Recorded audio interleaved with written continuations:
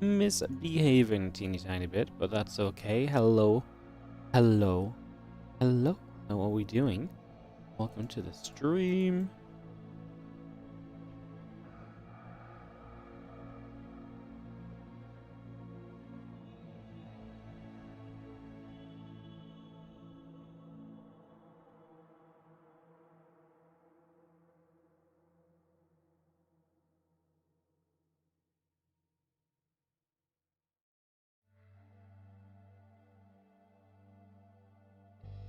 How are we doing, guys? Hello, hello. And webcam's still not on. It's still not. Oh, there we go. Hello. Oh, bit of a. Well, not really a bit of a morning at all. Just a bit of a moment or two getting things online. My YouTube just wasn't going live, and I was like pressing the button and pressing the button and pressing the button, and I'm like, do the thing, and then YouTube was like, no. Hello, welcome to what's going to be a little bit of a funky day today because it's just replays, but we're going to go through the Crank Team League. Now, unfortunately, I wanted to just do the rest of the tournament today. However, I got someone to time out the games for me, roughly, to see how long it's going to take. I don't think I've got time to do all of the matches. I think we're going to probably leave the grand final to another day, but we are just going to... I mean, that probably means that we were never going to get this done if we were just going to do bits and pieces here and there, to be fair. It means that today we're going to just steamroll ahead and do probably... I'm going to try and do 3 matches. Best of 9, and then like best of... I think best of 13. Yeah, so they kind of get long, is what it comes down to. They kind of get a little bit long. Obviously go best of 13, and, you know... that could obviously be kind of long, so we'll just see how it goes. But my understanding is I probably am not going to have enough time to do it, especially by the time we start factoring in, like, you know, we chat to the chat a bit, and I wait for some ads here and there and stuff like that. So, that said, that means we should probably just get on into it. So we're going to just work through the Crank Team League replays. We're going to be starting with Scarlett versus Rogue in the ZVZ. And yeah, we're just going to go from there. And I am desperately in search of a cool clip to put on my next YouTube short, guys. So if you see anything cool that happens today in the games, absolutely freaking clip it and send it to me, or just post it in the chat or something. I mean, I will just, if you clip it and like 3 people watch it, I will see it when I just have a look at the clips. We've had 1 person clip something the past week, and I'm to be fair, I haven't really had like a moment. I'm like, yeah, that'd be a cool, like, that was a cool highlight or something. So on the lookout for something today. We've got some great games. I think there's a Serral Clem today. I think there's a Rainor Clem today. I'm not sure. I know some of those matches happened in this tournament. I just don't know if they happened in these matches, because obviously there's the potential of a finals matchup as well. So I don't want to commit to saying that those happened because I've not spoiled myself. I just have a rough idea that a couple of these matches are possibilities and fairly likely to happen. So we'll just roll with it and see where we get to and see what happens. We're going to start with Scarlett versus Rogue, which is a super fun one. Funnily enough, when they played the Falcons, Scarlett was the only one to take a... no, not the Falcons. Basilisk. When they played Basilisk, Scarlett was the only one to take a map in that series. She took down Trigger. Scarlett been looking pretty good lately. I don't know if you saw the result in Stellarfest yesterday, but that was kind of cool too. So, exciting stuff. Let's dive on in. It's going to be Scarlett Rogue to start off this day in what is a best of 9. So this is still best of 9. I don't know what I'm going to do to the scoreboard when it's best of 13, but yeah, I guess we just roll with it. Figure it out on the fly. Let's get into some ZVZ as we start off a Team League match between the Blue Zerg in the top right corner, representing Falcons. This is Rogue.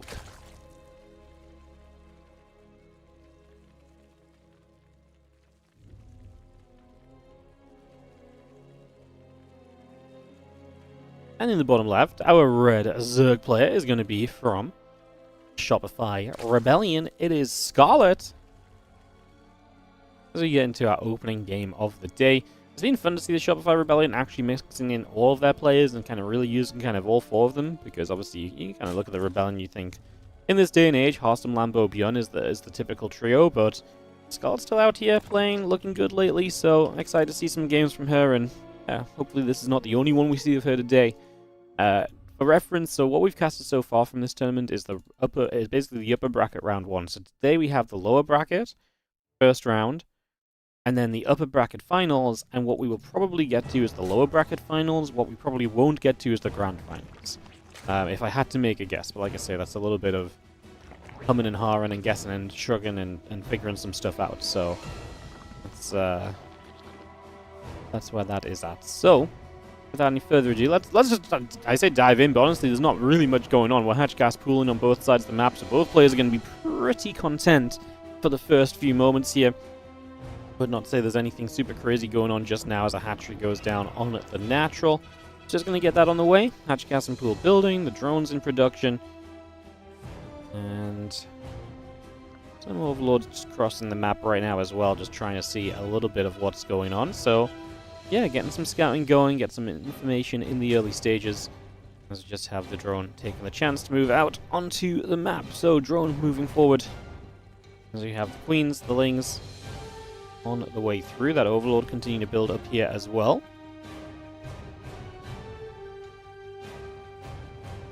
Zergling speed will start from both players as well. Just releasing the couple of drones coming by. Just have ourselves the overlord at the front, gonna wander about. A couple of lings will take that chance to wander toward the upper right hand side and then toward the center of the map as we take a few moments to settle things down. So it's obviously ZVZ, always scary to play a ZVZ. You know, Scarlett used to be one of the tricksy players in ZVZ as well. Like, she would have a lot of builds, but she's playing against Rogue, and was Rogue not exactly the epitome of that as well? There's been plenty of time when Scarlett has gotten the better of a Rogue with some tricks, and there's been plenty of time where Rogue has gotten the better of Scarlett with some tricks in this matchup. So it is absolutely a tricky matchup. It is absolutely one where they're both looking to catch each other off guard and catch each other out, basically.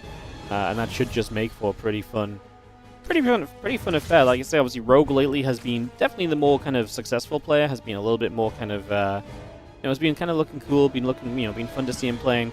And then you got Scarlett, who we just haven't seen as much of, but she pops up in a tournament here and there.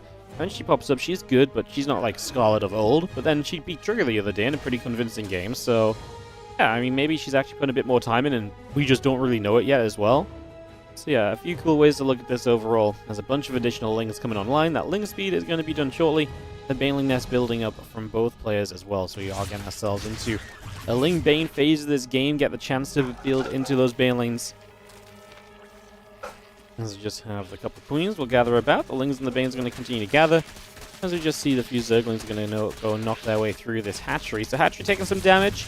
We'll see the queens coming over. The couple of lings are going to be there. The baneling ready to pop as well, as we just have our lings working their way through this. And they are going to be able to get straight over to that side. That hatchery is kind of low HP. It's a pretty good start from Rogue here. Now the banelings start to show up, but that's on both sides. And actually have banelings heading to the natural of Scarlett, so she's getting a little bit outnumbered. She does... Oh no, she sends off two banelings on the one in the end after Queen got a kill, so not super efficient, but she is managing the situation. She's going to stop further banelings from morphing. Having to use her own banelings on that is a little bit of a shame, but we're going to be okay at the end of it all, and Rogue was pretty committed to this. Like, he's down 11 workers. He's got work to do still. He's not really found the damage yet. Like, killing the third hatchery would be a good start, but the third hatchery is 275 minerals. That's like 5.5 drones, right? So... if you build 6 drones here as Rogue, you're still not caught up in workers while Scarlett rebuilds the third hatch.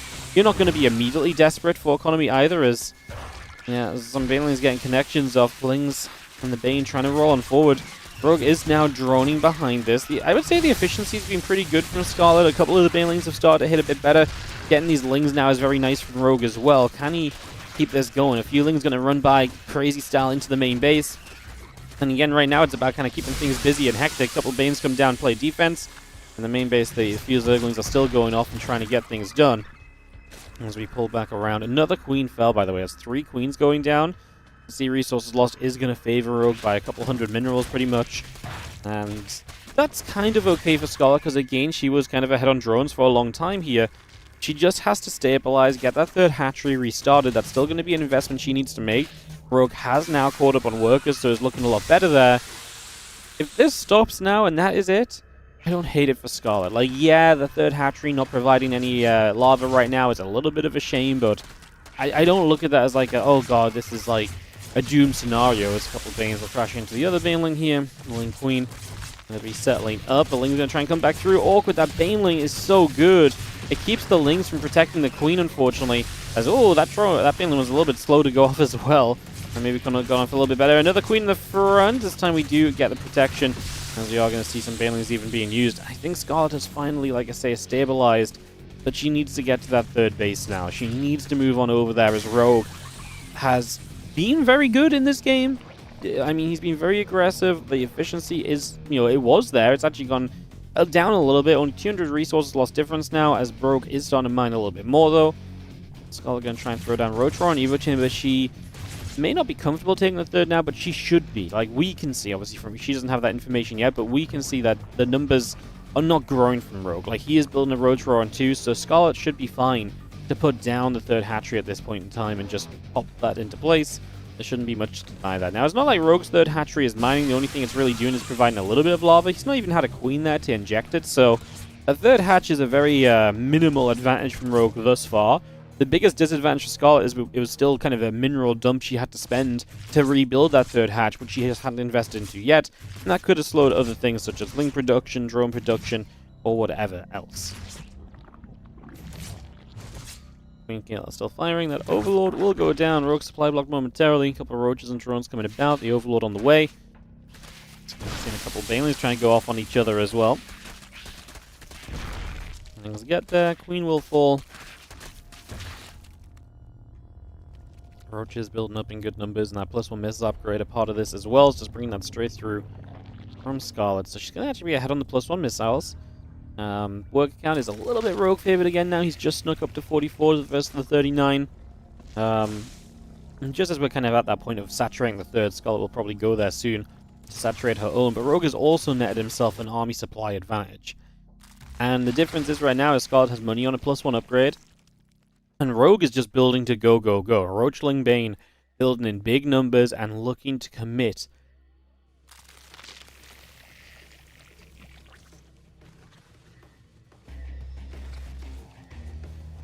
Here we go. We're going to move down. Scarlett's army supply is good, but I'm not sure if enough of it is necessarily here right now. As you have a few Zerglings running in, they're going to get a little surround. The Roach in the front there was already in some trouble. We'll now get Ling Roach attaching itself to the hatchery. This is the problem. Lings are really good. And Scarlett could really do with a couple of Banelings.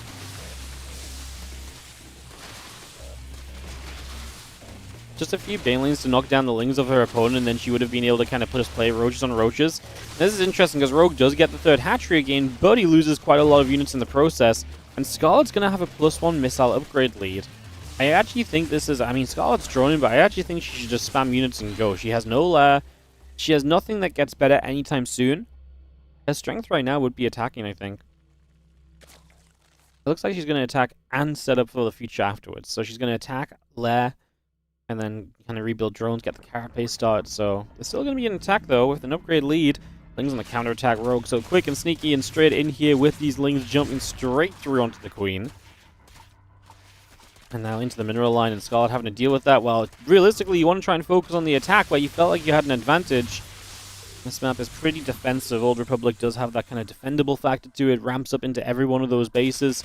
Looks like Scarlett is not going to hit her +1 missile upgrade timing window.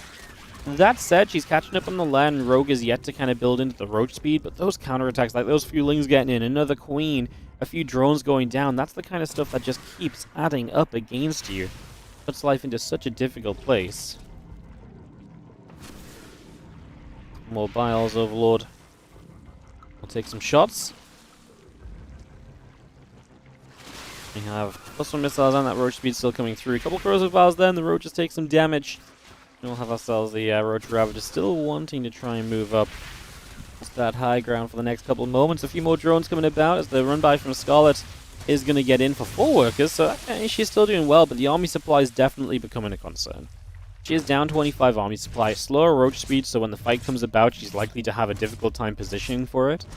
And then, yeah, you're going to have Carapace, but most people would tell you they'd rather have +2 missiles over a Carapace. The Carapace was just because her lair was so late, I believe. Like, she didn't have lair when she started up that second upgrade, so like that might help. I just don't think Carapace is going to be the kind of thing to overcome 15-20 army supply difference on the Roaches, so...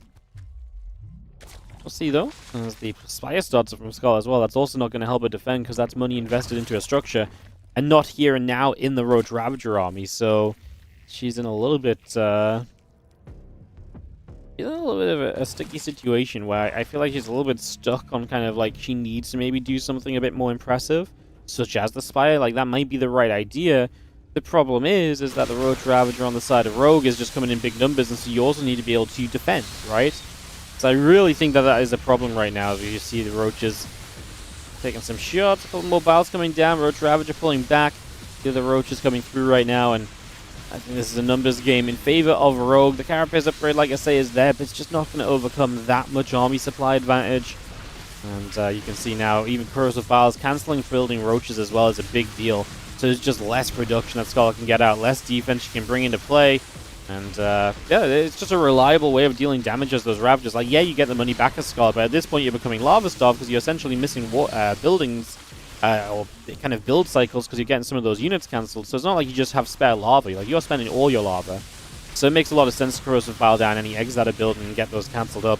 It does create you a net unit advantage rather than, even though, yes, Files can be useful, but we just didn't really need them on the rest of the army. And Rogue will take this one down as we take game number 1 of this best of 9 between the Falcons, who take the first point with Rogue, and the Shopify Rebellion.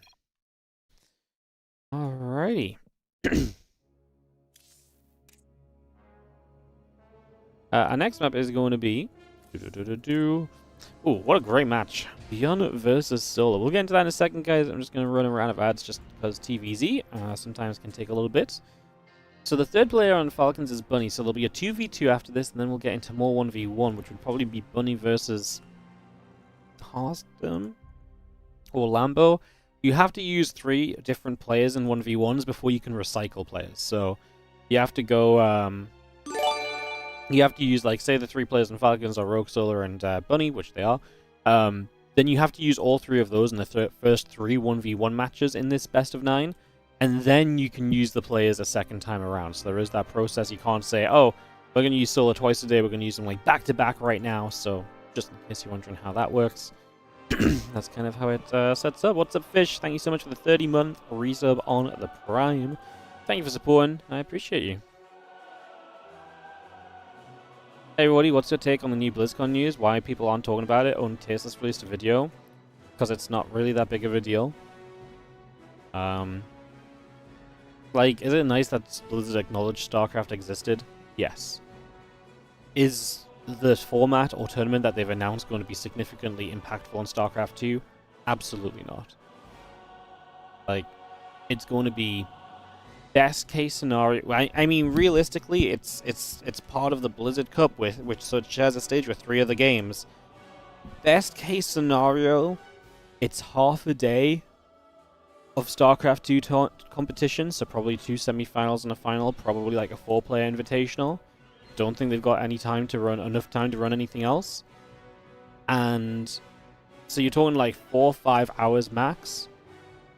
And best case is maybe that they run like qualifiers. Like, best case, if they ran qualifiers or so to play in it, there'd be additional content around it. But I'm honestly not convinced that they don't just invite 4 people. So yeah, it's just not a big deal, and anyone that's making it out to be a big deal is probably just clickbaiting you because it's just not that exciting. Like it is exciting, but this is not like StarCraft. Like, this is the first time. It's not like BlizzCon has happened for the last 5 years, and they just didn't have StarCraft 2 at BlizzCon for the last 5 years, right? BlizzCon just hasn't existed. So it shouldn't really be that surprising that they did something with StarCraft at BlizzCon. So, yeah. Did they release any info about the tournament? No, just that it's going to be the Blizzard Classic Cup, and they mentioned StarCraft 2, Remastered, War 3, and Heroes all in the same thing. And it's going to be community captains picking teams. And I don't know whether... honestly, to me, it sounds as though it might all be cross-linked. Like, you have a captain who picks, like, a Heroes team, a StarCraft 2 player, a War 3 player, etc. And whichever captain's players perform the best over 4 games, like, wins or something. Like, to me, that may be the most interesting thing they could do with it, but, like, the way it's being phrased, Like, it just doesn't. It's gonna be like some of the like 4 of the top guys maybe get a nice pay a day, and it's like cool. Like, don't get me wrong, it's not bad. It's just not really like, it's not. This is EWC, and there's a circuit, and there's gonna be multiple events, and there's like real kind of prize money that all the players can survive. No, it's honestly, to me, like, I think it's expected that they have some StarCraft 2 there, and I don't even think that's me being like a StarCraft 2 kind of copium guy, you know? I think StarCraft 2 at BlizzCon is one of those things they absolutely can do fairly cheaply to fill some space, because I don't know what else Blizzard have to show at BlizzCon. You know? like BlizzCon's... The last time I went to BlizzCon, it was kind of like, man, they are struggling to fill this place. And they had a massive SC2 tournament then, and they had a Heroes, and they had Overwatch Cup, and so much more. So... yeah, it's, I mean, like I say, don't get me wrong, it's nice that they haven't forgotten about StarCraft 2 and they're gonna have something. It's just not like, throw it up in front of everyone, let's get excited. Like, to me, it's just not like that at all, so... yeah, like I say, it's cool, but that's probably why you're not seeing people talk about it, because it's very, like I say, it's like, if you say StarCraft 2 is back at BlizzCon, I think you're very much so, like that's the kind of, like, that's where it sounds like exciting, right? It's like StarCraft 2 at BlizzCon makes you think it's a world championship, and it's just not that at all. So, like I said, I'm trying not to sound like a super negative guy, like, it's not what I want, but like, it's nice, it's just not like hype, I suppose. So yeah. That's it is what it is, though. Hey, I think it'll be fun. I think it'll be fun. I just feel as though people have expectations right now, and those expectations are gonna get absolutely crushed. So yeah. But hey, I mean, I hope I'm wrong. I hope I'm wrong. I hope it is something bigger.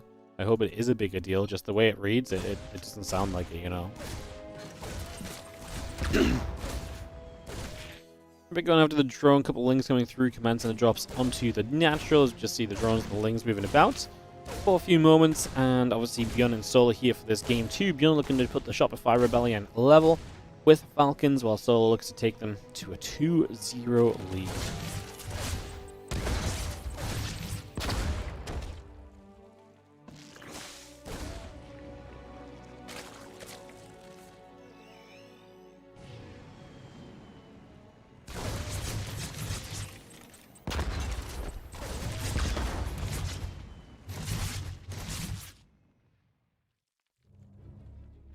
Reapers get pushed back. Couple CCs coming about. Factory on the way through. There's obviously multi-Rex Reapers. There are a few Reapers at the front here, but nothing too crazy.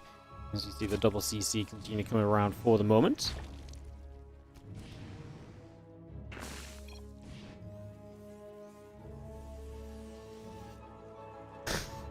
Whatever's going on between these two Solars, finding it a good time, having a good laugh, is just going to be seen our Reapers. Checking forward, I'm just going to have a couple of Queens coming by, and just going to have the link speed finishing up as well. Queen the Overlord coming over, Hatchery is about to finish, and the Orbital Command Starport and Command Center still coming online. Additional Marines coming through.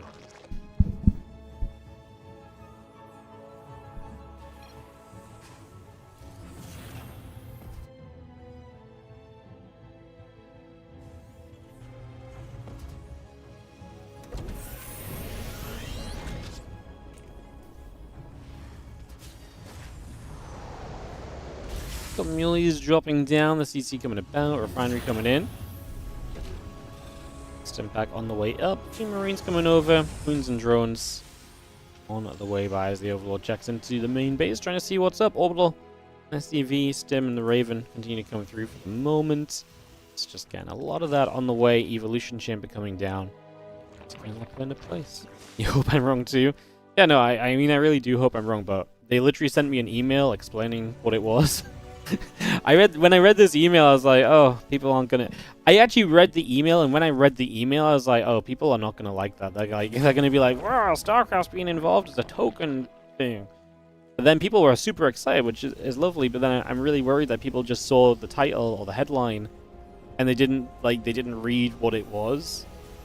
You know? Which is why I keep talking about it so much when people bring it up, because I'm just trying to temper expectations, because I do feel like people are getting very hyped up. Like, I saw pro players being like, is this going to be like a circuit? I'm like, no.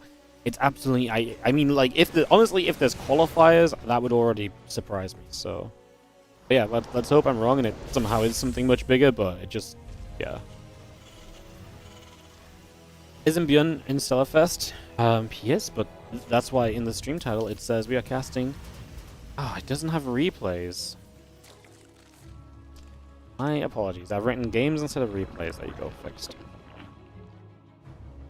Yeah, these games were played last week, guys. This was casted live last week. There was no English stream. We are the official English streamers, just no one's allowed to cast live because it's on Chiswick.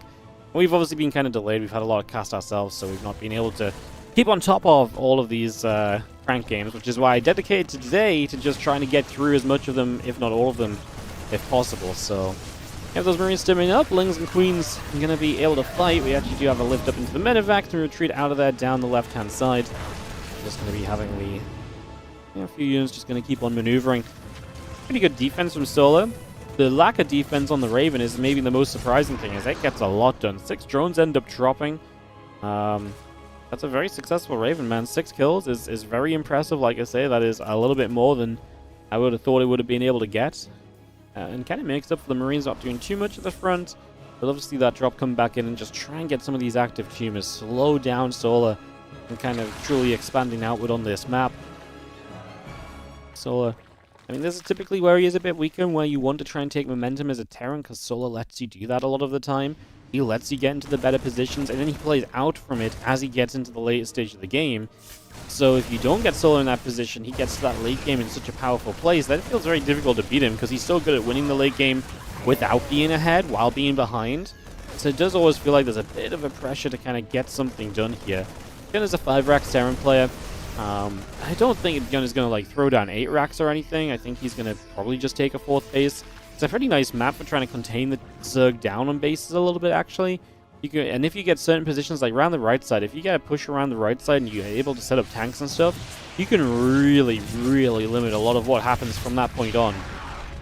And really stop the Zerg from kind of feeling super comfortable at all. So there's a lot you can do there, because you're going to see those couple of Marines going to push back. The Lings go the other way. And we have ourselves the rest of this army. Currently very central. Going to work around the left-hand side. The reason this right side is nice is if you ever get position here, it's very choky, right?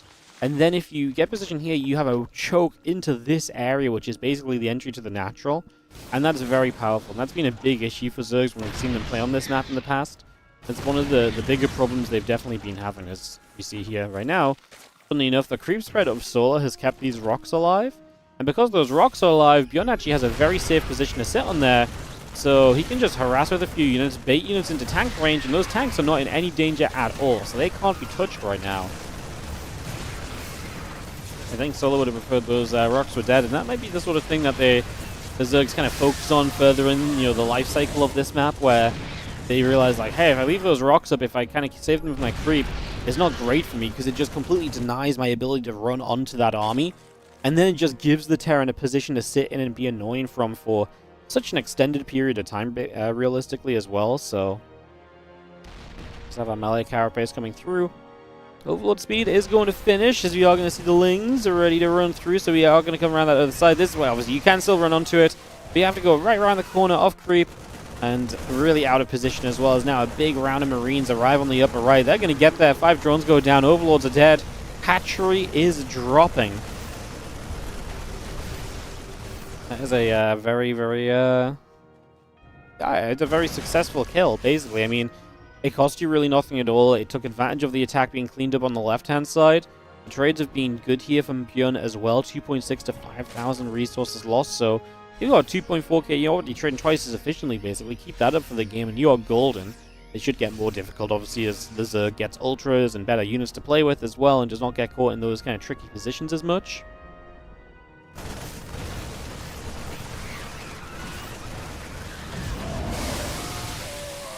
Been running through, a couple of medevacs still up in the skies.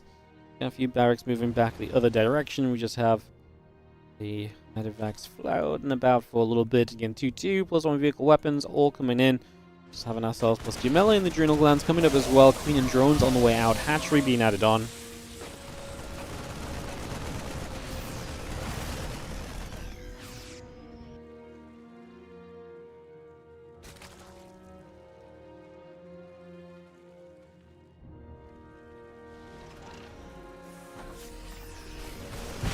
There's 3 Ultras on the way up as well. Just going to give you a chance to kind of obviously really step into the next stage of this game. This is where ByuN cannot really be as aggressive or constantly pushing in, because if you end up running in constantly against Ultras, you're probably going to have a bad time is the reality of it. So definitely one thing to watch for there.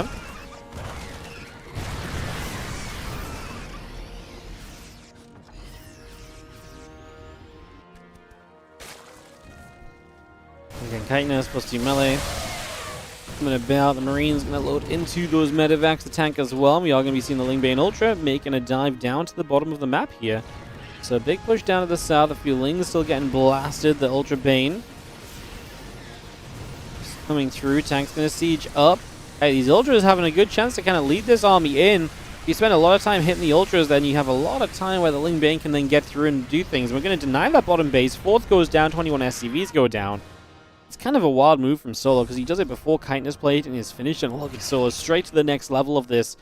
Dropper-Lord's morphing over on the right-hand side of the map. So he's going to go straight now into a drop into the main base. And he is going to look to absolutely just keep the pressure going. So on the back of denying that 4th, he just does not want to stop. But ByuN's going to make it difficult, because he's also going to come around and try and play multiple positions. The top right army going to take a little bit of something to get cleaned up. We are going to see some Banes getting close there. Not going to do too much, though.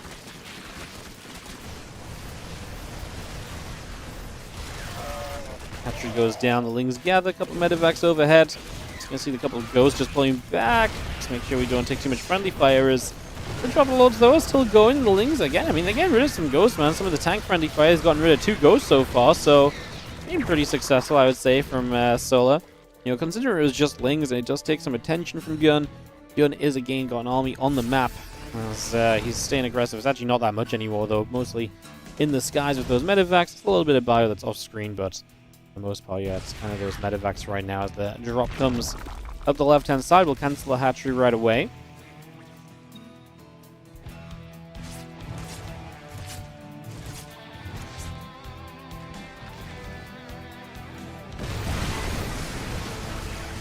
Still using this kind of left side position, no creep here, just a little bit of an awkward spot for Solo to attack into. Only problem is now there's not really anything else nearby to really kind of do from that point, so it's a kind of a good stronghold, but then it's a stronghold that's kind of out of the way, and like I say, not really achieving much for you at this stage, unless you find a way to press forward from here. And we are putting pressure onto that central base. If you're unable to get a lot done there so far, is now an Ultra showing up. A couple of Marines begin to go down, Marauders as well. A few Marines unloading in the back of this mineral line. There's a couple of troop tumors that can start being picked away at.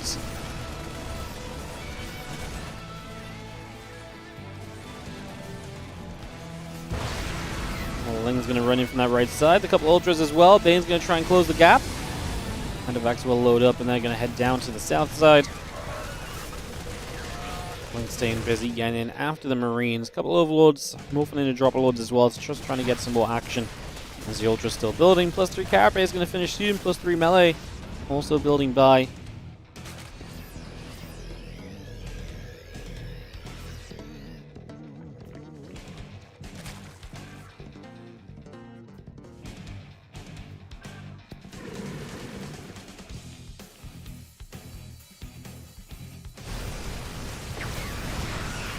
As long as jumping into the Overlords, Bio is going to be there. A few Zerglings go the other side. Another Scanner 2 coming out.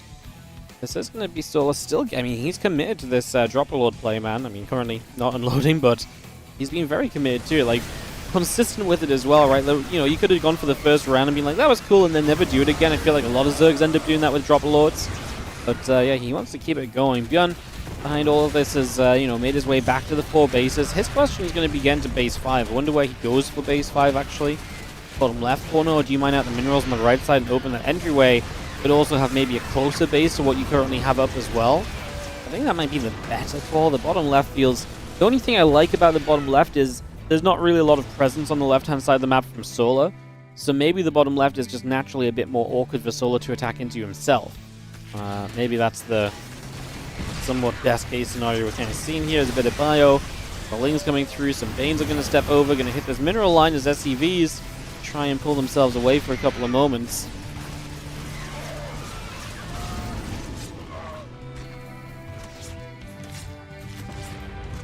Landing on the Medivacs. Queen's going through. Bio going to still chase. The Ultras will take a bit more damage. Rainor, the tank Liberator still building by. Just going to see those ultras moving about. A little transfusion from the queens. It's going to come through, and the ultra going to take a bit more healing right there as the Lib sieges up once more. Sport just going to relocate over to that right-hand side. 10, 12 more Corruptors actually on the way through currently. So just getting 12 Corruptors in production there. 4 drones going down the Spore, taking some shots, getting rid of that Liberator.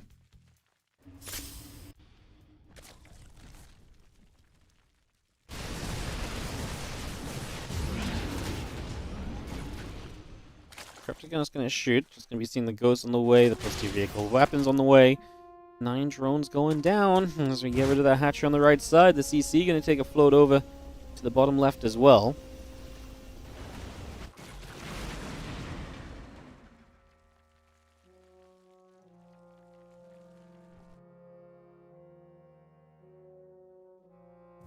Again, Marauder, tank and Lib continuing up. We're just going to have ourselves the, again, the upgrade still building by. Lings around the bottom right. This, I mean, this game kind of levels out a bit. I've been kind of waiting to see where ByuN goes with the 5th base, and he does go bottom left. The big question here is, do you keep that alive? Because Solo obviously says 5th base, cool. That's the one thing I'm aiming to do at. If he denies the 5th base, Solo just wins this game. So him getting to that bottom left corner is going to be a pretty serious kind of pressure point. 100% something he wants to lean into here over the near future.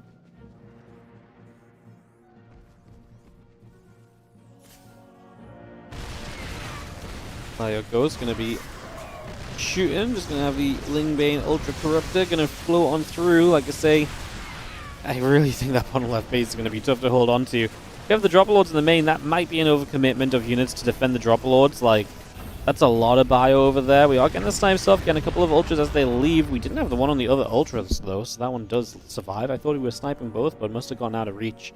Oh, I missaw it.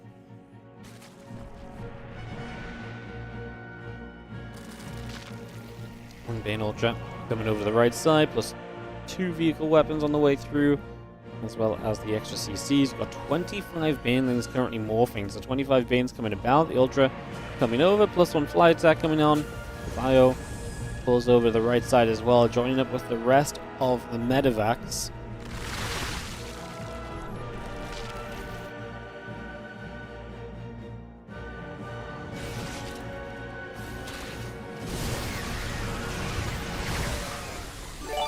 Snipe, and Ultra going down. Just going to be seeing the Lings, the +1 flyer attack upgrade, all continuing to come over. The Overseer on the way through as well. Hey, what's up, Fnatic? How you doing, mate? Thank you so much for the 61-month resub on the Prime. Appreciate you. Thank you for supporting. CC lifts off, and the couple Ultras will find a Sense Tower. It just feels like Solar is all over the map, and ByuN being restricted once more to 4 bases is such a damning kind of scenario, because now all ByuN can really do is just try and trade extremely efficiently. He kind of needs to knock down economy too, otherwise Solo's just going to rebuild where ByuN cannot. I mean, ByuN's going to try and float his base to the right side, so the left side didn't work. Now you try and go to the right. There is a base nearby on that right side. Maybe he could kind of push forward and defend his own base while denying that base as well and just mine for a little bit of time. He's trying to get to that stage where you're just building like a ton of command centers and you just constantly have CCs to replace when the Zerg finds, you know, a good trade. But because he was kind of slowed down a lot in that game, it's just difficult to get to that point, and hence the game's been kind of difficult from him, you know, for him in general since then. There's a couple libs are going to be there. Bio Ghost coming through. You're going to see a little bit of the Bio going back over to this left-hand side. There's absolutely an Ultra up for grabs right there, so you can grab that. The Marauders are going to go after the hatchery on the right side. Bane showing up. The Ghosts are going to snipe. Oh, it's a massive fungal, though. Honestly, the snipes were looking good, but the fungals are nasty, and the Ultras are going to chomp through. Oh, I thought he was going to get all the Ghosts. He doesn't quite manage it, but he does get a good chase still. And those Ghosts are going to be caught in the end, man. We're actually going to get rid of pretty much every single Ghost there. What a fight from Solar down that right-hand side, and just able to get so much done. The fungal, beautiful. Rolling stuff, as you're going to see a couple of snipes coming off on Corruptors. They're trying to caustic spray things down. The only negative I can bring up for Solar here is he didn't deny the 5th base, right? The 5th base is still coming online, so that's a negative. But then Solar's rebuilt so quickly, and ByuN lost so much army, it might not matter, because if you are going to be able to remax and just trade here, at the very least I think ByuN's going to have to back it up, and then you probably get the chance onto the 5th base anyway. And if that happens, then yeah, you're probably a little bit doomed at that point as ByuN, because that 5th base is something of a lifeline to you at this point in time. Lings are shredding through mineral line here. SCVs dropping, 16 workers going down. We have the Great Aspire is just going to finish up. We're going to see those Corruptors still up in the skies. Ultraling Bane gathering. And a couple drones mining over on the far right as well.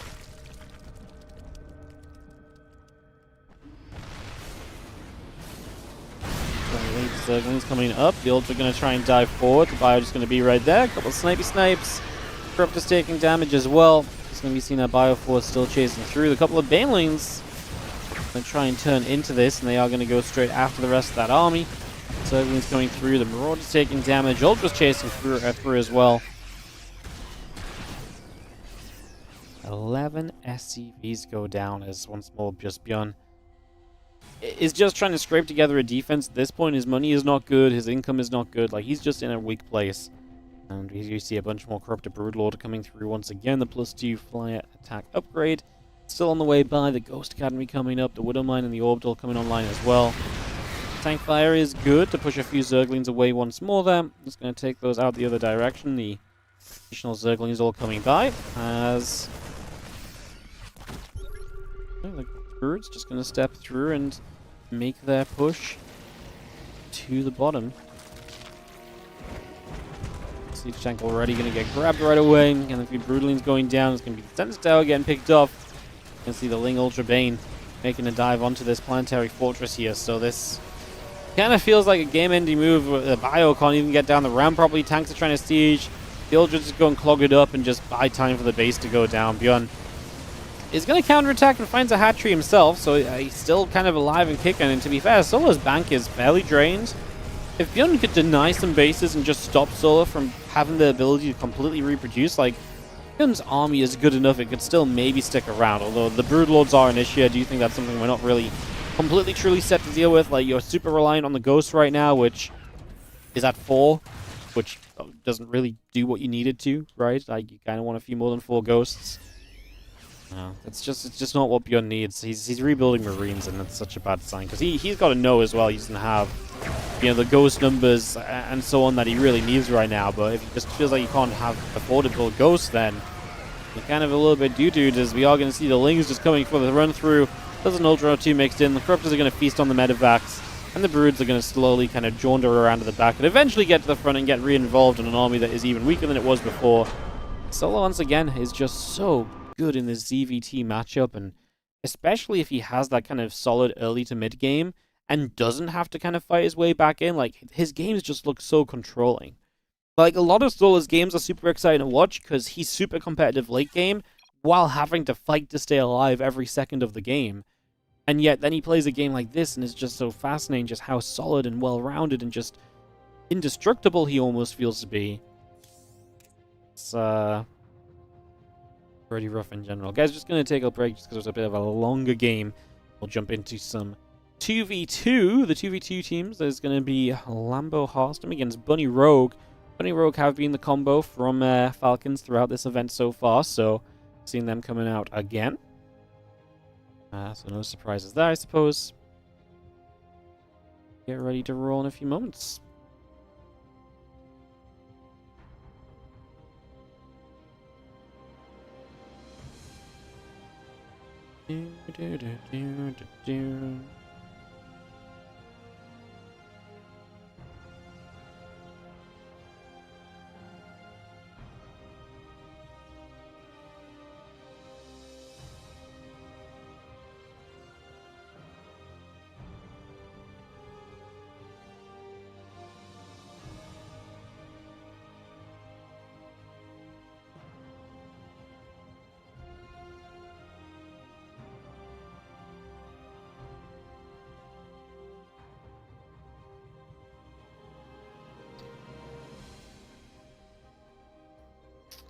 I guess it's going to be about 30-40 seconds and we'll jump into the 2v2 kind of stage. So every third map in these best of series is 2v2.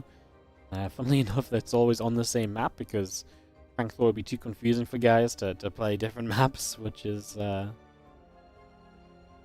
funny. A little amusing.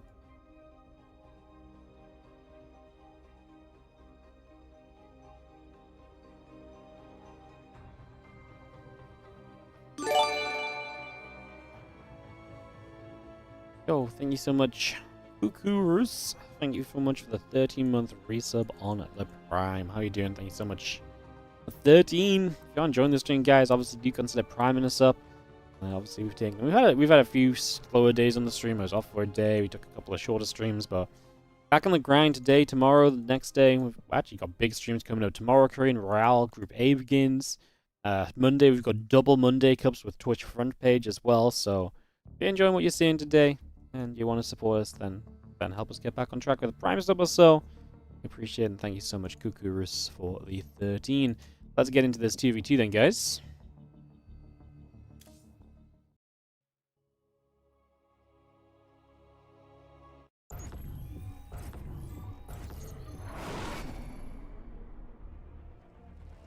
Alright, it's been a great start for Falcons, and they're going to be in the blue on the left-hand side of the map, featuring Bunny and Rogue. And kind of makes this a pretty important game as Harstem and Lambo on the right-hand side need to kind of get a win here to put Shopify on the board. Being down 0-3 is going to be a miserable place to be, especially when ByuN, who you would say is the kind of ace player, just lost his matchup as well. So it feels like this is going downhill unless we can... I mean, it just feels like the 2v2 is such a good chance to reset that it would be a shame if we didn't get it right.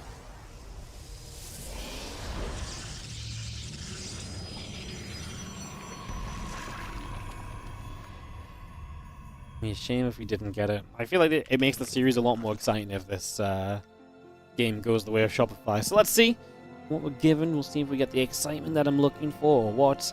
As the hatchery goes down, a couple of refineries and a barracks coming into play, the SCV coming through.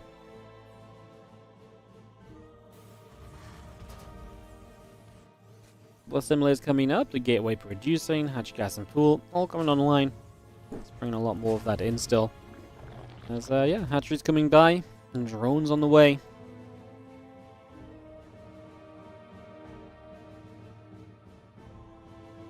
Down the left-hand side, just going to throw another hatchery into place. Put that on the go, and away we go. Love waking up to StarCraft, you real Wardy. Thanks so much, sorry, excuse me, Jotravius over in the YouTube chat. So good to see you guys on the YouTube. If you are watching on the YouTube and you can take a second, please do just scroll down, give it a like, give it a sub if you're not subbed to the channel already. We're almost at 47,000 YouTube subs. It's not really a major milestone, but it's not often. Like it's every few months that we hit a new 1,000 marker on the YouTube sub count. So appreciate you guys if you take a chance to hit the buttons down there. I appreciate you big time. And, yeah, on putting the work in on the YouTube. YouTube's been great lately. Just, trying to figure out as many ways as we can to keep that sub count going up. I'd love to keep growing it. I'd love to see 50k plus. At this rate, that's going to be, like, late next year, but, yeah, it's exciting. It's exciting. Anyways, a little bit of telling you guys what to do behind me, and a bit more of telling you guys what these players are going to do ahead of me, as we have the double Reaper on the way from Bunny, and then an engineering base super quickly as well, because that's a block. Just trying to keep Harstem from being able to take an expansion super quickly. He is just going to try and get in the way and be annoying on that right from the start.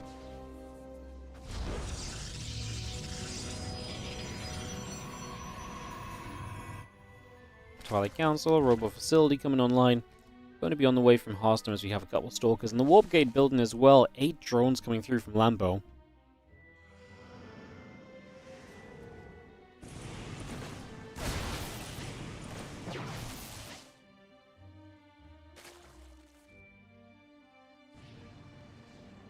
Stalker Center just pushes back away out of those couple of Reapers. The Hallucination is going to go eating on through.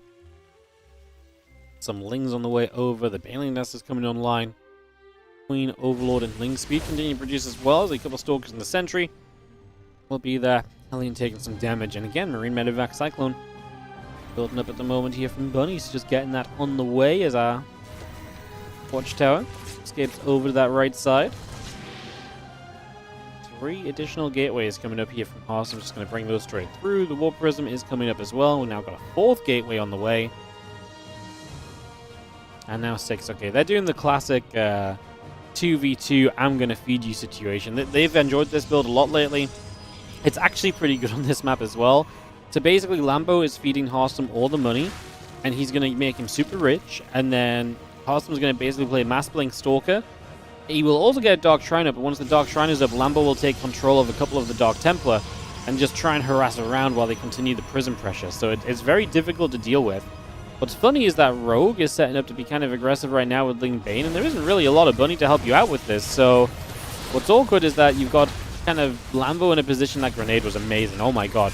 So Lambo doesn't really have any units, so it's all down to Harstem, who's just moments away from his gates finishing. So Bunny and Rogue might have just found the perfect timing to arrive.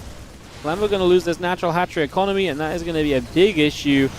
As yeah, like you see, all these gateways are going to be finishing now. The grenade was so good because it just spread all those Protoss units out and gave the Lings maximum surface area to work with.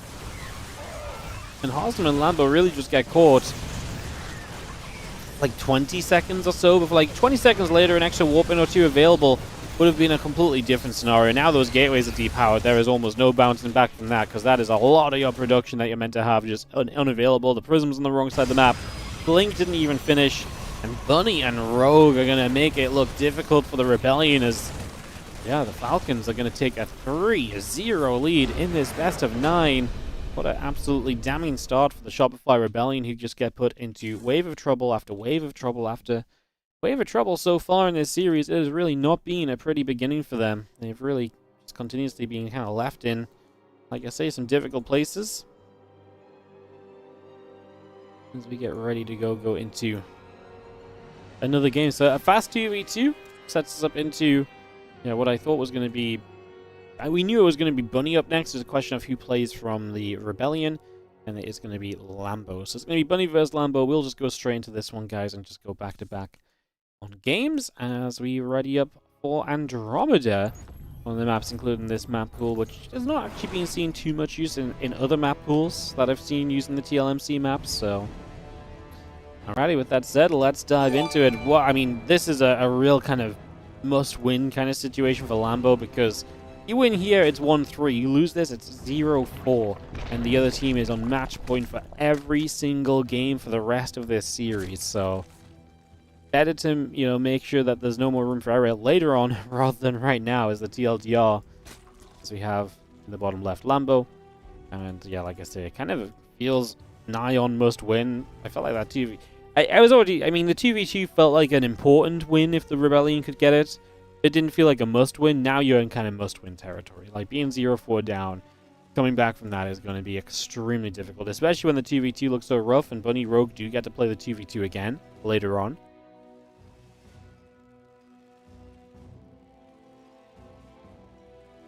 Lots of fun possibilities as we build ourselves into Andromeda.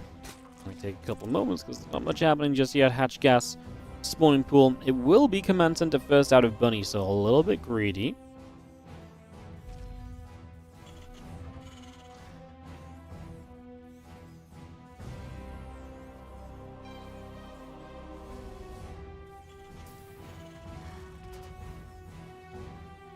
Hatch gas and pool coming over. Just gonna see the couple drones popping out.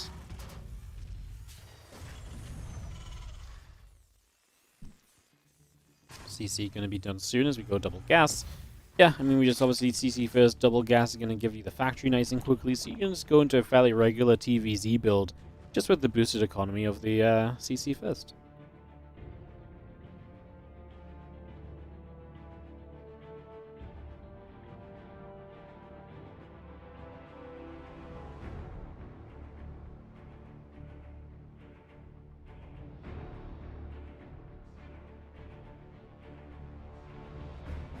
So he comes over.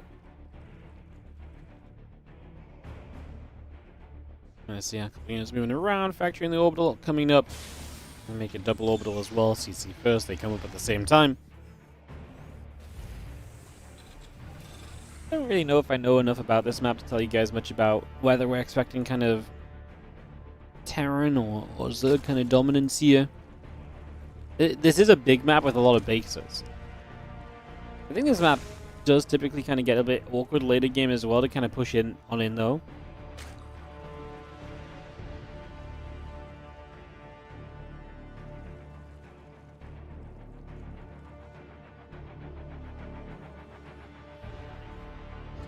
Drone, hatchery, couple overlords coming through, the starport coming in.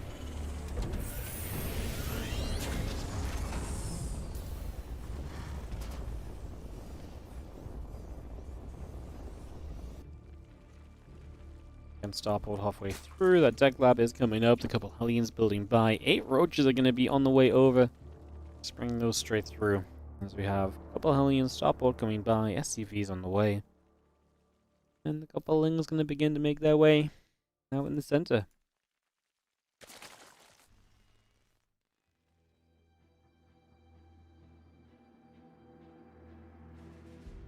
Few Hellions making their way to the bottom left side, so we're going to start seeing things get a little exciting here. Bunny straight to Stim. It's going to move into that next stage pretty quickly. No third CC just yet. We'll be kind of on watch out for that coming down to ensure we are going into that typically kind of expected macro focus.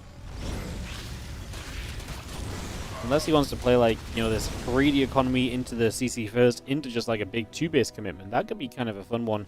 That'd be very bunny. Obviously, right now he's got roaches running out the front door, but I think fairly confident he's going to be okay here. Like, he can actually land the Viking if he wanted to. He's going to get rid of the Overlord first. Actually, the bunker's not going to be done, which does make that a little bit more awkward.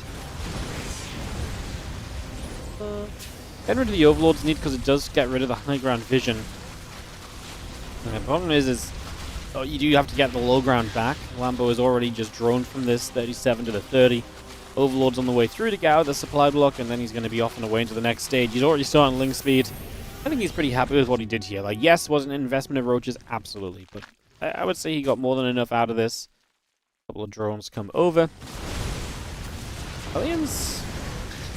Always funny. I feel like Hellions do better against the roaches than you think they do sometimes, just because the splash adds up. In this case, we still see a lot of them going down. The Viking in the back trying to add some damage out. I mean, the Marauders are helping a lot.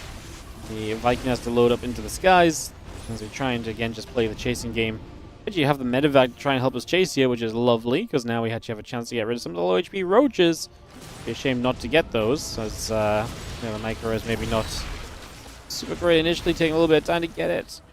We're so close to killing those 2 roaches off. Hellion gets a shot. And actually we have Stim now, which helps too. Good job from Bunny trying to get every single roach that was low, and we are going to get them. Nicely done.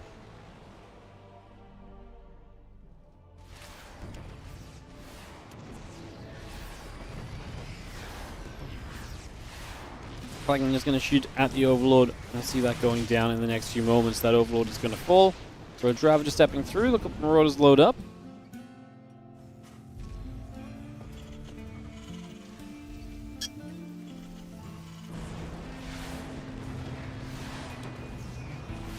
Overlord taking a few more shots. Viking will get that Overlord killed.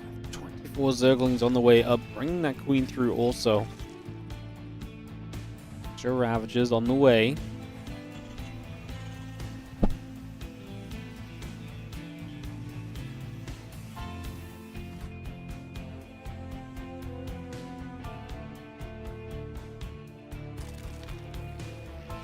A lot of Lings joining up. I mean, Lambo's basically going for round 2 aggression. I don't hate it. To be fair, the start was pretty successful for him. Even if he lost those few extra roaches at the end, I see that tank is just in such an easy, accessible spot. The only problem is actually that we kind of need Biles on the front door, and we also just didn't have the rest of the Ravagers here yet. Now we're going to Bile the tank, because getting rid of the tank prolongs the rest of this army by so much. It's not the prettiest move from Lambo, but it looks as though it's going to be effective as he gets up here. And Marines are going down. There is a tank on the high ground now that we should just be able to break up to, honestly. I don't know if he's got Biles, actually, so maybe he can't break up there just yet.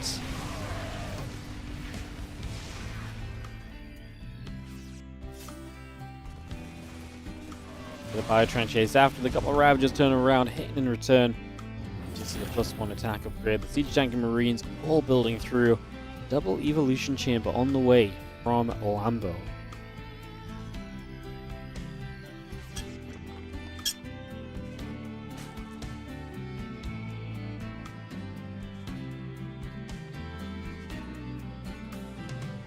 It's going to be melee upgrades from Lambo.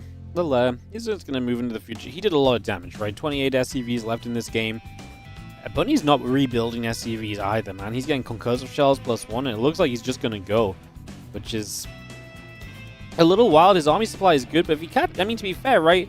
You're in a bad spot, but if you fully commit to send it, and Lambo maybe does kind of feel like you're going to be trying to recover, so he over drones in response, maybe that is the best possibility for like making, getting yourself a win here. Maybe that is the best chance you're going to have.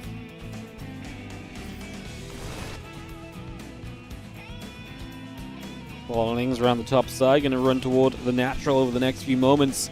Marine Marauder heading down the bottom. The Lings looking to run through. The wall is open. It's going to be a disaster. Those Marines get caught move commanding even toward the end. And the few SCVs we've got are going to start going down. Every worker loss hurt so much right here. As the only question mark for me is, does Lambo need those Lings to actually help him defend over here? I feel like this is a very awkward position for Lambo. He does get rid of the first tank though. And there's so much bio power. You're seeing it kind of just swing through for the moment. Overlord's obviously coming into trouble now as well. Queen will go down, just get an inject off at least before it happens. Tank's trying to move a bit further forward. The Roach is taking some big hits. Lambo is melting away at the moment. Damage is being done. And Bunny on the counterattack is absolutely succeeding for the moment.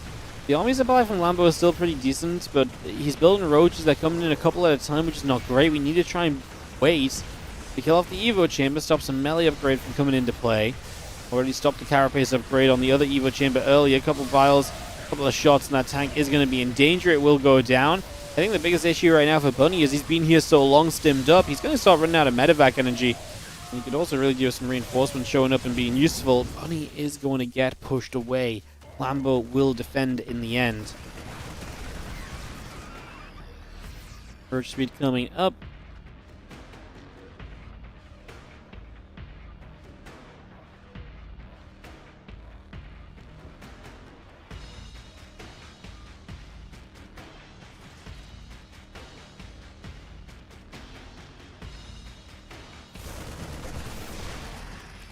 Let's see, a few Marines going to step through. A Roach and a Queen going to go down.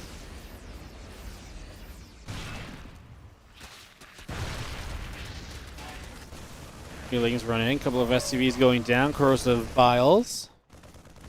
Dropping in the... at this point, the Marines are just not doing enough. Before, there was a little bit of overwhelmingness in the kind of that Terran army, especially when the tank shots were going good, but not really happening at the moment.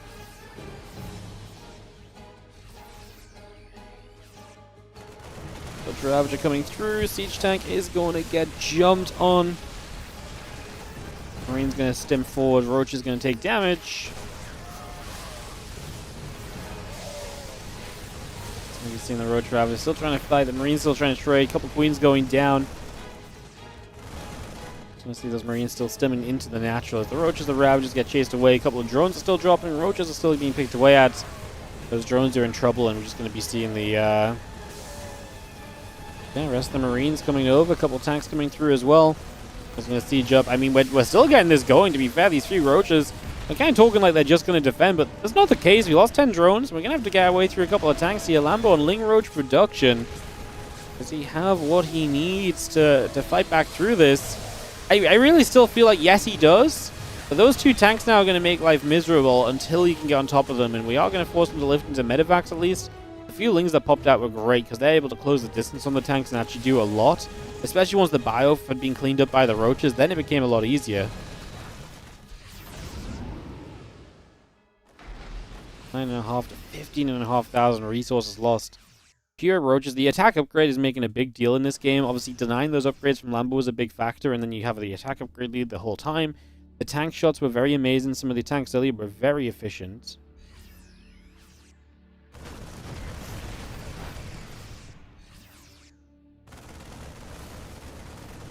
Roach is stepping over.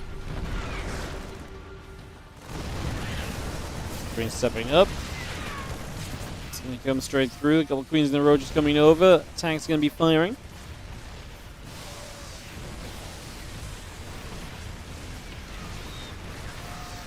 Couple of Biles coming down. Marines taking damage. Medevac still right there. It's going to be seeing the attempted defense. I mean, Lambo's army supply now is 28 to 42. He's really dying, isn't he? Wow. That's actually kind of wild. brutal. Yeah, I mean, truly brutal. He just had to live. Bunny did decide not to build SCVs ever again in this game. He just sent it with the army. I really, really thought... just really thought he had it, to be honest. Like, there was a point where it just felt like he got over the hump of like, oh, this is close, and he's cleaned it up, you know? But he just could not ever get back to those 2 tanks, and he did not have the resources to build Ravagers either, so it was just Roaches as well. And he probably thought that it was kind of done to the point where he could kind of get into the next stage of this game too, and just kind of move on with it, but Bunny was as committed as one can be. Great, that honestly is a pretty crazy endpoint of that game, because I really thought Lambo was fine. I was kind of just like expecting the bounce back to be happening. You know what I mean? Like I was like, oh yeah, he's cleaning up. I was watching the Roaches kind of like die, and I was like, yeah, that's fine though, right? Like surely at this point they can't go wrong. Yeah, they could. They could indeed. That is crazy.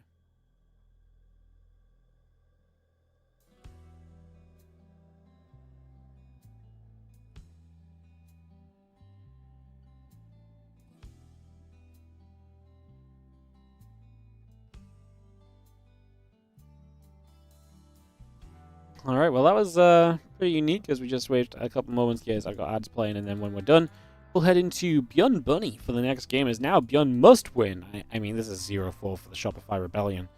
Just getting over the fact that it happened, but like we're going to be 0-4. They're going to have some work to do, and I do not think they're going to be in a good position in the slightest right here. I think they're going to be in trouble. So we'll see if they can maybe bounce back at all, but it does not feel great, does it? It does not feel great right now. Do, do, do, do.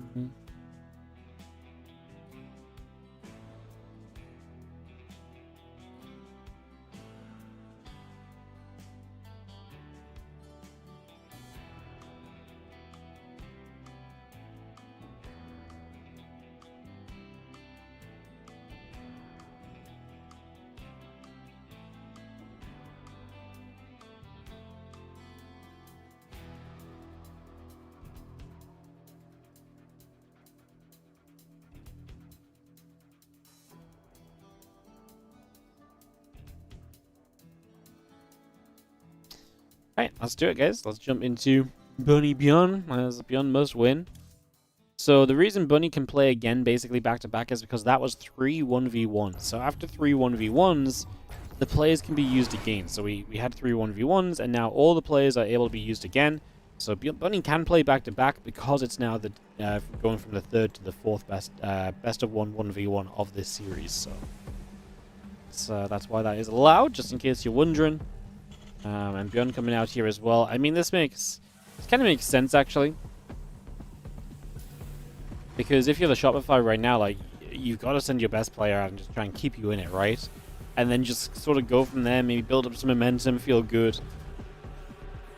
And ByuN's just like, you know what I'm going to do? I'm just going to throw some SCVs across the map and throw the barracks down here on Dreams and Scars. We actually have the first time we're seeing the top right versus bottom left spawn on this map. This looks horrific. What is this natural? So your natural has these rocks block the natural worker path in here, and then this is the entry to the natural. Oh my god, it's ugly. Yeah, I don't love it. I actually thought this map has been playing pretty well so far with the top left and bottom right spawns. But this is basically basically you can spawn top left and bottom right, or you can spawn top right, bottom left. And it's completely different because the top left, bottom right have an in-base expand. That doesn't exist here, right? So it's such a different map. This is the epitome of what players do not like, where, you know, basically it's like, hey, want to flip a coin? Cool, if the coin flips in favor of you, you have like a 20% different win rate compared to if it flips against you, because the map just changes in a very, you know, serious way.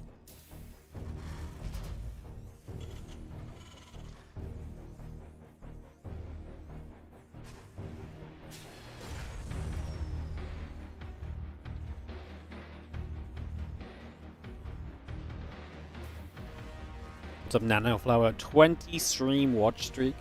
Thanks for all the great streams. No worries. Thank you for continuing to watch them all. Yeah, this Reaper checks over here. Can't go to the left straight away, remember, because you can't go up that mineral wall. That's for workers only.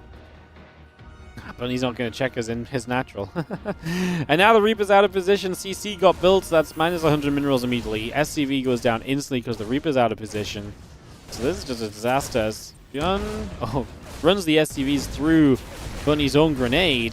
And now that Reaper needs to be super careful. ByuN did dive into the SCVs a second when he maybe didn't need to there. Now we're going to see the commitment. We're just going to send it. We are going to go. Oh!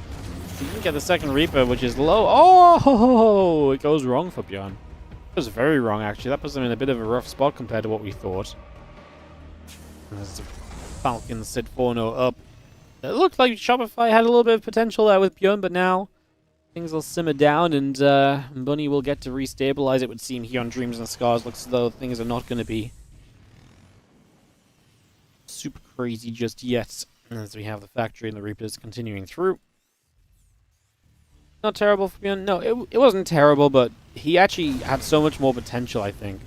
Like, he really dove to get the Reaper kills, and if you get those, that's amazing, but I actually think there was enough SCVs at the front that you should never have really been able to get them, and I think that maybe should have been identifiable, to be honest, but yeah, a little bit of a miscall, I think. Not the end of the world, though, as our Marines and the Hellions just going to work their way through the barracks for a couple of moments, so just going to put some work in right there. Right off the bat, just going to see a couple more shots coming through and some more damage being done as we have got the grenades still going down. Hellions, SCVs taking a few more shots. We have 4 more SCVs on top of the 4 we killed earlier. That's actually very good, so it'll do a lot more for ourselves right there. Just going to see those Cyclones coming through, that mag field coming online. A couple Marines are stepping up, and we are going to drop a CC down then from ByuN on location. So a little bit slow of a command center. Obviously being on location will help you then in that regard, so that is one benefit if nothing else. Let's continue down over there. Cyclone then returns some fire. Hellion goes down immediately. He's just going to get that grab, no problem at all. See the Cyclone still working through the barracks floating overhead, and we will kill that off as well, so ByuN just trying to get some scouting, and now will begin to prep himself back at home with his command center completing. Just wants to make sure from here you don't take too much damage or end up in too much trouble or anything along those lines, if at all possible. Try and steer our way away from that, and we should be able to be good for the moment. I'm going to see the orbital float into the low ground, though. So it's going to move to the natural here in a couple of seconds. Get that in position.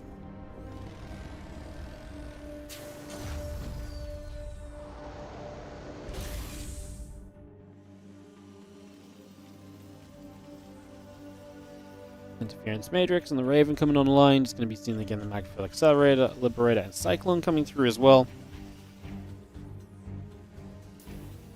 A lot of that just coming up here. As we have a little bit of a drop on the right-hand side from ByuN, so just going to go and take the couple of Cyclones over that right side. So ByuN going to try and put some more pressure on. Up 4 workers overall. I like where he's ended up. I feel like he's ended up in a very reasonable place, actually. So yeah, I do like where ByuN has found himself. As the Cyclone drop will maybe not do much, though, and they're kind of a little exposed, but the medevac's going to get to come back in.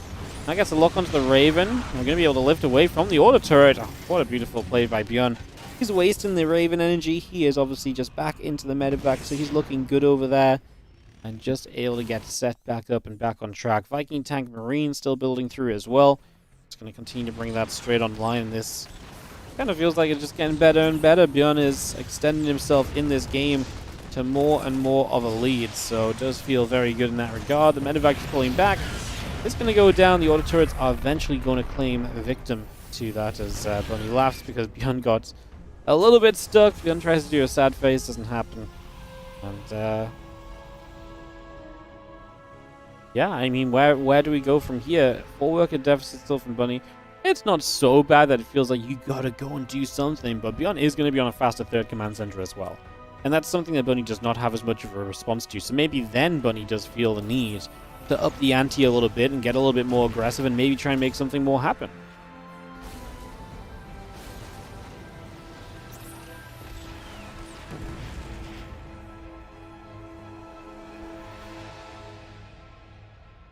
OSCV is going down.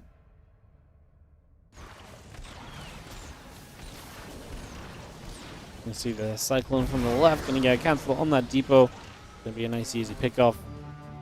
And Tank and a couple Marines continue to make their way through, so bring that up. Just going to get ourselves morphing in another orbital command. So ByuN just going to the 3 bases where there really isn't that same kind of play happening on the side of Bunny right now. Like, I think he's just committing, but his army supply is similar. We'll see if the positioning can do anything for him or if the defender's advantage of ByuN may be a bit too much.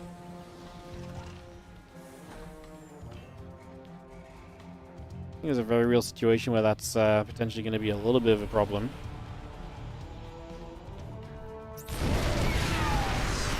That's not great. You just walked into 3 siege tanks. Bunny, what are we doing? I mean, hey, at least his team's up 4-0 right now. Because that was not the move, as they're going to land the Vikings finally, but this is also just way too late. Some of the Vikings hitting a Marine there. Wow, we didn't even kill one of the siege tanks, man. Come on, that was kind of as ugly as it's going to get. Bunny just says GG. It almost feels like he'd already given up a little bit of hope on this game, because I think he could have played that better. If I'm just going to be honest, I feel like he probably could have just played that better. It's not like being overly negative or anything, just... yeah. Alright, guys, so... the Shopify Rebellion get a map, and we're going to head into some more 2v2 to see if they can take another. It's going to be the same players as last time, so Harstem Lambo versus Bunny Rogue round 2. So we're going to go back into more of this 2v2 action, keep this series going as the Shopify Rebellion. Hey, they finally get themselves a map. Can Lambo and Harstem extend it to 2, as in the top left-hand side from the Shopify Rebellion? Lambo and Harstem, the red and orange Zerg and Protoss, taking on Bunny and Rogue, who have been a very good 2v2 team, to be fair, so I guess we'll see what happens.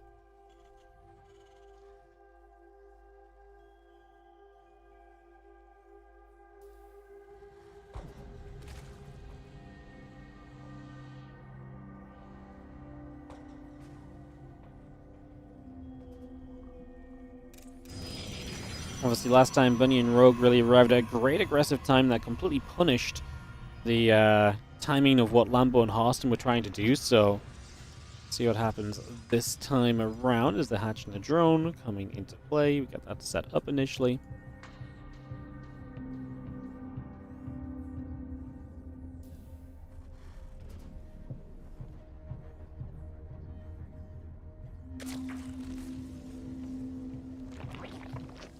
The extractor coming down, and yeah, I wonder if Harstem and Lambo try and do the same thing but are a little bit more prepped in case of danger, or if you know, they maybe just go for a completely different kind of route from the start instead.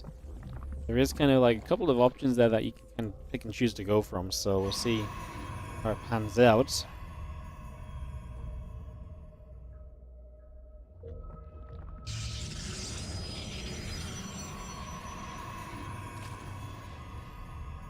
And Reaper and Orbital then on the way up. Get that underway.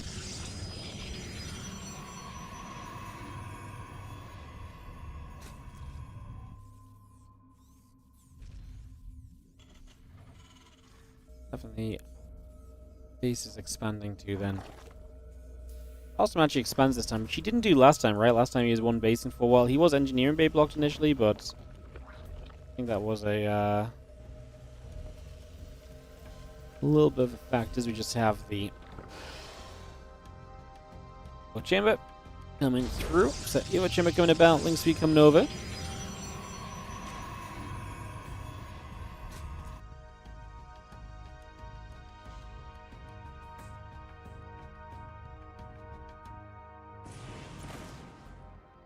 It hops into this left-hand side. So I was just going to try and get through, look for a little bit of info. You're going to see the Queen going to be there. We're going to take some shots. The Adept will help out as well, so able to fire up a few hits right off the bat.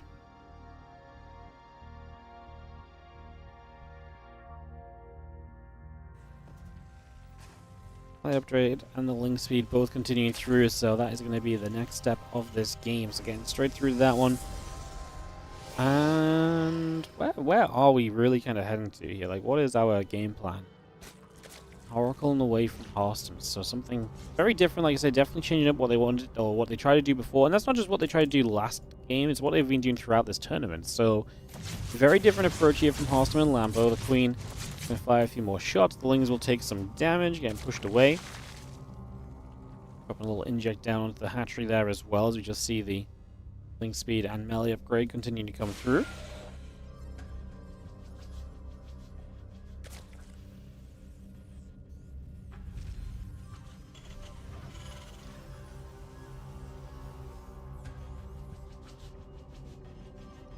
With an Evo chamber of his own this time as well, so it does feel like right from the bat it's probably going to be less kind of feed heavy than what we saw the attempt to do last time, so imagine that looks a little bit different, at least as the Twilight Council, a couple of gates and the Warp Gate all coming online, so just bring that into play as well. And the Oracle just looping about again, see if we can get into some trouble, make some things happen. Or anything to that effect. Oracle activates and a couple of dronies begin to go down. Nice to see a Cyclone lock on getting onto that. That's going to go a long way to help out. And the Oracle actually goes down as well. So it's going to be a pick-off made. Bunny succeeding on that one as we have, again, the melee upgrade. The blink continue to come through for now. Bring that straight over. CC will also get placed.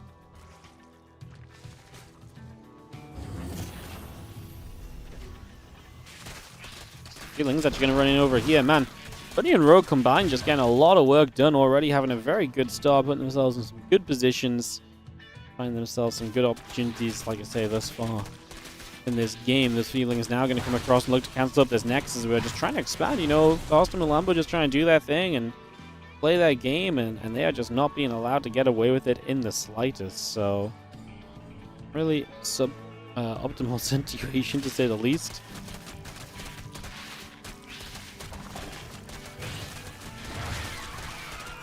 See, a few more Lings will tackle each other here, so gonna come straight through. The couple of Cyclones coming in. The Overlord will be there and providing vision, I guess, as we're just in this mineral line and just gonna get a couple more pros with another lock on, so that's gonna be another nice grab.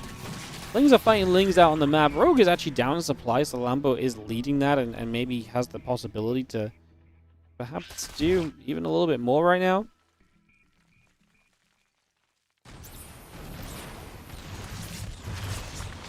Cyclone locking on. I mean, the Cyclone drop has been amazing. It's actually created so much trouble. It's incredible how much is being able to come out of that thus far. So, we'll get some good value in that regard.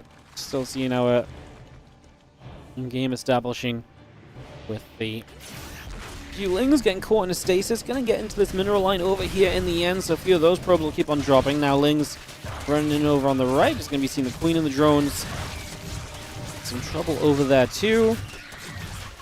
You know, giving credit to Rogue for his run by, but Lambo's doing a great job here as well, and Lambo's supply is hot right now. He's up like 10 workers, and really starting to win out in the Zerg versus Zerg aspect of this game this far, it seems, especially when you look and you see, okay, there is a difference in that Rogue is on his way up to +2, +1, but it's only the +2 that's really the difference. Lambo's already won one, so he's actually up a carapace upgrade right now in these Ling fights as well. I think we've got to like where Lambo's at against supply-wise. He's just incredibly well set up too, and he continues to just pressure on the other side. Now, Bunny's the one without much of an answer. On the way to Blue Flame, but we're just not ready for it yet, so when we get that Blue Flame finished, that will help out a lot more with the 1-1 vehicle weapons and plating. Coming through too, the Zerglings will continue to come by, go after those drones. The Lings are still being cleaned up as well.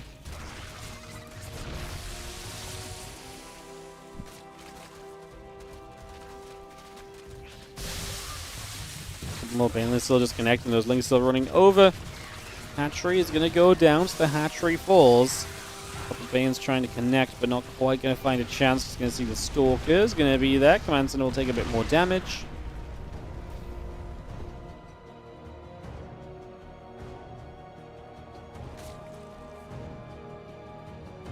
And again, we have those upgrades still just kicking through, so 1-1 finishing up very shortly with the vehicle plating and weapons. That mech play from Bunny just trying to power up here. He's probably, you know, he's going to be the force to be reckoned with in this game between him and Rogue. Rogue supply definitely trails, and is kind of a bit of a stinker right now, but maybe Bunny's mech can hang on in there, while obviously Harstem and Lambo's goal is going to be to do as much as they possibly can over these next few minutes here. Link's moving about. Stalker's going to get there. Command Center already taking damage. Command Center going to be falling as we speak. Couple tank shots coming through. Stalker's pushed the other way. Blue Flame once again comes straight in, getting after those Zerglings. This hatchery goes down, and again, the rest of those Hellions still coming across. Bane's taking some shots. Damage being done. Again, Storm +1 in the charge, building as we speak.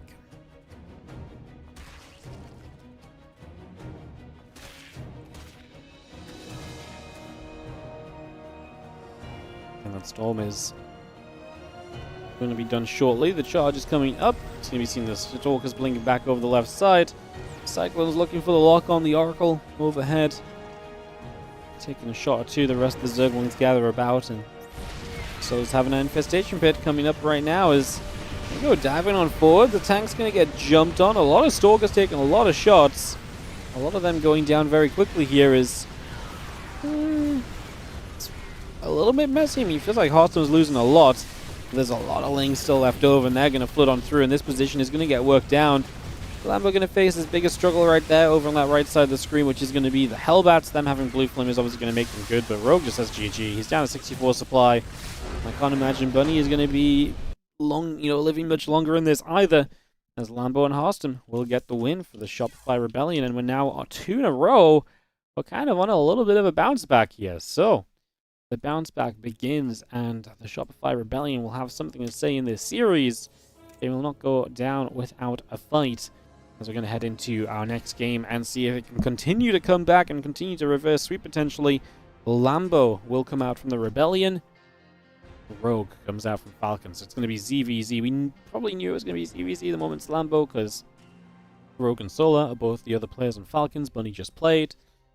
So Rogue, Lambo, and it's going to be on Mothership, which is a fun map as well for this. So we'll get into that in just a few moments, guys, and kick into our next game. Obviously, every map could be the last of this series. The Shopify Rebellion not letting that be the case so far.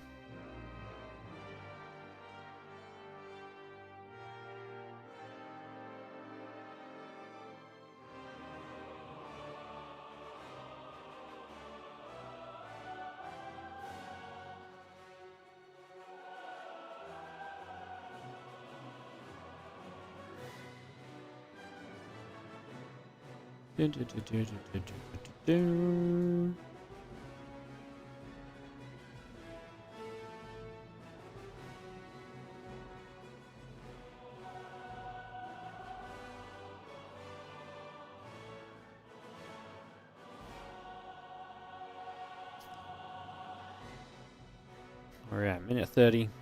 Alright, I'll kick this off in a moment, guys. Get this underway.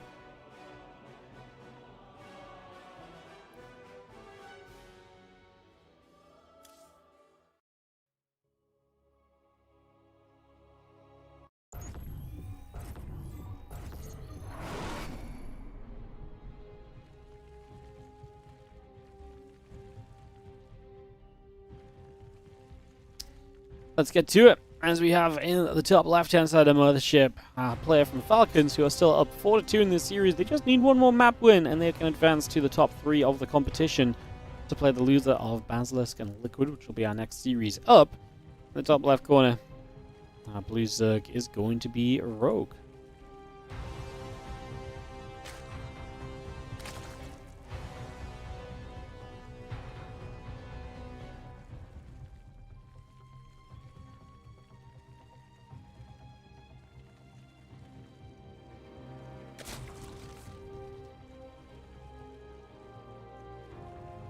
I'm on the top right from the Shopify Rebellion. Can he win another map to keep the reverse sweep dream alive for the team?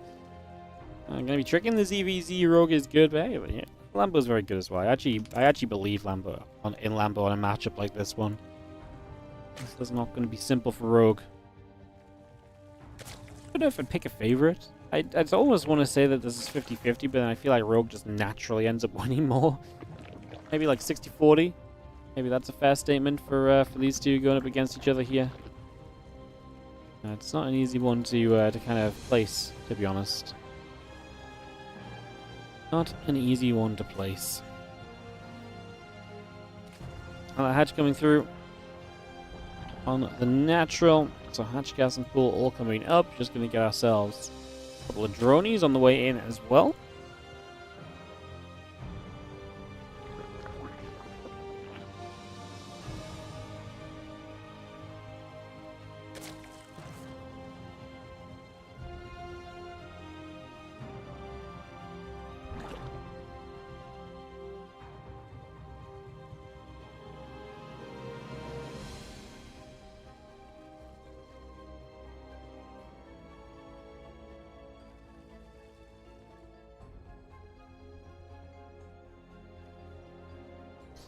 That's the link speed coming up initially from Lambo. Rogue has been playing with the similar setup, so he will get the link speed of his own on the way, and a couple queens coming out from both as well. Going to be a very standard point to begin from at this current stage. So nothing really too surprising here in the first few minutes. Queens coming up, links coming through. Drones on the way as well.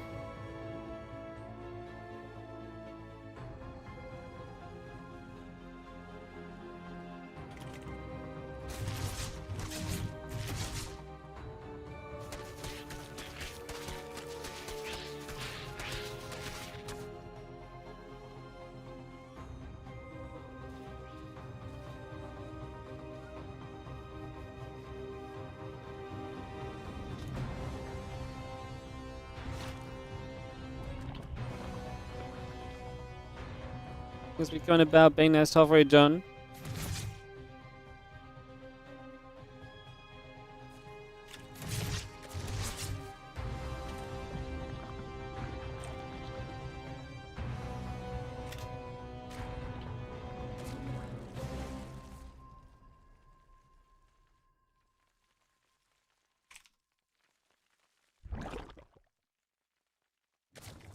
He's going to gather on the front. Just going to have our Rotron coming down, hatch coming in, drawing the Banes on the way through. Just going to get settled on both sides.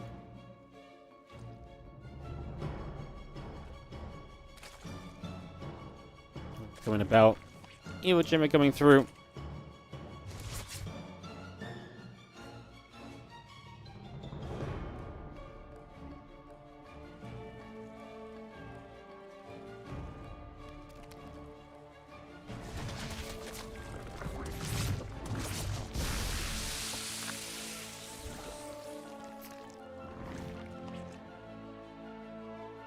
Run coming. I'm just going to see the drones coming up. Plus one missiles is going to be on the way in as well. Just going to continue to bring that in right now. And we got ourselves the Queen and the Overlord coming about. Evo Chamber building. Drones popping through. There is a bit of a difference coming down as Lambo plays the missiles into that Rotron. On the other side, you've got Rogue. On the Rotron, we're going to get the Lair. I wonder if that faster lair really, signifies maybe the chance to go into the Spire. He starts a melee upgrade, so it definitely feels like that's a very large possibility now. Because now you can go into that Spire, play kind of a Ling Muta kind of style. Otherwise, what are we getting a melee upgrade for? It doesn't really make a lot of sense, does it?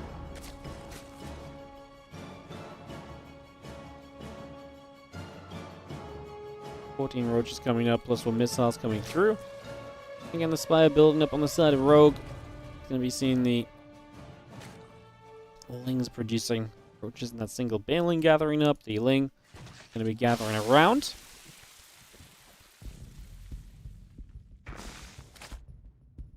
Overlords and roaches just coming straight through. A couple of Lings going to nibble at another couple of Lings.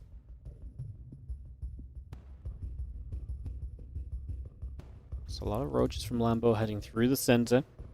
He has a lot of units, and to be fair, the Spire coming up, Rogue needs a defense here, so all those spines are going to be necessary. Wonder where Lambo ends up hitting. Does he just send it into the natural, in toward those spines? Is he just happy to pick off the third? The problem is you're going to have to be decisive. If you go for the third base, that's fine, but then you kind of need to go from there, right? So, definitely a good question as to how this is going to go. The few roaches and the Bane show up. The hatchery will begin to take some damage. 7 meters on the way. The 5 spines coming up. He's just going to go for the third. I don't know if I love it. Like, I get it, right? We don't want to, we don't really want to go after the natural because of all the spines. But I think Rogue's okay losing the third because he absolutely sees a way where he recovers in this game with Mutalisks, right? So just killing the third base feels like, was that enough from Lambo? Because he didn't really get any drones, he didn't really manage to do much else. Baneling Nest is going to go down, so the Baneling Nest falls. The Mutas overhead going to go after the Ravagers. And Roach Ravager Bane just going to roll through. The couple of Banes are going to crash in. We've seen those couple of Spine Crawlers continue to take some more damage as well. So they will go down. Muta's still overhead. Just going to see the drones in trouble. 5 workers already going down. 7 workers being picked away at. Burrow, Banelings, Blings coming through as well. It's kind of wild, right? Because I feel like if you're going to go to the natural, we should have just gone to the natural straight away. But it's interesting because the third base is now dead, so that was guaranteed damage. But I wonder if he went to the natural straight away, how many spines would have been finished. Maybe there would have actually been a chance to... Because, like, he actually attacked into the spines and did okay-ish, right? Like, so what if he just goes sooner, the Mutas aren't overhead already?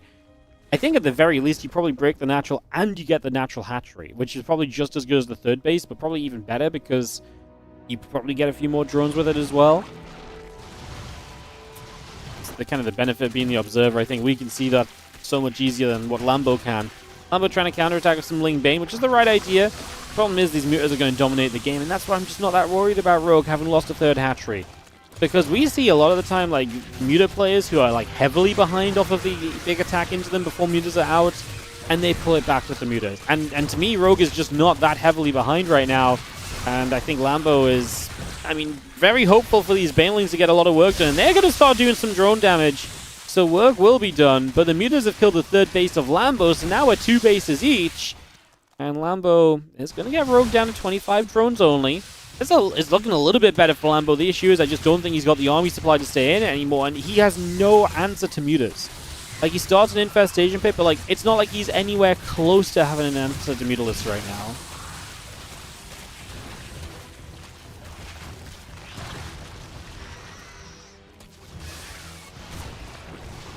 Let's fly overhead. A couple of drones going to take some hits. The Lings will run by as a couple of drones dropping the infestation pit and the evolution chamber. Coming up as well. Lings, Queen coming about. It's turning back around. A couple of Banelings will be dropped. The Ling's going to get up into the main base as well as the Muta's going to sit there.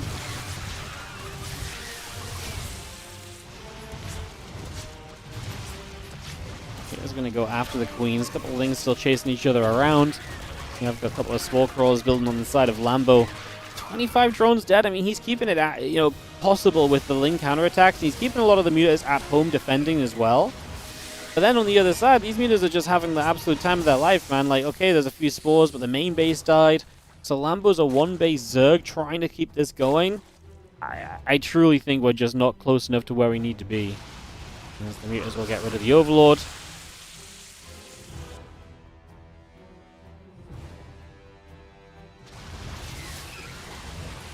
It's going after the Zerglings. The Hatchery Queen coming through as well. Overlords will go down. And a few more Zerglings coming up on the side of Rogue. 14 of them coming through right there. Just going to bring that straight into place. Just see the Muta is going to go in onto the Hatchery, try and put some damage out. Hopefully clean that out in the next few moments. Maybe another kill. I mean, it's been hectic and it's been busy, but Lambo has just had the uphill battle on his side. Like, he's been trying to win this with Ling Bane, and like I say, the problem is that he just never had a way to deal with the Mutas. Like, obviously he tried to get an infestation pit up, and he did maybe save the natural with all these spores, but you can't get away with losing the main and the third and all the rest that happens, so kind of rough. GG's. And that is going to be Rogue taking the 5-2 victory for Falcons. And Falcons will advance to the top 3 of the competition. Shopify Rebellion eliminated, as this was a lower bracket matchup.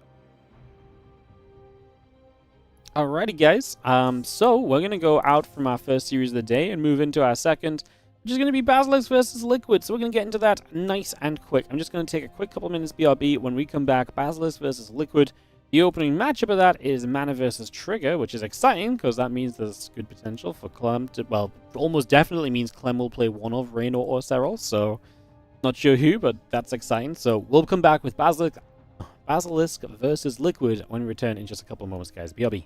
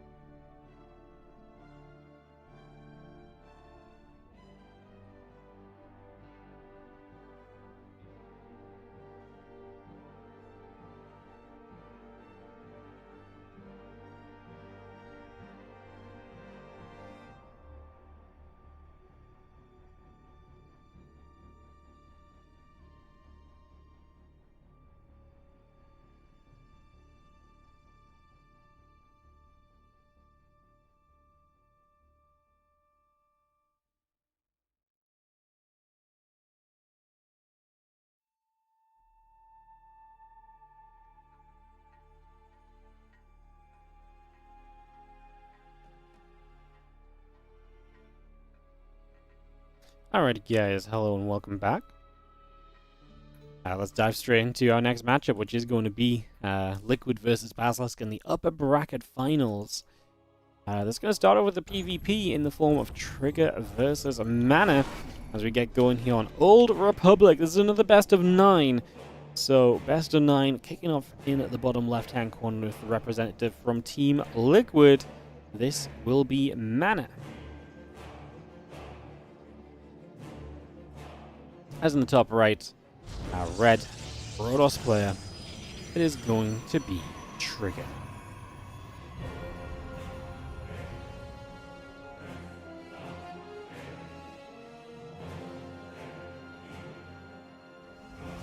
Did I see any Constellation Cup? No. I saw some results, but not really super interested in following it.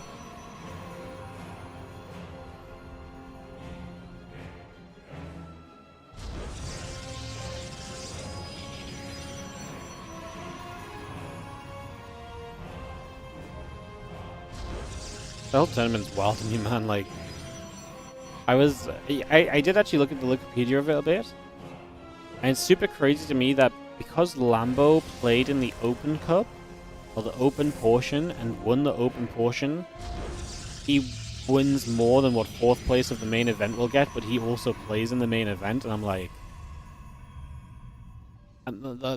my brain is boggled, like... I'm just like... Well, maybe Clem should have paid his own flight and not qualified. He could have played for some more money.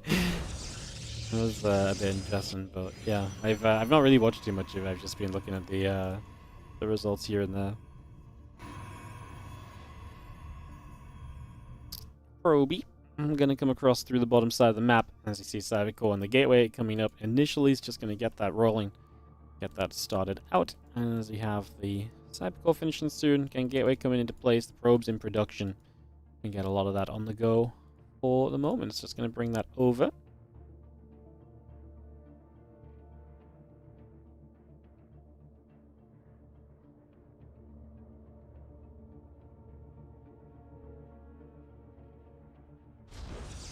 Obviously, Protoss versus Protoss. Between two players who play kind of very fun styles of PvP, Trigger has been quite the aggressive PvPer lately. Looks as though that's going to be a little bit on his mind right here. The Robo Facility already comes up early on this one, so gets that on the way. Gets that moving to start us out. And we'll see Mana dropping a Robo Facility too. Also an aggressive PvPer, but also someone that I think a lot of the times will play a bit more into the... will play sometimes a bit more into kind of the macro element of the matchup, and will probably be the one between the two. If there was going to be a faster expand, I would have said maybe Mana would have been my guess for it. In this case, Trigger just expands after Robo, which might just be a sign of what Mana likes to do a bit. So very safe expansion from Trigger. And Mana actually cancels the Robo and goes Stargate instead upon scouting. So Mana going to switch up his plan. Based on what we've just seen, Trigger gets in for a few probes right away as well, which is very nice.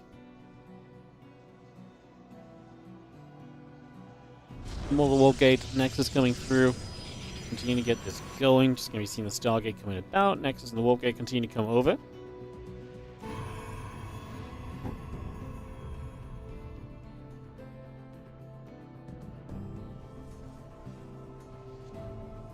I mean, everyone's going to end up expanding. There'll just be a difference of what tech you have to go along with it. The Prism from Trigger gives you the chance to be a little bit aggressive. The Oracle gives you great map control as Mana and great vision. So there's a lot of benefits sitting, basically right there for you to kind of go ahead and take.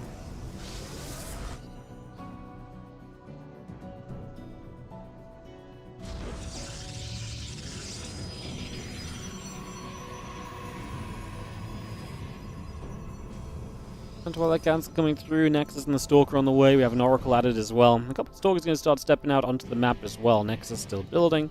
Bringing that straight over. Probe coming up. Immortal coming up. A lot of little bits and pieces coming together right now as our Hallucination will be flying down to the bottom side of the map. So Hallucination going for some scouting to the bottom. Look to see what's going on over there. And you will see the Oracle coming across as well.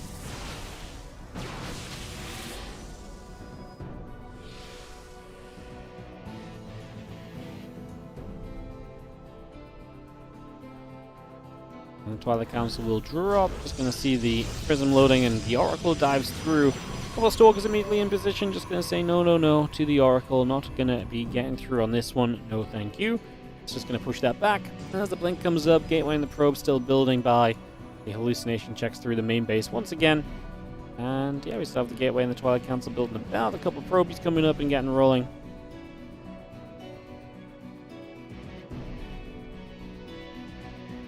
With Blink on the way, Mana gets a much more stable kind of army combo. Kind of coming through. Trigger has the two Immortals, but not going overboard on them. He will drop them, though, and that Prism coming in right now is going to give you some opportunity to get some damage done as we begin to turn our attention to just a few different units there. A couple of Stalkers taking shots, the Oracle dropping a little Revelation down as well. The Phoenix and Probe still building through.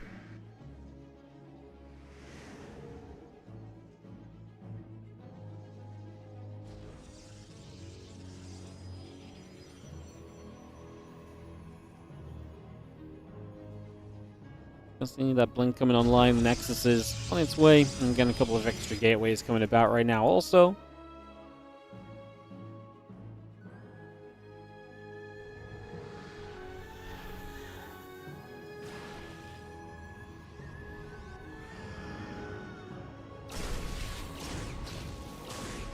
can see our Stalkers and the Oracle continue to gather about.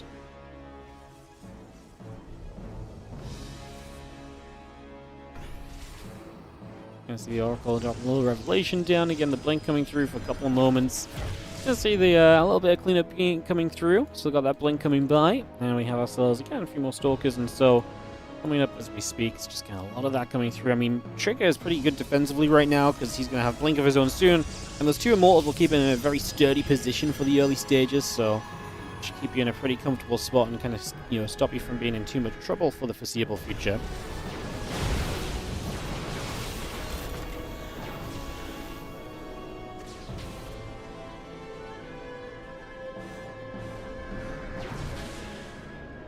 Stalkers off the chase, so the Stalker's coming through. Gonna have the Oracle's gonna be there. Prism loading up, dropping down. A couple of Mortals stepping over also, so again, just taking a chance to move over. The army of Trigger will come and journey across as we do see the +1 charge coming up. The extra gateways coming into play.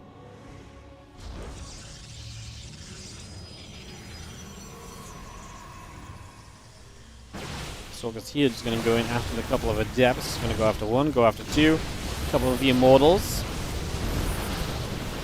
Gonna come straight by. We do have our walls gonna be forced back the other way, and just gonna be seeing Stalker Sentry continuing across as well. Just gonna be seeing a couple of force fields coming about.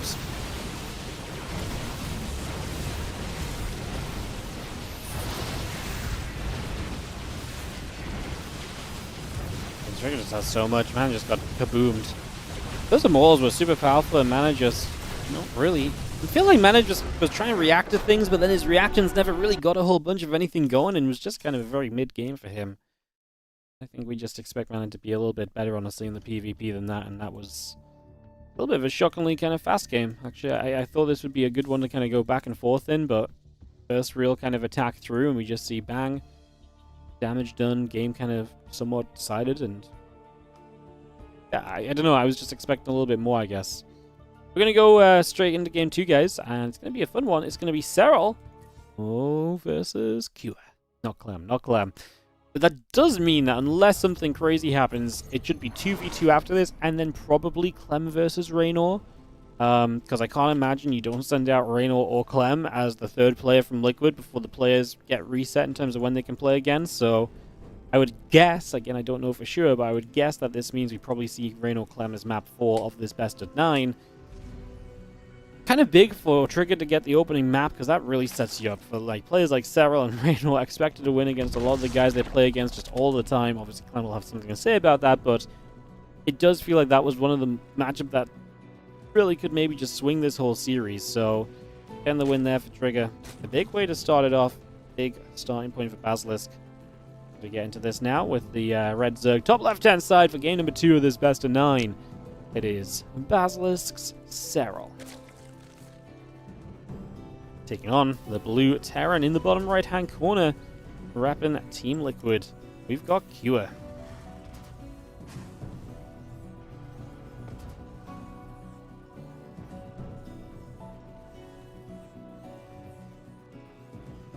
Cure, one of the few players I actually would have a little bit of belief in to take down a Serral or so, but I just think lately Serral has been extremely good in this matchup, and it's been a while since Cure has been as competitive with Serral, Reynor, as he used to be. That's not to say he hasn't been winning some games and making some close series, but yeah, I do think nowadays I'm a little bit more on the belief that Serral should just be fairly comfortable in this one. So we'll see how it plays out. We'll see what happens. Get this underway.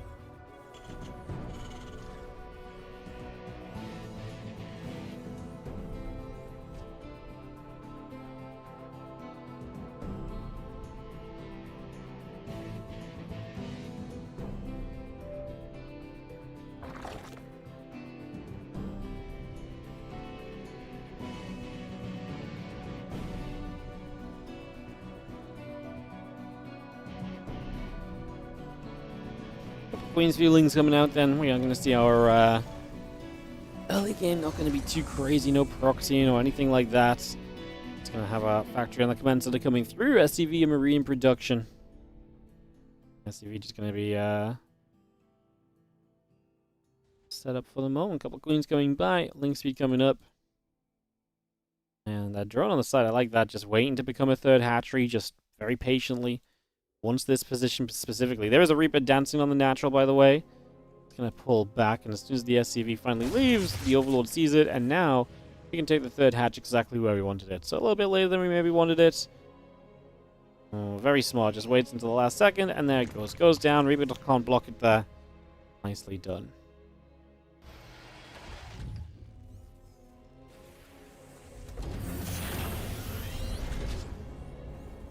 Command center onto the natural. I'm going to go up to Triple CC, Starport on the way.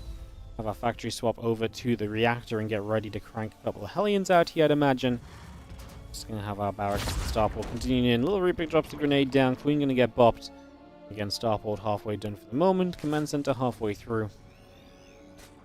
Just going to be seeing the Reaper poking up towards the center of those Queens. Just going to try and get that underway.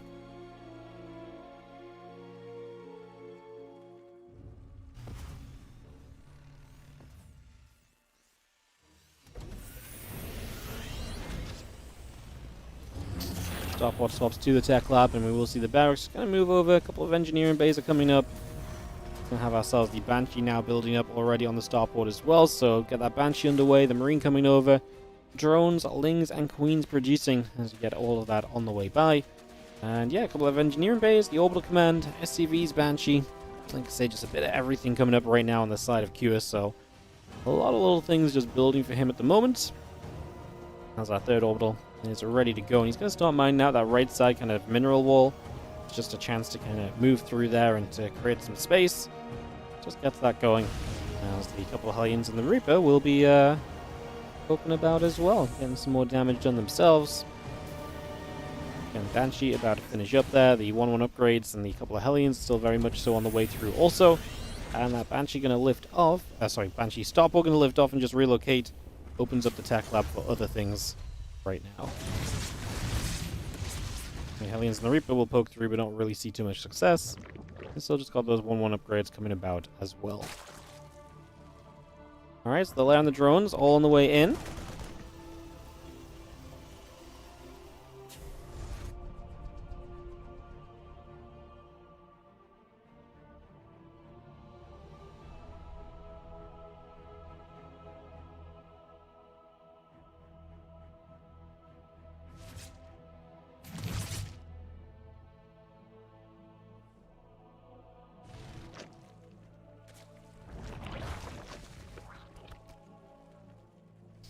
Gonna have our land the drones coming about, settling down for a couple of moments.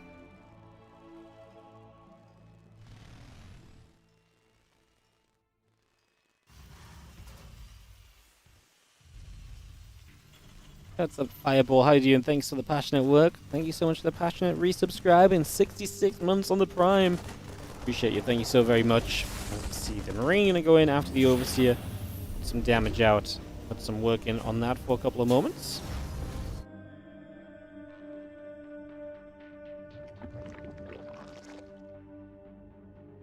See Chan coming through, a couple of Marines coming about, 1-1 upgrades, and that stim all coming in. The melee and the carapace and the baneling speed coming up as well on the side of Serral. Infestation pit still coming through, the hatchery in production.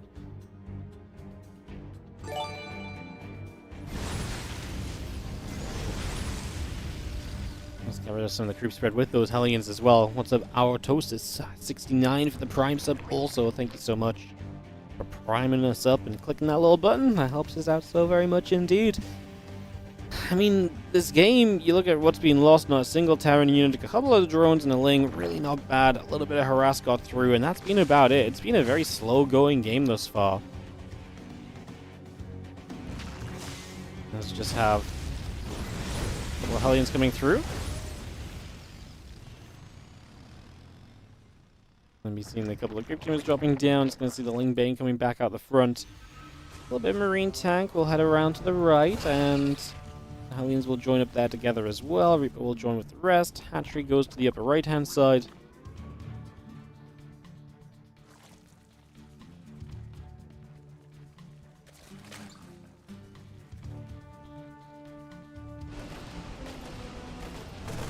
These Marines take a chance to knock down a couple of the rocks here, so open up a little bit of that space, going through with that already. And the rest of the Zerglings will once again make their way down. Still try and get a little catch on those few Marines, see if there's anything we can make work with that, but the answer is honestly not really. Marines going to keep lifting up and relocating, actually getting some value. Marines doing okay for themselves, and yeah, just utilizing those rocks nicely before they expire.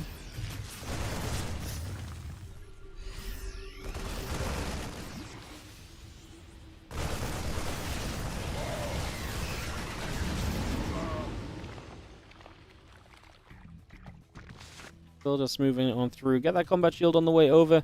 It's going to have the adrenal gland and T2 upgrades still coming about as well. It's just bringing a lot more of that in. And having the Marine tank Hellion going through too.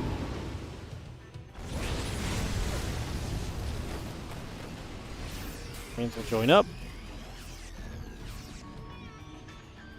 A Marine, Hellbat, Medevac. Going up that right-hand side. Obviously, a couple of creep tumors that may go down here very shortly as well.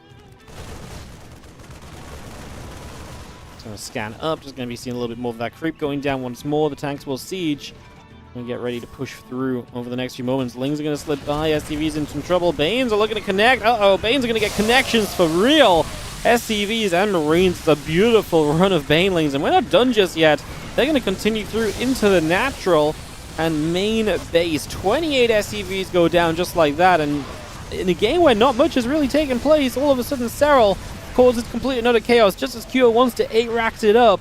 Serral says no, and now coming in for a massive fight in the center. The Blings and the Banes are going to come rolling through. The Marines on the bottom side, you can see, are going to be in trouble, and this is a disaster for Q as Serral dismantles him here in game 2 of this best of 9 series. That is an absolute shutdown, to say the least of it. And just such a Serral thing to do, which is you show up, you wait a little bit, and then bang, bang, bang, back to back to back. You just make moves. And just like that, you just, in a game where, again, not much else has really happened, you just kind of look absolutely, you look as though you've been dominant in the game. And that it's basically just not even close right now. This few Marines still trying to step up and set forwards. A little bit of time. It's going to be seeing the few Lings going through. A couple tanks are going to get jumped on. Ling Bane still chasing, and those Marines will go down as well.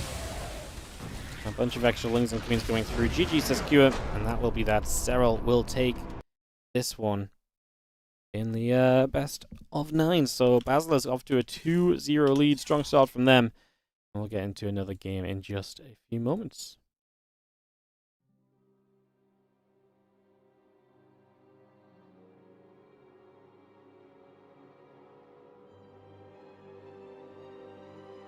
Alrighty guys, so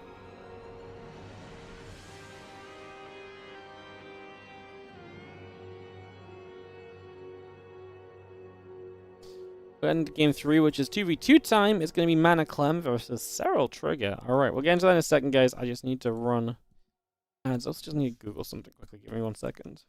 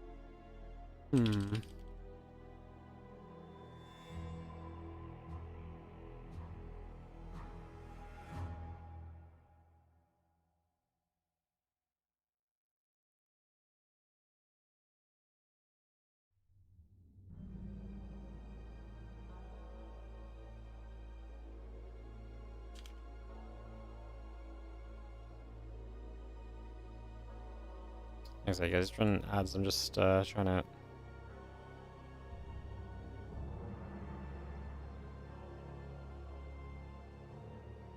sort something whilst the ads are rolling.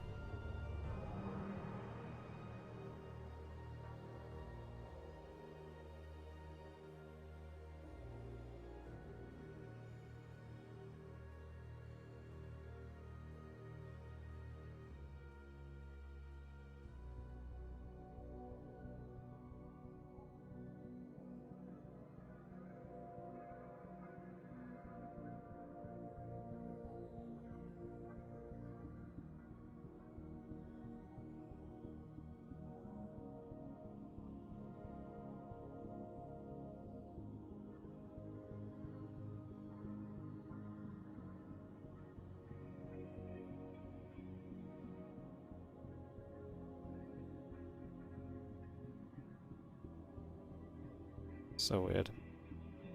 Alright.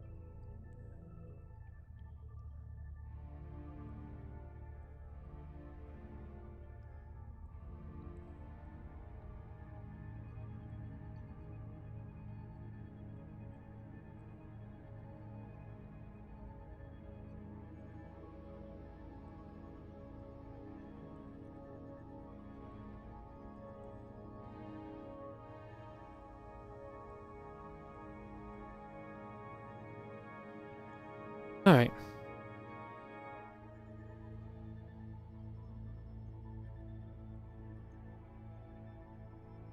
Let's jump into our next one, guys.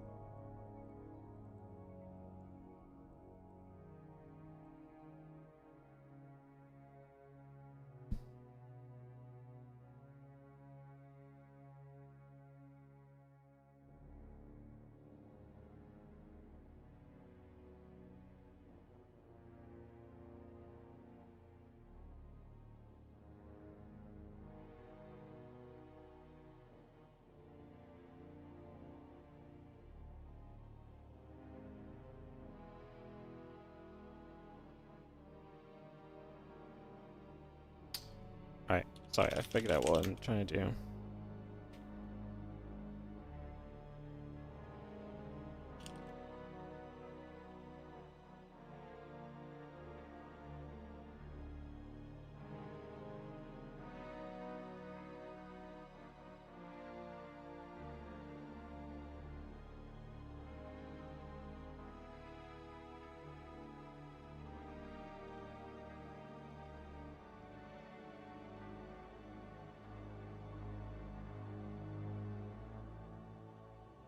Alright. Let's get into it, guys. Sorry. Like I said, just trying to fix something. It was being awkward, but we're back. Let's jump into this 2v2. A bunch of spam events on my calendar, and I'm just like, what's going on? But I've figured it out now, I think. I hope.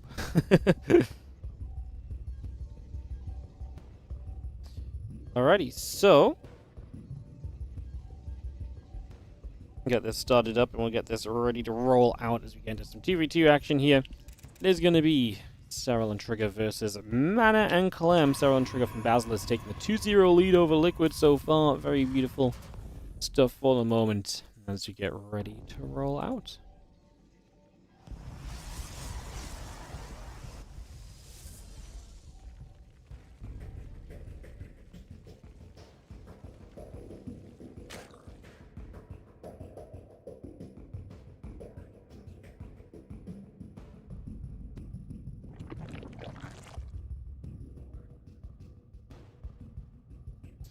So just get underway here, get this hatchery setting up, and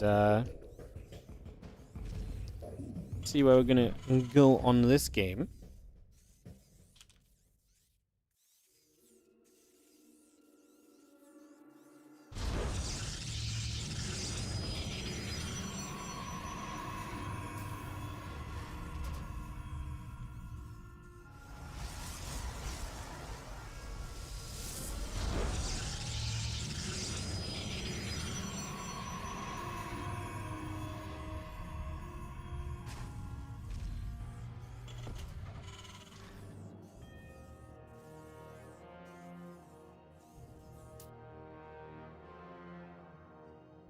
As we set up, I'm just going to see our Nexus going down, get rolling here for a couple of moments.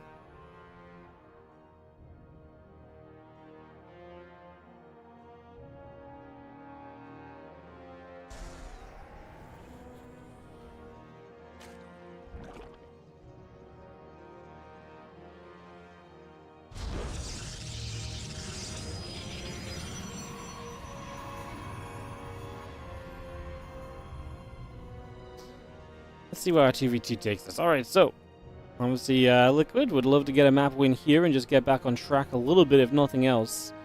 As 2v2 is maybe a tough one though. Serral and Trigger have been pretty good in the 2v2 when we've seen them playing, so I do have a little bit of belief that that is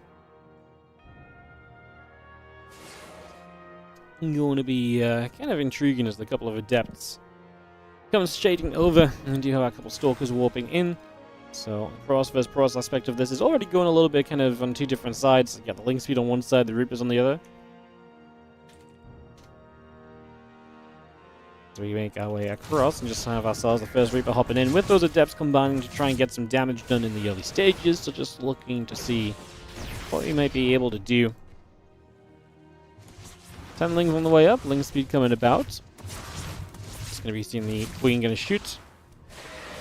And a couple of Adepts will be taking some damage. So a couple of those drones getting picked off. A few Zerglings are going to come running straight in. And they're really going to go after those Adepts and try and deny them a little bit. As you see a little grenade or two trying to get the Stalker there. There's a lot of Adepts, to be fair. Adepts don't die quickly is going to be the big problem right now. Like, they're going to be pretty sturdy units that can stick around for a little while in this. So, let's see what happens. The couple Stalkers coming back over the other way. And just trying to see what we can do. Ling's going to try and get the wrap around. Depths are going to get caught. Continue to shade out over to the side there as the few Stalkers will continue to poke and prod as well for a couple of moments. And yeah, the couple of Reapers will come through. The Zerglings taking their chance to chase after those Reapers as well. Again, the couple barracks coming online from Clem. And as the Terran in this game will be interesting to see. I mean, he is just going to play Bio.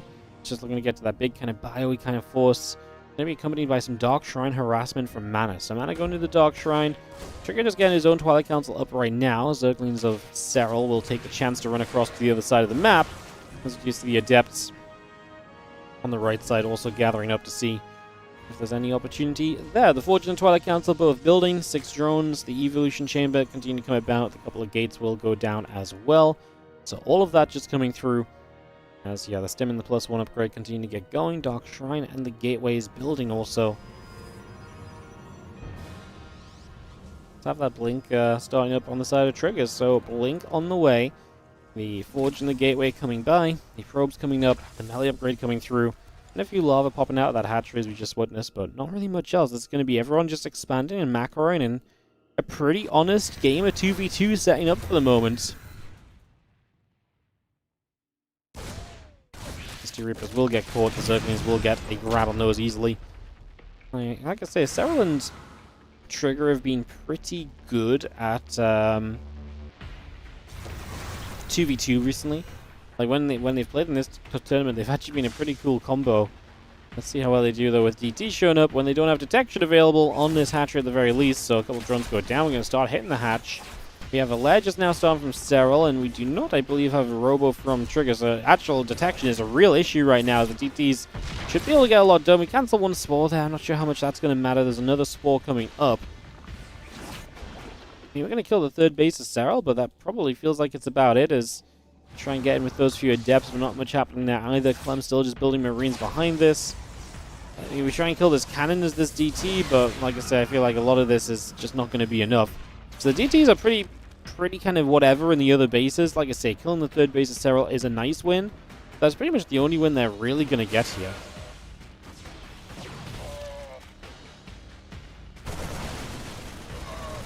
Marines coming through, and just going to be seeing the Stalkers continue to fight. A couple of Adepts stepping through those Marines as well. DTs will be chasing forward. Another Stalker falling already. Again, Adept Stalker continue to gather about with those few Marines to support them. Those Marines starting to be upgraded. Obviously, they have Stim, Combat Shield on the way. Ling counterattack is going to be well walled off again, so no opportunity there. We might actually catch some of those Lings as they go back around the left-hand side. Those few Marines able to get a few more shots off and a few freebies. As now the Stalkers step through, and Trigger actually taking advantage and grabbing a few units as well. Does Mana have the numbers to contest with that at all? On his own, not really. I was looking at the supplies, and Serral supply is not great. As Trigger is very high on Stalkers though, so I imagine that Serral has been sending a bunch of his gas over to Trigger to afford additional Stalkers and so on, helping him out there. But he is upgrading and he is still making Lings, so it's not like he's not used any of his gas. It's just there's no way 4 gases is... oh, okay, 2 of them are just building now. And maybe he didn't send too much to trigger then. How many gates is trigger on? Just the 4. Okay, so he didn't send any money to trigger. Just felt like he was maybe sending some. I actually thought he was already a 4-gas Zerg. He was actually a 2-gas Zerg. Just I looked at the minimap, I didn't look at the fact 2 more extractors were still very much so building.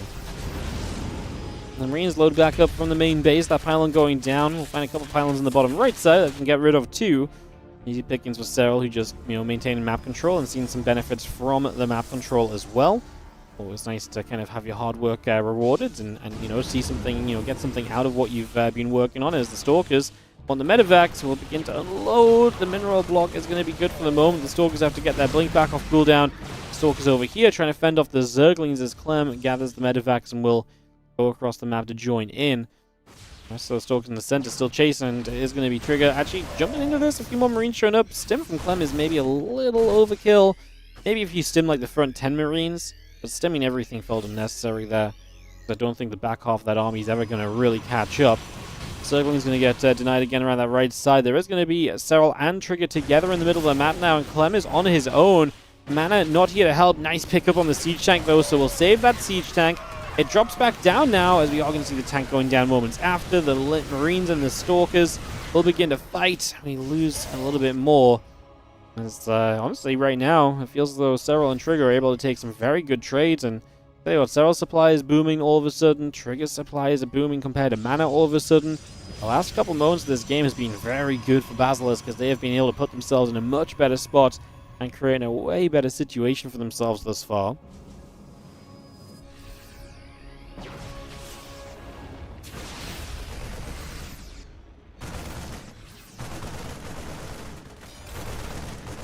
Marines going to stem up while Stalker's going down. It's going to be having the +2 attack on the way through. The Stalker's actually going to get after the Overseer there, able to pick that off as well. And now the Lings still chasing in those Stalkers. I mean, these Stalkers just getting caught as well. Mana has nowhere to run to.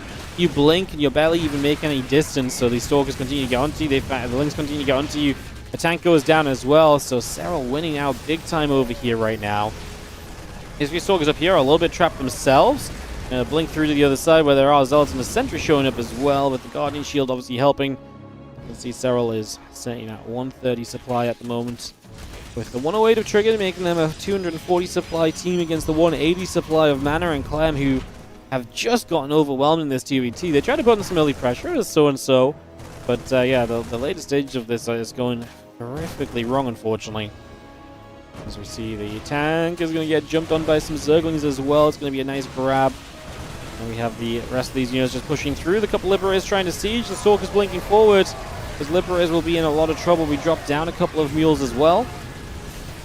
I don't know if that's going to really change anything here. The SCVs have to be pulled in, and the GGs are coming. Liquid out of here, and we're seeing another sweeping performance right now. 3-0 lead here from Serral, Trigger, and Basilisk. And of course, it has just been those two so far, but soon to be Reynor, I would imagine, coming into the mix, unless there's a curveball coming in. I have to imagine this match 4 is going to be between Reynor and Clem, and it is. So Reynor Clem coming up on Andromeda is going to be match 4 of this series. So we will get straight into it, I think, actually. We are good on the ads. Let's get into Reynor versus Clem.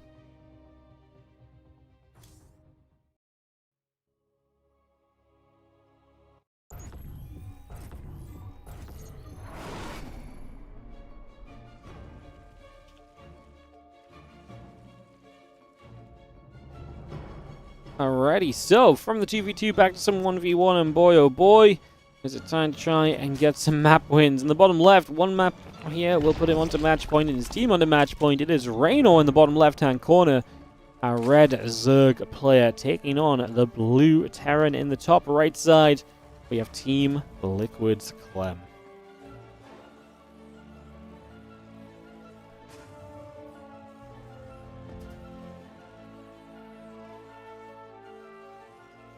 Well, this feels super important right now for Clem. Needs to get a win right here. Keep his team alive in this competition.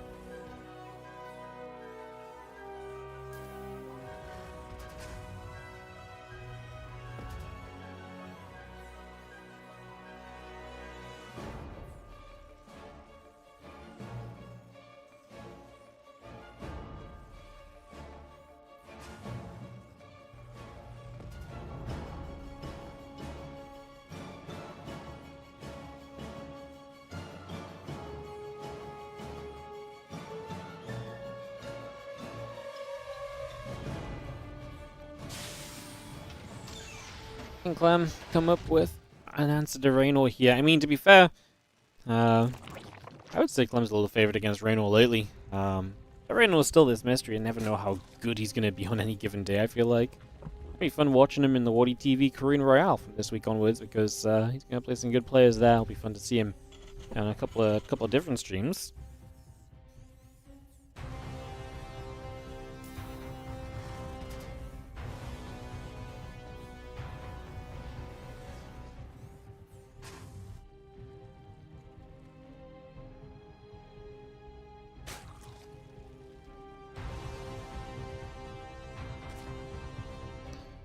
Let's see CC coming about, the factory coming through. Game is just going to be off to a pretty slow start.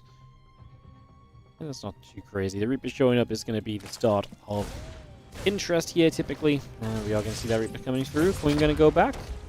Playing a little bit.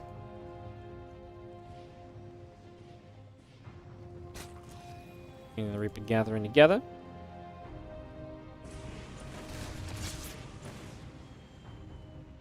Reaper gets turned around, Queen in a good position. A couple of command centers building. We do have the factory just coming through. Reactor coming up as well. Grenade goes down, Queen gets bopped, and of course the Reaper, like, it's already hurting there a little bit right now.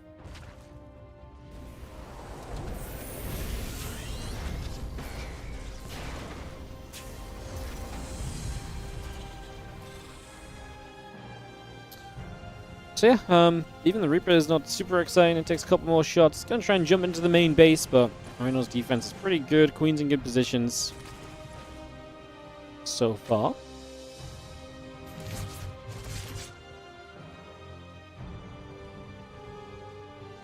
And a few Lings coming about. The Roach Roaring coming through. The hatchery still building into place. We got the Ling speed coming through as well. As a few more Zerglings will continue out, so get those Lings up and running. And yeah, we get some setup at the front. Third hatchery will take some shots from the Reaper, but nothing really too major. And Clem just stepping straight towards Stim. Third command center into the additional barracks as well, so well set for the next stage of this game. And yeah, Reaper Helene coming back around on that right-hand side in the attempt to get down to this hatchery. Just going to maybe have a chance to poke a little bit. A couple Queens coming through. They will get some damage done as well. Again, pushing onto the Hellions and pushing them back over the other side for the moment. Lings will come through the bottom side, and again, Stimpack is going to be done shortly from Clem. Once that's done, and the starport lines up with it, I'd imagine we're going to start seeing some drops on the map and some actual action. As right now, it's been a lot of poking, prodding, and not a whole lot of really doing thus far in this game 4. As like I say, super important. You lose this here as Clem, and Liquid's chances are going to be looking pretty dire, because you would then have to not lose to Serral and Reynor upon the revive player kind of section, so it's going to get tough. We drive in, we get 7 drones, but the Ling counter is getting so much done. Serral is usually the one who does amazingly at this, but Reynor, he was the OG at being really good at this as well. They're both great, and this is, you got to be great at it, because it's one of the major ways to punish a Terran. Hellions committed on the other side of the map. Bang! Just going to see more SCVs going down than drones. Lings are still alive. He did kill the Hellions on the other side too, so there's the map control of the Terran gone, and they're losing economy. And these Lings really are just not done right now. There's not a lot to deal with these. And Clem is just going to melt away here. He is going to have issues. And Andromeda is not looking good for our Liquid Terran right now, as Clem is in trouble. 6 additional SCVs, then on 16, 17 workers that have fallen over the course of this Ling run by, from the first wave of it to the second. Every SCV will go down on the natural, apart from one that just popped out of the command center. So outside of that, it has just been an absolute fatality for Clem. And he has, 27 workers to the 46 right now? All Reynor's going to do here is he's going to drone a little bit right now, but just get units going. Make sure you do not die to a counterattack yourself. Make sure you are extremely safe. And then Clem is going to really struggle to get back into this game, because that is such serious damage at such an early stage. This is going to be very, very tough.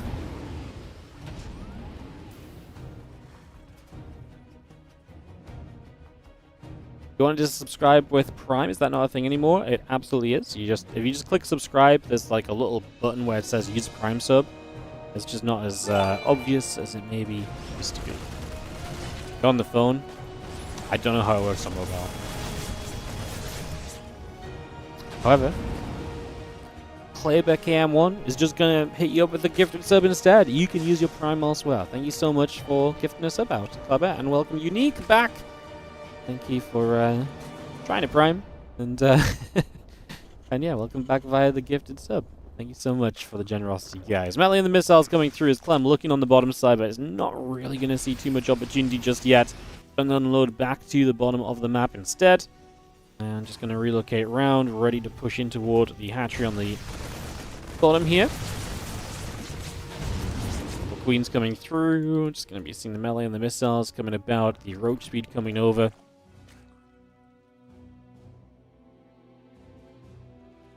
Again, Marine, tank, medevac, and production from Clem. The production tab looks so miserable, man. It's like 2 depots because he's supply blocked. Like barely any Marines on the way out.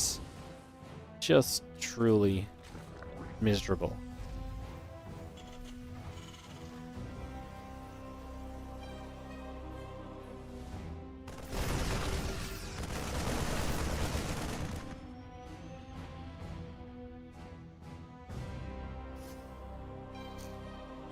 Well, Roach is coming about. The upgrade's still coming through. Roach speed will be building in. A couple of overlords are coming about as well. It's going to be having the Marines, tank, and the medevacs coming through.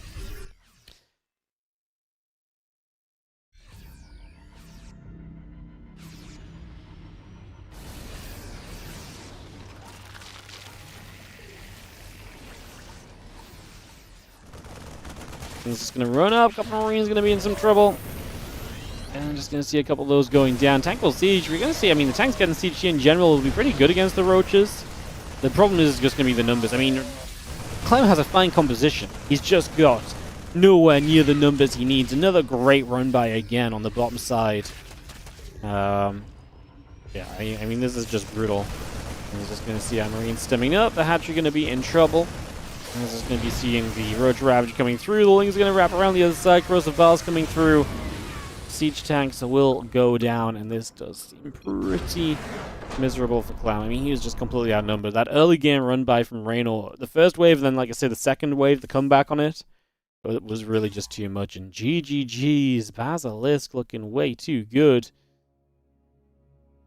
Looking way too good.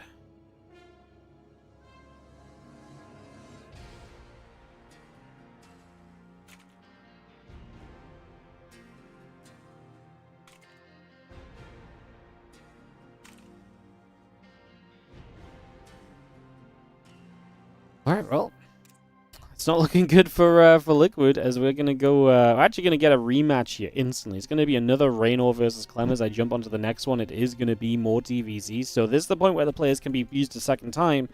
Instantly send out Rainor, instantly send out Clem, as Clem looks to stop the... I guess the all-kill from happening, right? It's not really an all-kill because one person doesn't kill everyone, but like, just the clean sweep, I suppose.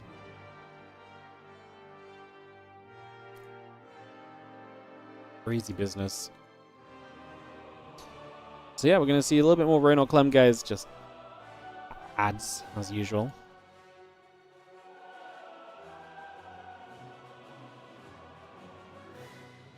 Now, he did not rush a wall off up at all. Like, realistically, if you're going to get that commit with your Hellions and you don't have a wall back at home, you're kind of asking for trouble. You're basically asking the opponent to figure out a way to beat you, and that's just going to be by the run-bys. Like, he had nothing, as you saw.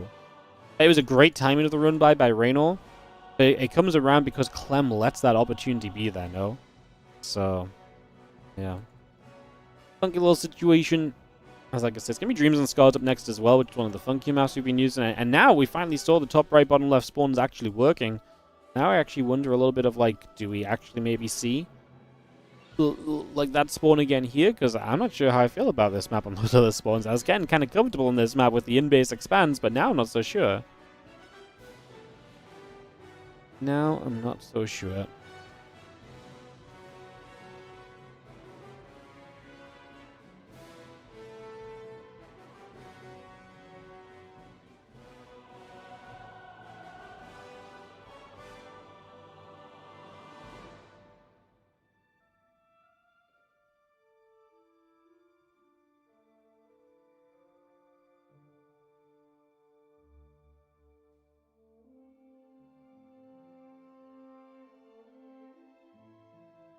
Alright guys, we'll just get into this in a couple moments. So just giving the ads like a moment to run. I think we could actually. I think it's been long enough.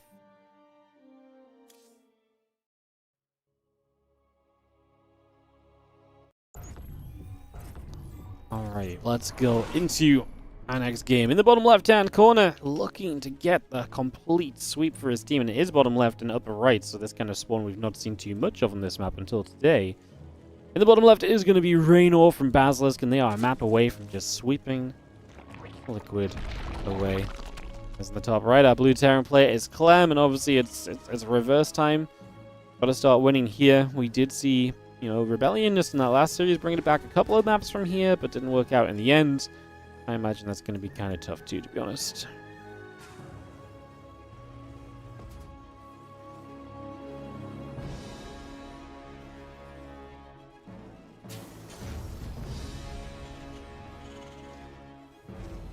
Barracks drops down, refinery on the way. Just have ourselves the hatch drone and overlord coming through for a few moments so we get settled.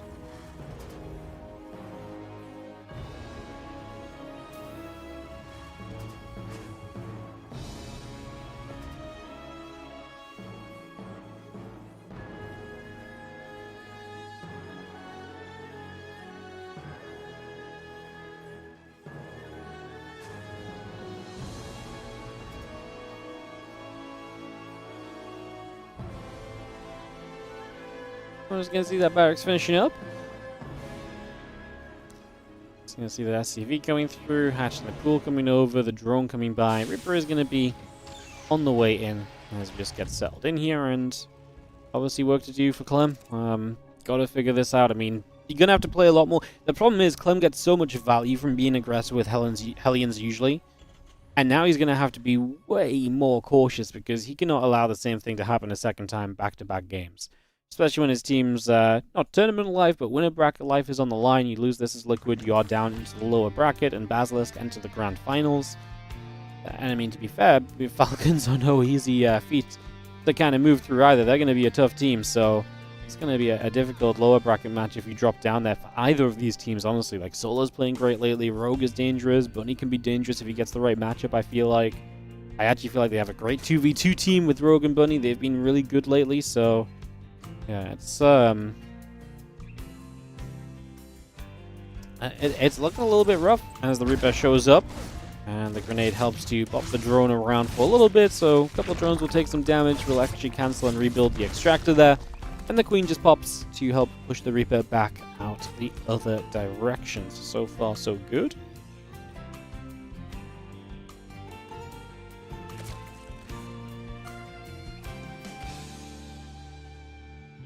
And a couple CCs coming about. Just going to see SCV on the way, the factory being added on. A few drones in the hatchery coming up as well as the Reaper. I feel like Clem is like, what the hell? That's the largest Reaper hop I've seen. When the Reaper enters the Olympics, it's long jump time, baby. That was crazy. Crazy business from the Reaper. He does it again! I mean, to be fair, he's just continuing to move around this position. That is such a ridiculously... It just looks huge, man. He just keeps doing it as well. It looks utterly ridiculous. Funny stuff. Alright, Reaper backs up, and we're going to see a little bit of defense set up on the bottom side as the Roach Roaring is on the way through. So again, that Roach Roaring started. The Queens are going to begin knocking down the rocks. Reaper and the Hellion poking around the right, but there's nothing really just yet for them to do there, so not going to succeed in that position. Roach Roaring going to finish shortly. Evo Chamber building, a couple of Overlords, and the Queen coming out as well. And yeah, a few more drones building up. Evolution Chamber going to be done soon. The Reaper and the Hellion's going to come and chill around as we just have the Queens poking their way through this set of rocks over here, so just taking the chance to get some work done.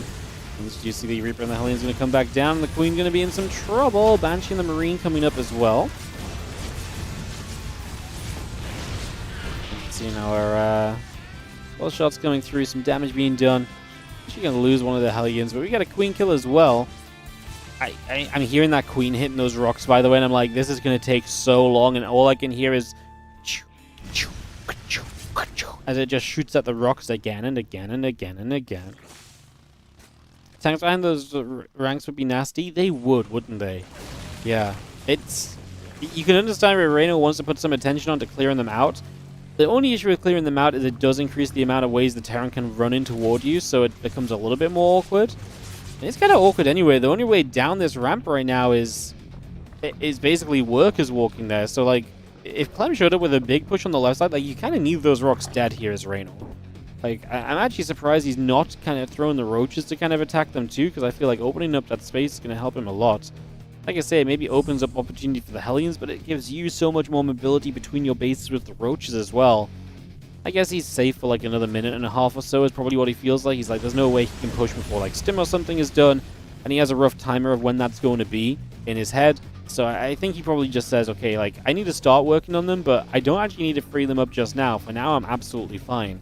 And he's not being necessarily wrong about it. Like, for now, the rocks are okay to be there. It's just over time it'll be a factor, so...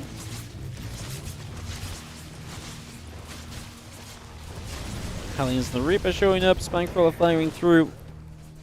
Roach speed and the +1 carapace coming in as the upgrades continue about. The Stim Pack is going to be building by. Finishing up very shortly as a few more drones and the Roaches coming about. Banshee going to shoot. Roaches take some damage. And I finally see those rocks going down. The Banshees get themselves 4 drones, so it's not been a bad start at all for Clem, but now one of those Banshees is low.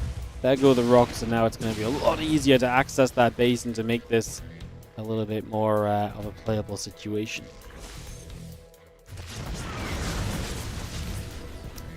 Roaches and the Queens on the bottom. I mean, that's a good wall off. And again, until a larger army shows up, those Evo Chambers and the Roach Run are looking safe. I would not love to be there if the army shows up, though, and the Evo Chambers and the Roach Run are just... Yeah, I mean, they're just there. They're exposed, right? So, would not love to see that. I feel like that's just kind of danger brewing. Bunch of extra Roaches in production. The Overlords are on the way. Carapace upgrade, Overlord speed, and Roach speed as well. All being added on at this current moment. The few Hellions still lingering around the left-hand side. A couple of Roaches are going to step up. Hellions will get chased away from here for a few moments as well. Still got the 1-1 upgrades going through. Combat shield being added on. Marine tank medevac in production. We add on the armory. We add on the factory. So far, so good. These Hellions want to try and get by. The Spinecrawler will fire a couple of shots off, and the Hellions, they're going to get in, and they'll get a few drones, but obviously low enough HP that they shouldn't last too long. Should get cleaned up relatively easily, actually, in the end, and it's not going to be too bad at all. There is going to be the Dropper Lord making its way toward the upper side of the map, so Dropper Lord wanting to push up to the top and see what we can do. It's starting to be a pretty sizable shove here from Raynor as Roach Ravager comes about. A couple of Overlords still coming through. Let's do armor upgrade coming about. The Banshee going to hit a little bit more of the Roach Ravager there still. And we are going to see these units ready to run in. So here we go. Big Marine Stim initially. Tanks in good places. Spread out enough, but close enough that they're all firing into the action. The Marines really just hold their own initially. Having the attack and armor upgrade against just Carapace is nice too. And none of those tanks are going down, man. 17 SCVs do fall. But Clem pulls SCVs into this fight knowing that if those SCVs die, it's fine, because the most important thing for him is survival. Losing those workers puts him kind of equal on workers, so he's actually in the better economy position still with mules. So this is absolutely great, because now he offsets the army advantage. It's going to be a lot tougher for the Zerg to ever show up with way more stuff than you when they've lost so much army in that kind of a fight.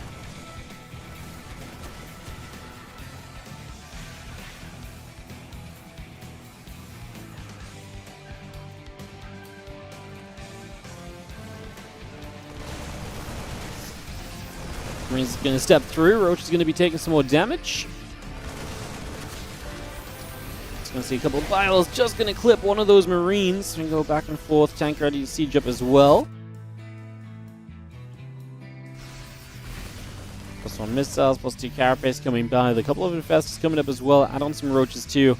That was a hell of a defense from Clem and puts him in a great spot. Reynor behind this is just going to head into infestors. So he's going to get himself up to the point where Fungal's obviously readily available. He's going to need some killer Fungals to help draw him back into this game. This was, you know, it's not been terrible, but like, it's obviously not pretty, right? Like, it's not the greatest position we've ever seen from him. So he's in a little bit of a wonky place as we see the Roach Ravage coming through. Those few Marines are going to go back the other way. Marines coming about. That tree just fall over, by the way? I swear that tree just moved as units ran past, or some shots went through it or something. Interesting stuff. That or I'm just absolutely seeing things, and maybe I'm going a bit crazy or something. He's going to run up. Oh, that is going to be a good fungal growth, but we deny the +2 carapace. But hey, it's pretty decent. But man, we're going to need double fungals, and both of those fungals are going to be huge as those medevacs get turned the other direction. It's going to be seeing the +2 attack, the +1 vehicle weapons continue to come in for the moment. +3 armor starts from Clem, just a few seconds ahead of the attack upgrade, which I imagine is going to be resolved shortly. And I imagine he gets straight into +3 attack as well. He was right on top of the +3 armor, so yeah, I don't think +3 attack will be an issue for him. Unless he thinks he started for some reason, which is not the case.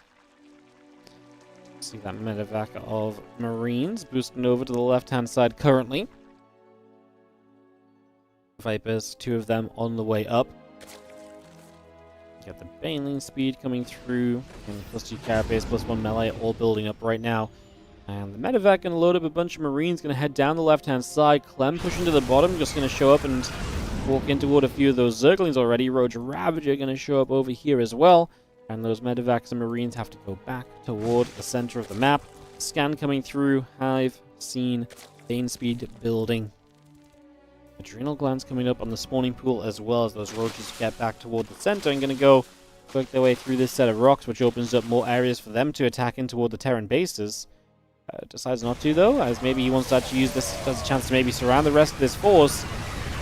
Bane speed just finished up, so Reynor at least will be able to get those Banes up and actually have a bit of a better army comp. But man, this is a crap ton of siege tanks from Clem.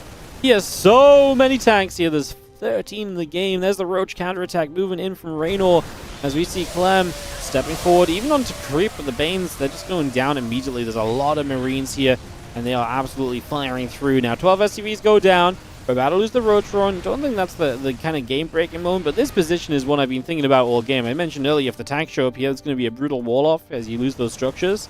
But actually, it's just such a great place to be. The bottom base there is going to go down. Some good blinding clouds, honestly, to give Reynor a chance. The Marines sim back to the other side, get after those Ravagers. The tanks that are free are firing up onto the Ravagers. I mean, this was honestly a very good effort from Reynor. Probably one of the best fights he could have taken given the circumstances. And he has killed 27 SCVs on the other side. Now, Clem did finish the base that was just south of him. He got all the SCVs that were there too. Or the drones, I should say. So he has made up some of the eco damage and still comes out of this game in a worker advantage right now. And a 40 army supply. Oh, sorry, just a 40 supply lead in general. It's 30 army supply, though. So the advantages are definitely there for Clem. As he has a 5th command center ready to... Well, he's actually going to float this over. Apparently, did he lose the natural CC? Yeah, just lost the orbital, got a bit caught up. So his 5th command center will act as a replacement natural. But then he does have another CC out, ready to maybe fly to the left-hand side to become a 6th. Would have thought maybe the far right base maybe was an easier one to take for base, let's say 6, sorry, base 5 here. But maybe just if you're playing along the top, maybe this is fine. I mean, Reynor was just a 3 base, so whatever you do at this point, I don't think it's going to matter too much, honestly. Because Clem is looking pretty darn good. As the few Marines get there, the drone is going to go down.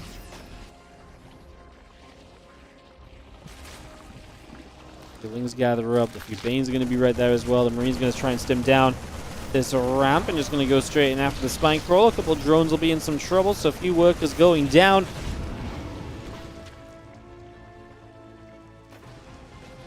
Marine Marauder siege tank coming about. Just going to be having the Liberator still producing through. Again, the +3 attack upgrade is coming by as well. It's just going to get a lot of that on the way in. Harstem's up. Creep Jimmer is going to be taking some damage. So we're going to see a lot of this creep going down. Some good damage being dealt. A few Zerglings going to run around over to the right-hand side. Bio still stepping through. Zerglings are going to run in. Just going to see the Bio once more, able to get back over there. +2 melee upgrade is going to come through. Zerglings and Banelings will continue to produce the Marine tank Liberator in production. The Zerglings still going down, so that is going to be a cleanup.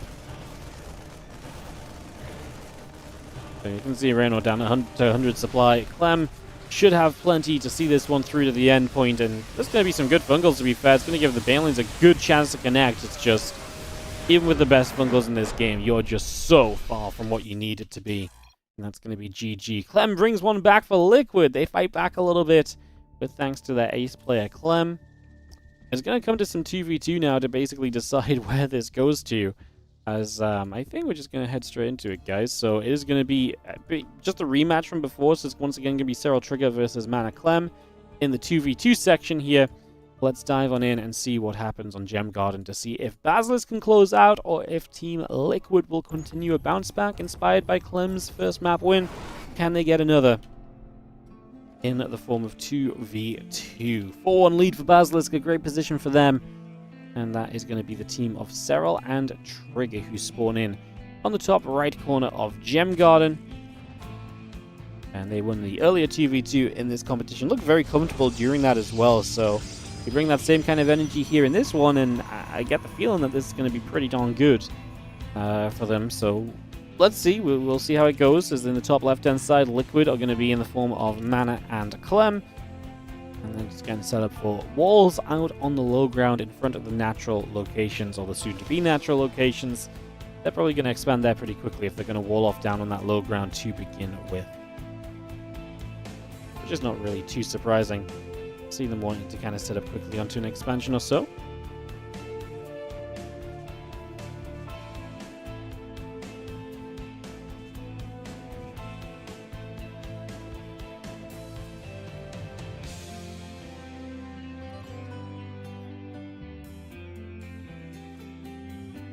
Be a hell of a turnaround. The problem is, say Mana and Clem win this, then you're going to have to send out some combination of Pura and Mana against Serral and Trigger, and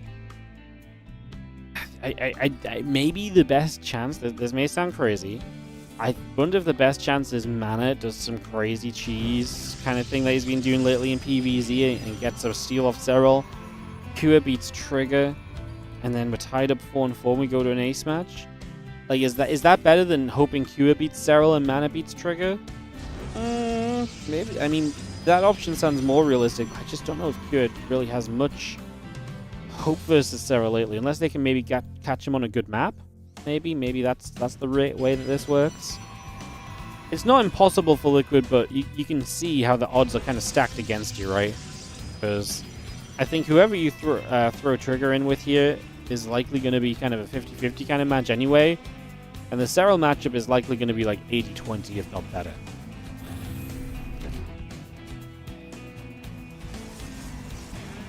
So yeah, uphill battle for Liquid, and that's discounting, that's presuming, I suppose, that they win this 2v2 for any of that to even be meaningful or have an opportunity to come into play at all, so...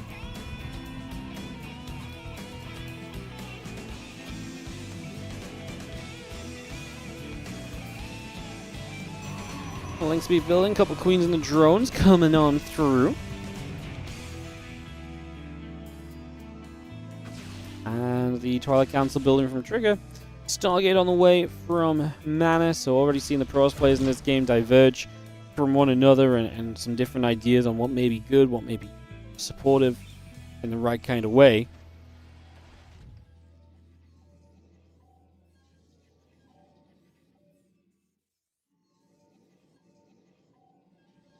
Land the link speed, all building up, a couple dronies coming down. And the blink and the warp gate coming through for a couple of moments.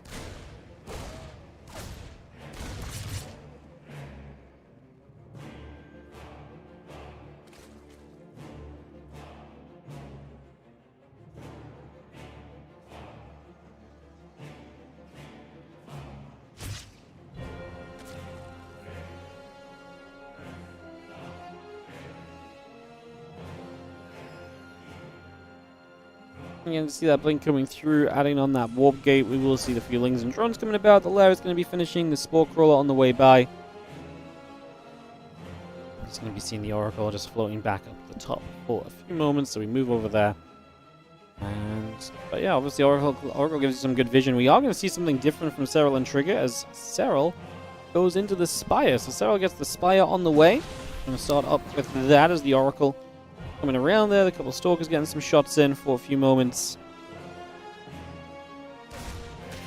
I'm going to see those feelings. It's going to find a Reaper out in the front as well, so it's going to get rid of that too. Nice little grab for the moment.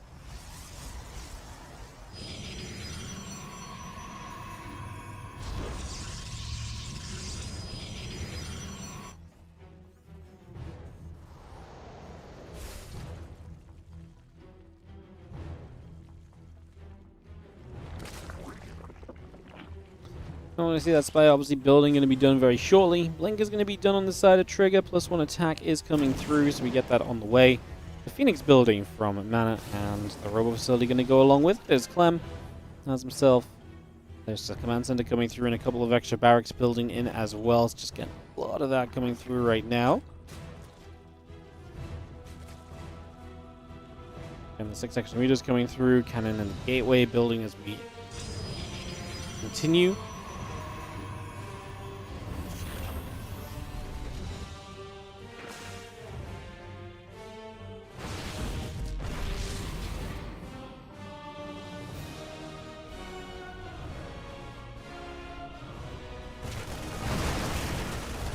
So see the feelings actually going to get a run forward, and those few Marines are going to start going down pretty quickly.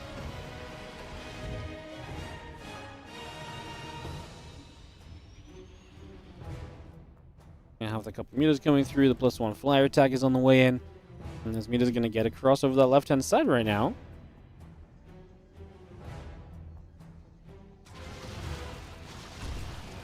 Meters just going to fly straight through. Obviously, first bit of harass starts up. We've got some Phoenix up, though. I mean, these meters should not get too out of hand too quickly. Let's see the Anion Pulse Crystals on the way up. Just see the Phoenix coming about. The couple of barracks, SCVs, the Marines coming through as well. Stimpack, Combat Shield, and the 1-1 all building for the moment. As a couple of Zealots coming through. The extra gates coming online. We just see the meters are going to fly in, and a couple of probes are already going to get built already. Going straight through with that as the Phoenix are going to be there, and the Muta's taking some more damage.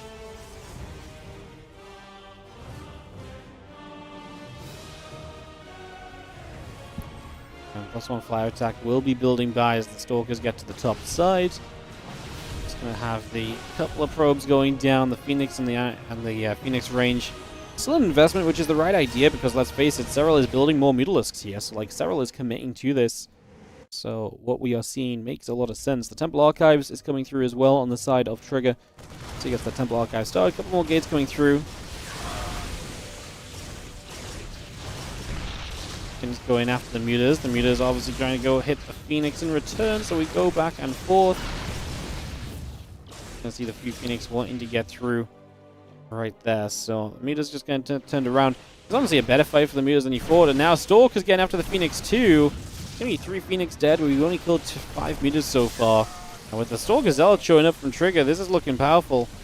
Where Clem has been, great question. I haven't seen much from him, but Marine Tank gonna step over here, start to get a bit of defense ready. And +2 and Storm will come by. The Corruptors and the Queen building up as well. And we just have ourselves the Nexus halfway done, Stargate, and the Phoenix coming through. +1 air weapons will produce. And the factory and a couple more Sun Stars coming up as well. Zealot Stalker Sentry. Zealot will step over right now. It's just going to be seeing our Guardian Shield coming up and online. Honestly, Trigger and Serral just seem like such a solid 2v2 combo. As the Mutas are going to dive back in the main. What I love about it is that they're doing it in a different way each time as well, right? Like, it's never quite the same thing. Maybe the overall idea is very similar, which is that, hey, we're just going to set up into some very standard compositions.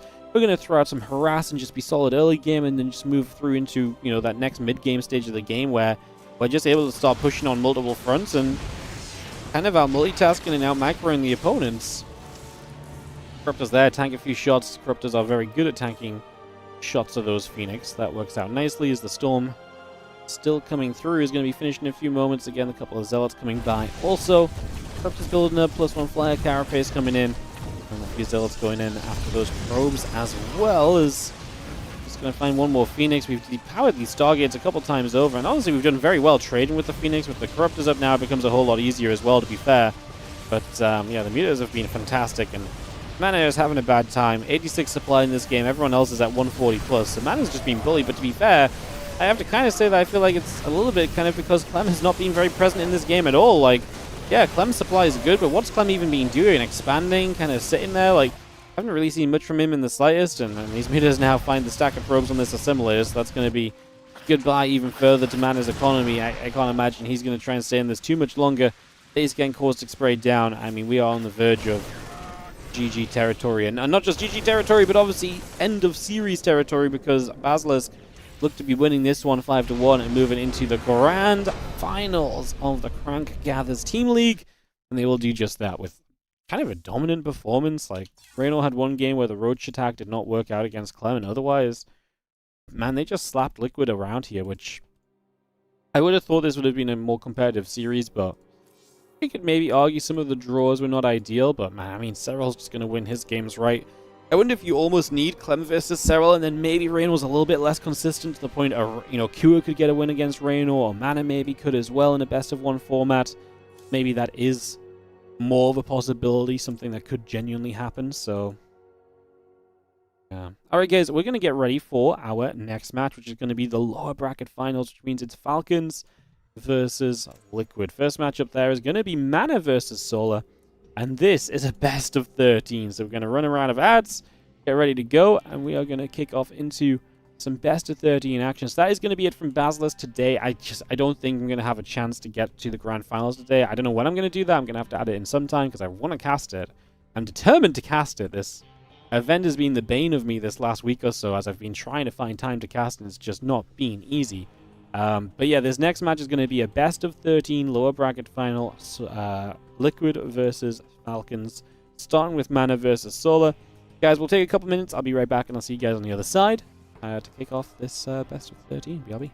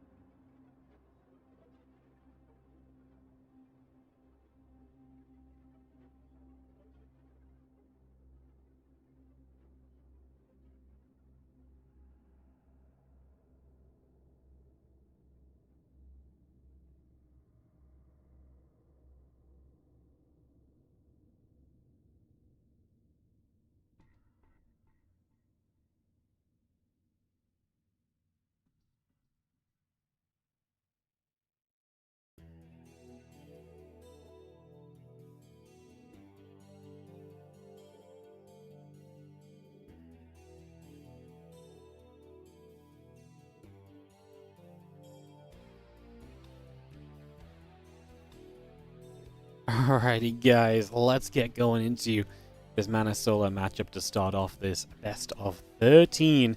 I don't know how we're going to do this on the scoreboard, to be honest, because it only goes up to best of 9 on the scoreboard. I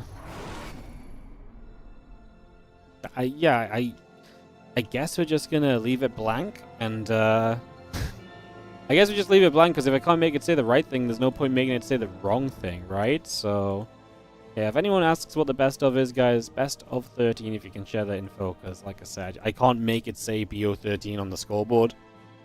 I could add it with, like, OBS, but it just doesn't look good, to be honest, so... if we leave it blank, the viewers may think they're here forever. No! My trap, it is working. In the bottom left-hand side to start off this series is going to be Mana the Red Protoss. He's actually had some map wins against Solar lately. He's actually been doing surprisingly well against Solar, I would say, actually. Like, the amount he's beaten him is, like I say, a little bit shocking. And Solar is the blue Zerg in the top right side of the map. And that actually includes, it was in this tournament, these teams already played in the upper bracket round 1. And Mana actually finished off that series with a win against Solar, denied them the ace match by taking him down in that one as well. So, see what's going on, see what's happening. Crack really worked to make a Team League format that's more confusing to explain than WTL was. Oh, there's nothing confusing about this. It's just best of 13, no? There's nothing else to explain. It's just best of 13. It just doesn't work with the UI is the problem. I'm sure Crank had something set up, but I just don't have the I don't have the energy to... I mean, I just, like... The thing is, that space where the best of goes is so small. To make a text box that small on OBS is genuinely challenging, because I have to, like, drag it to be really tiny, and, like, the mouse doesn't even go... Like, it's rough, so...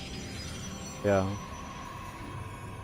Aren't there a couple of 2v2s in the best of 13? Sure, but it's still just a best of 13, and every match that gets played within this is just 1 point, right? Like, it's not like the best of 2s, but then there's a revive, and if you go 1-1, you actually get eliminated, where if you go 2-0, you stay on, and 2-0, and it's actually only worth 1 point, whereas 1-1 is worth 1 point each, and...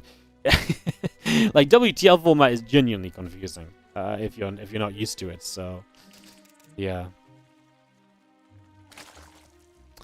Alright guys, appreciate you all dropping by as well today. If you are enjoying this stream, do you consider hitting the buttons and helping us out? You can like and subscribe on the YouTube, helps us out massively, obviously. You can follow on the Twitch channel as well.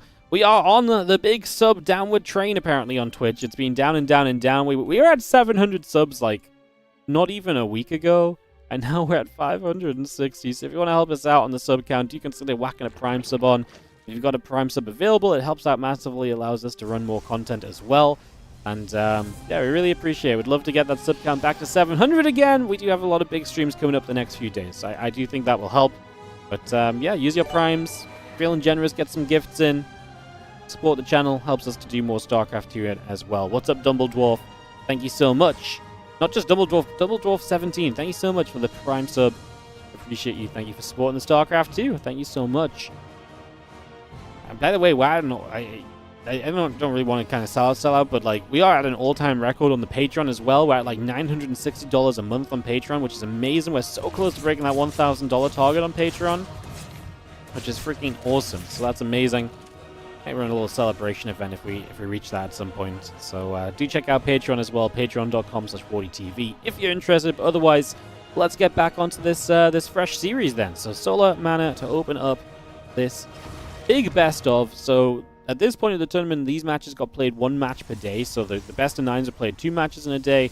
The best of 13 lower bracket finals and the best of 13 grand finals got played 1 day after the other. So that's kind of the reason for upping the best of. Honestly, I'm all for it. Like, you know, there's decent prize money on this. Obviously, Crank needs a certain amount of days to kind of get the sponsor happy and stuff as well. So I like this way of doing it.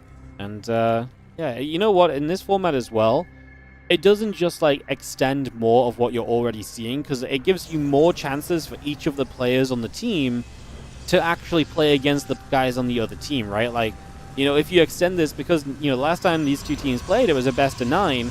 Now it's a best of 13, so we're way more likely to maybe see at some point a Clem versus a Solar, or a Clem versus Rogue, which, you know, maybe didn't happen last time, for example. So, yeah, I actually like this a lot. It's cool, and like I say, it's a one-off event. I know best of 13 sounds crazy, but I think for this it was a fun little format. You guys know me. I love to chitter chatter on a format a little bit as well.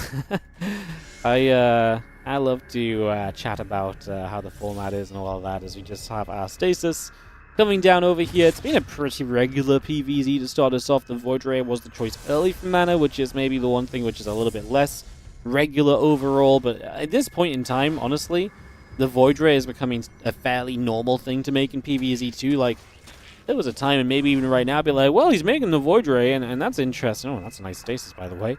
But the reality is, nowadays, the Void Ray is such a standard. Like, we see it so often. Those 3 lings in the main base because the Adept was stood out of position on the wall-off. But yeah, I love that stasis. That slows down the economy of Solar a little bit. What I'm actually really interested in is that this is Mana just looking to get set up in a very normal game against Solar. Out of all the games he's played recently, I feel like there's been a lot more trickery and so on. And then, like, overpowering into the mid-game off the trickery. But this feels very straight up and standard at the moment. So I'm excited to see where this maybe ends up going. A couple of Queen Step over the Void Ray will take some damage. The Adepts are going to be right there, and that Queen already in some trouble. A couple of Zerglings going down. The Templar Archives finishing soon. And +1 and Blink still building. The Roaches and the Roach Speed coming up as well. And the Oracle just going to activate and just going to see a couple of drones going down too. The Adept gets cleaned up. I'm just going to be seeing the +1 and Blink still building. We got some extra probes coming over. The Assimilator still building by. And the melee upgrade and Roach Speed will be coming through too. So, actually, scrap that melee upgrade. We're going to go Missile upgrade and Roach Speed. I was going to say, melee upgrade and Roach Speed isn't something you see a lot. But if you want to transition towards, like, Ling Bane, but you still have Roaches kind of initially to kind of bulk up that mid-game, it's not super kind of crazy of a concept, but yeah, +1 missiles and Roach Speed maybe a bit more sense. But the Spire's on the way too. Solar has been a big fan of the Mutas lately. It's actually been, Mutas have been great in ZVT as well, but they're seeing a fair bit of love in ZVP. And getting a few Mutas up and harassing around and then hitting with that big Roach follow-up is an extremely popular way to play it. You use the Mutas to harass, they do some damage, and then you just spam Roaches because you can get so many of them. And if you're not on top of your game, it becomes so difficult to stay on top of it, becomes so difficult to control.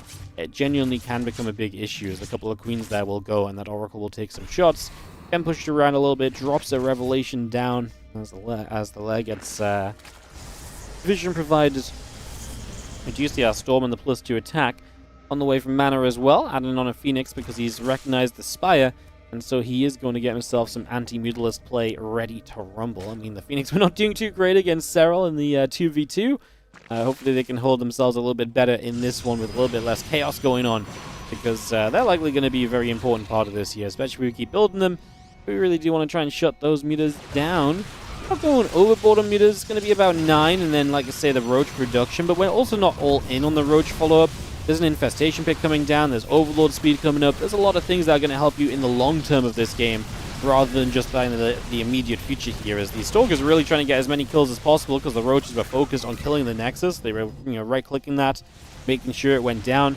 So Stalkers initially got some free damage, eventually Yin's were able to turn around. Now the Mutas take some shots and get pushed the other way. You can see Solar is also just looking, like I say, he's looking to the future, right? Hive on the way up. Hydrogen starting up, so he's just going to prep himself straight in toward Lurkers as the next stage of this. Obviously, we can kind of stop off on Roach Hydra on the way, but I think Lurkers are going to be a pretty quick reality in this game. And his mana is still prepping Phoenix to make sure he has as much as possible here. Got ourselves a couple of batteries and cannons all coming up, and the +2 attack upgrade is building as well. Another Phoenix about to finish, as we do see the Mutas just jumping forward. The Nexus gets cancelled. Roaches and Lings gather together. And Lurker Den will be on the way very shortly. The Hive coming through. And again, additional Hydras building on the side of Solar. So just getting lots of Hydras up, ready to morph in them. Lurkers. Obviously, Lurkers will need a little bit more time to get settled here. Ideally, they need to get their upgrades going. So Seismic Spines and, Adaptive Talents. Once they have those upgrades, they're going to be absolute monsters. So we'll see where that goes. And there's again a few more Hydras popping through. The Hive about to finish up. Lurker Den is going to be done shortly. Grooved Spines is going to be coming in very soon as well. As you can see, yeah, +2 missiles coming about. And not really much else going on. A little Storm there, get some damage on the end. That could have been a turnaround onto some free units maybe from mana. Solar is maxed out. So Solar is at the point of this game here on Old Republic where really, he is just ready to go and fight. He is ready to go and play. He is ready to go and make some moves happen. Hydras and the Lurkers are gathered together. You see the Spore Crawler. I mean, that Oracle's just like, I'm sick of it. Get me out of here. 9 minutes of pain. And it's all over now. He just flew straight into the... I was going to say the Spore, but there's just like 10 Hydras there too, so... That was a very fast way to lose out on an Oracle, as the Fuelings are going to step up. The Archons are going to step away. Stalkers are there. Roaches get pushed back. Here's into the main base. We're just going to aim themselves at a couple of Stalkers. The Phoenix are going to fly through. Mutalisks taking damage once more. Just going to see the Phoenix continuing onto the Mutalisks. The Mutalisks will return fire. Not great from the Phoenix, man. Just standing there and dying is not ideal. That's not going to do it for you.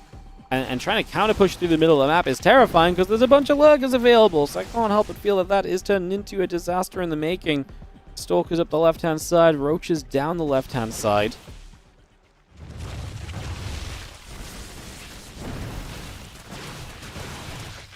The Lurker shots coming about. The Lings are going to get there. Roach Hydra can try and take an opportunity to see the Stalker going to get grabbed as well. Another ship on the way. Cool new animation just overhead. It warps in on that Nexus. We are going to see the Stalker still trading well. These Lurkers just going to have an absolute nightmare. What was that? Mana will chase through his own storms to try and get after those Lurkers, which are hurting. And the Roach Hydra getting turned around on the other side as well. Messy from Solar. Unexpectedly messy, actually. Like, this is not what you usually expect to see from him in the slightest. So that's going horribly wrong. As we are going to see a bit of the Roach Hydra gathering up. The Archons are there. As you see another Storm coming down. Queen will take some shots. The Ling Hydra taking some damage as well. Another Storm coming down. The Hydra's still taking hits as the Lurkers continue to come through. Another nice Storm hitting a bunch of Lings once more. And again, High Templar still building up. Hydras and Lurkers on the way through. Adrenal Glands, Melee Upgrade, and Flyer Attack coming up. The army continues to settle into the center of the map as we push on through here. Stalker's going to blink across. Good Storm onto where some of the Lurkers were just previously. Continue to push our way to the top side. The Zealots are going to go chasing as well. And we are going to have ourselves a chance to come through that. A couple of Lurkers will fire up for some damage. Hydras are going to be right there. Another Storm coming down. Just going to be seeing a couple of Queens taking some more shots as we do pull back and hide for the moment.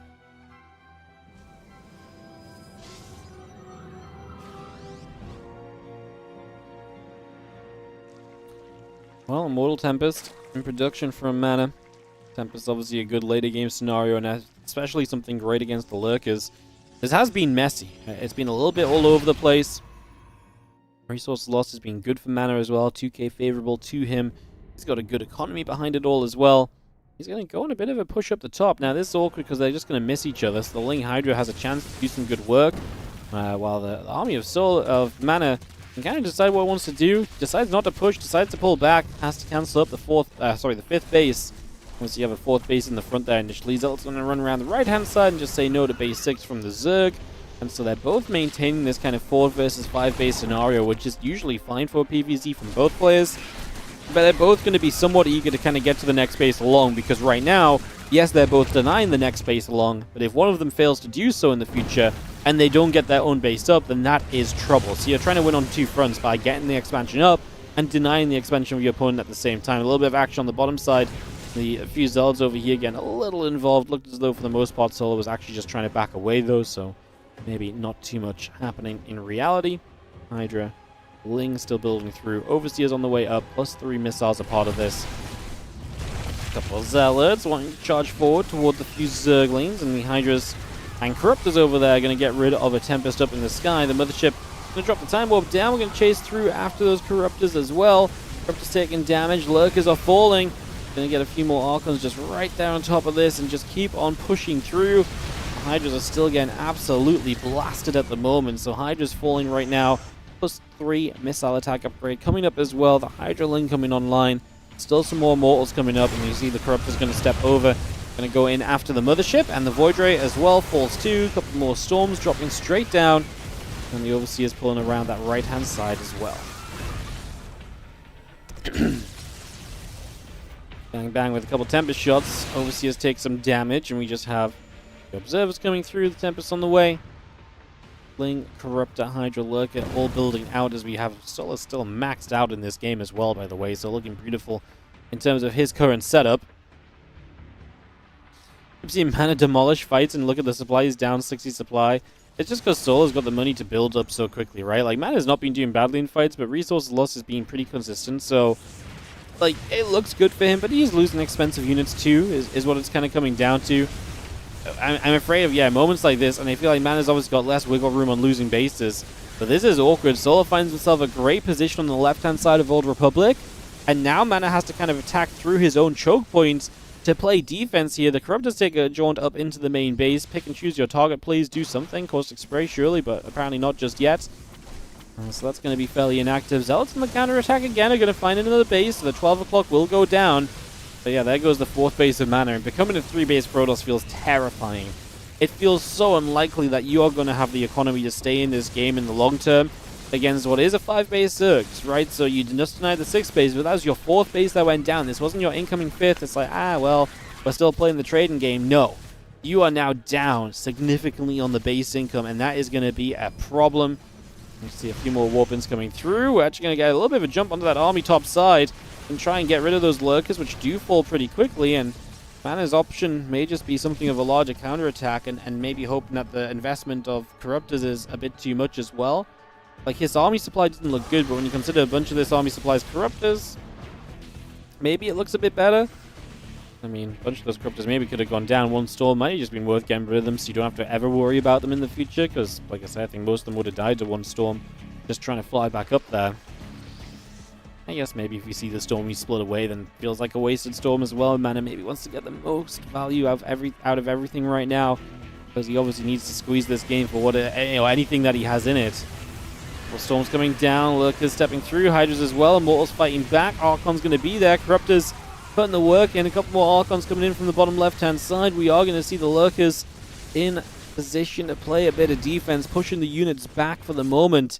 Mana goes to sub 100 supply. He's lost a lot of probes as well. 24 dead in the worker tab on the left side.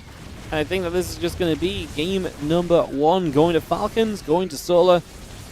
Nice little bit of revenge from Solar after Mana did get the better of him in the end of the matchup that these two played in the winner bracket round 1. That's why Falcons win this lower bracket without having the chance to play the ace. That was the final map of their series earlier.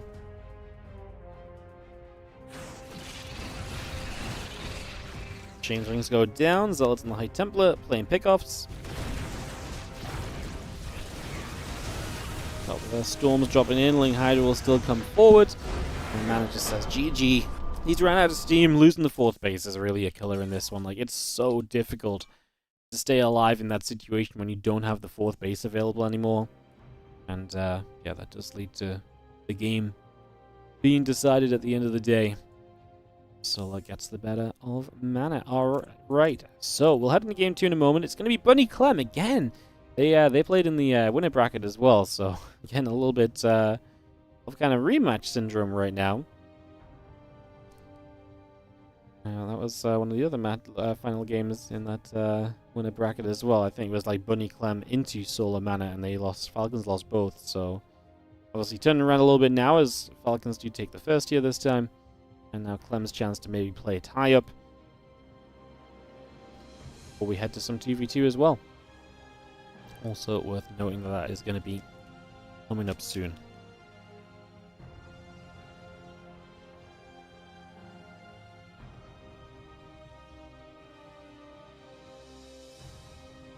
Alrighty, where are we at? We are 2 minutes to go on the ads. We'll give it 30 seconds. Maybe 45, and we'll kick this off, guys. Get this underway. Let's go and mute and have a couple of crisps. BRB.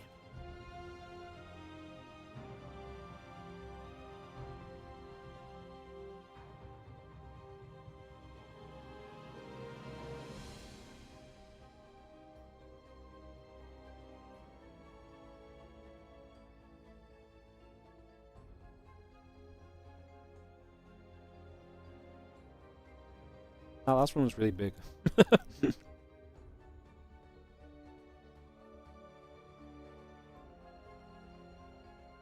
not easy. No satisfying crunches for you guys. Sorry, that's only on the tier 3 subscription program, unfortunately.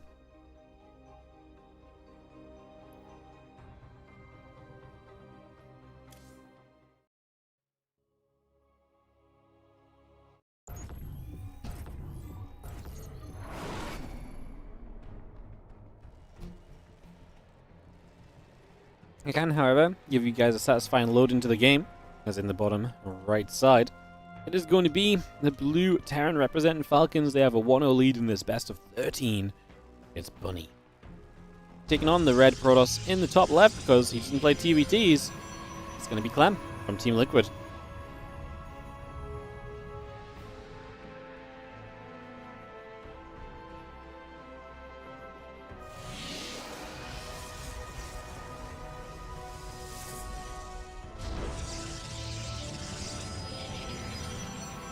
Did beat Bunny in fairly convincing fashion when they played in the upper bracket.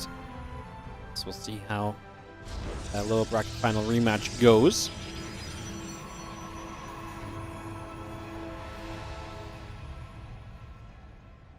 Where can you get your crunches recording? Okay, Mayhem. Because you're here, you can have one crunch. Hang on. I don't know if it's going to pick this up, but I will try my best. That come through the mic? I tried to bite as loud as I could.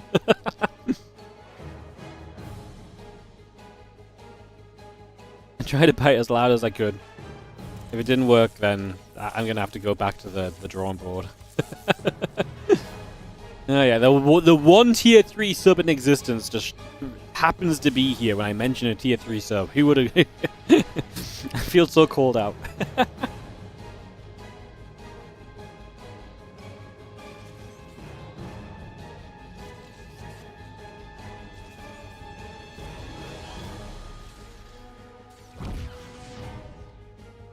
You did hear it? Beautiful. I'm so glad.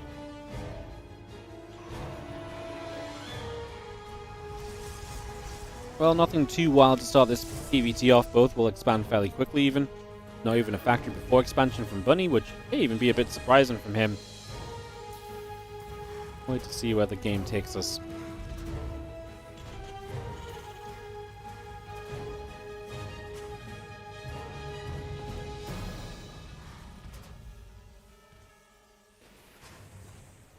Clem toss can be so fun. Yeah. It's really amazing that... You know what's really cool about Clem? Is that he's genuinely a player. And it just turns out he's just fun to watch. You know? Like, every time he plays Protoss, I feel like he's a fascinating player to watch. Like, I thought I just really enjoyed watching Clem specifically because he's Terran and I have a bit of Terran bias. But I genuinely just, when I watch Clem... Like, it's just mesmerizing. Like, a lot of the time he just plays some really cool things. He does really cool stuff as well. Yeah. Just genuinely an entertaining player. Turns out his way of just playing StarCraft 2 is fun. And that's not limited to him being Terran.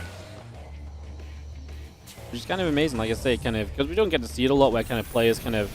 skill sets or play styles kind of seep through into other races. Because we don't really see players playing other races to that extent.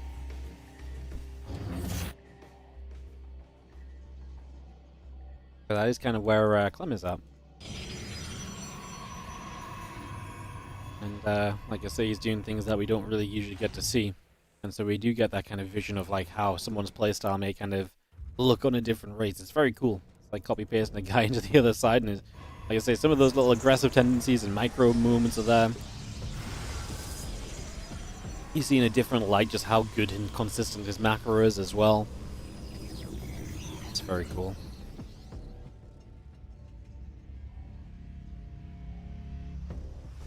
So game 2 of our team matchup here, Liquid versus Falcons in the lower bracket final. The winner of this will play Basilisk in the grand finals. I'm pretty sure I don't have time to do that one today, guys.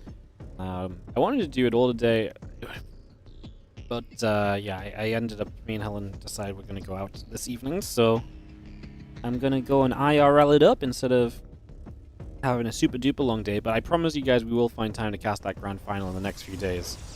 I will make sure it happens. It's just, not today, as they say.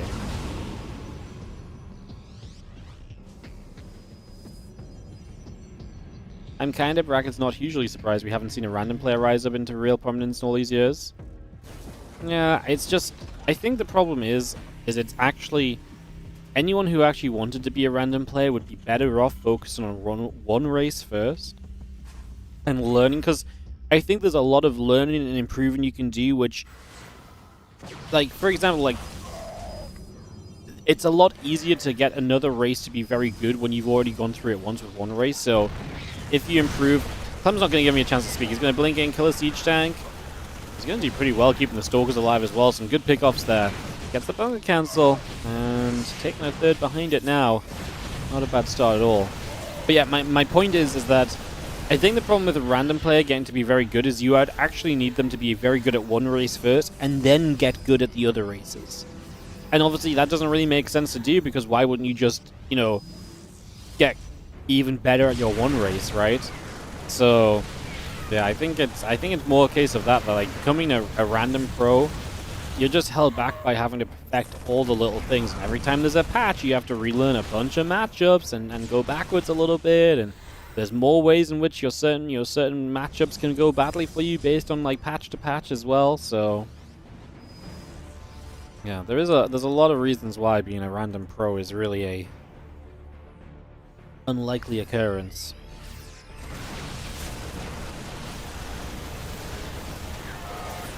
These few Stalkers just blink up into the main base, and they will find themselves a chance to go after a little bit of the eco there.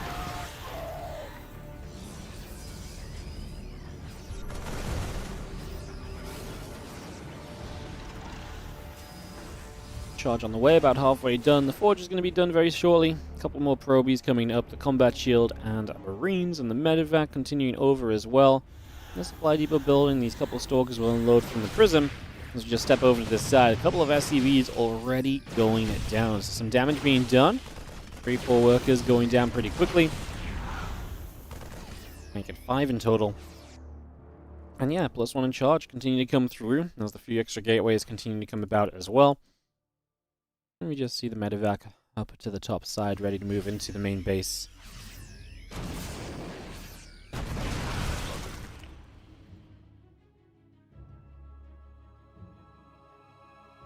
The Stalkers come across. Siege tank is actually going to get caught just out in the middle of nowhere. That's not great.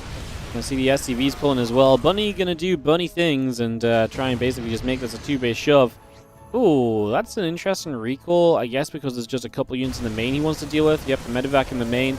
So recalls just a handful of Stalkers, leaves the rest on the map, but doesn't really have much of an interception chance because he's busy in this main base, and he's going to kind of get them out to the front and get a few shots off on some of those Marines. A couple of Zealots get that too.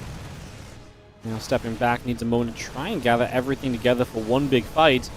And just go jump on the tank immediately. Clem gets rid of that after only taking one volley. The medevac goes down too. I think this is over, no?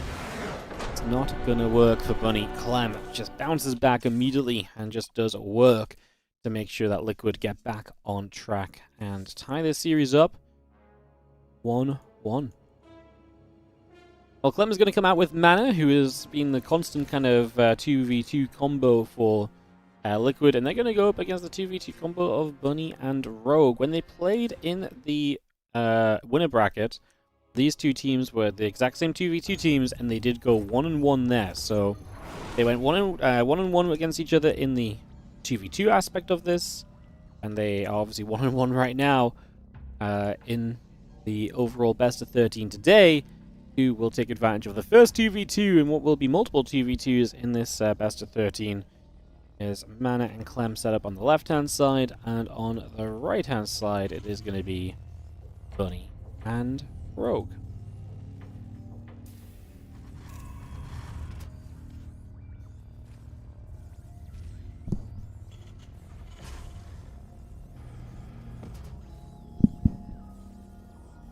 Third map of this series. Refinery coming up, a few drones coming over, SCV on the way. Gateway and the SCV all building, so we get set up. Overlord moving around. And away we rumble. Why are we in a 2 versus 2 now? So it's just a team match between Liquid and Falcons. The first 2 maps are 1v1, the third map is 2v2, and that pattern repeats all the way through this best of 13. So then we have 2 more 1v1s and then 2v2. Every 3 1v1s, you can reuse your players. So for Falcons, they have 3 players, Bunny, Rogue, and Solar. So we've seen Solar, we've seen Bunny, which means the next 1v1 will be Rogue. And then after that, you can use any of the 3 again for the next 3 1v1s again. And then in 2v2, there's no limits on who you use.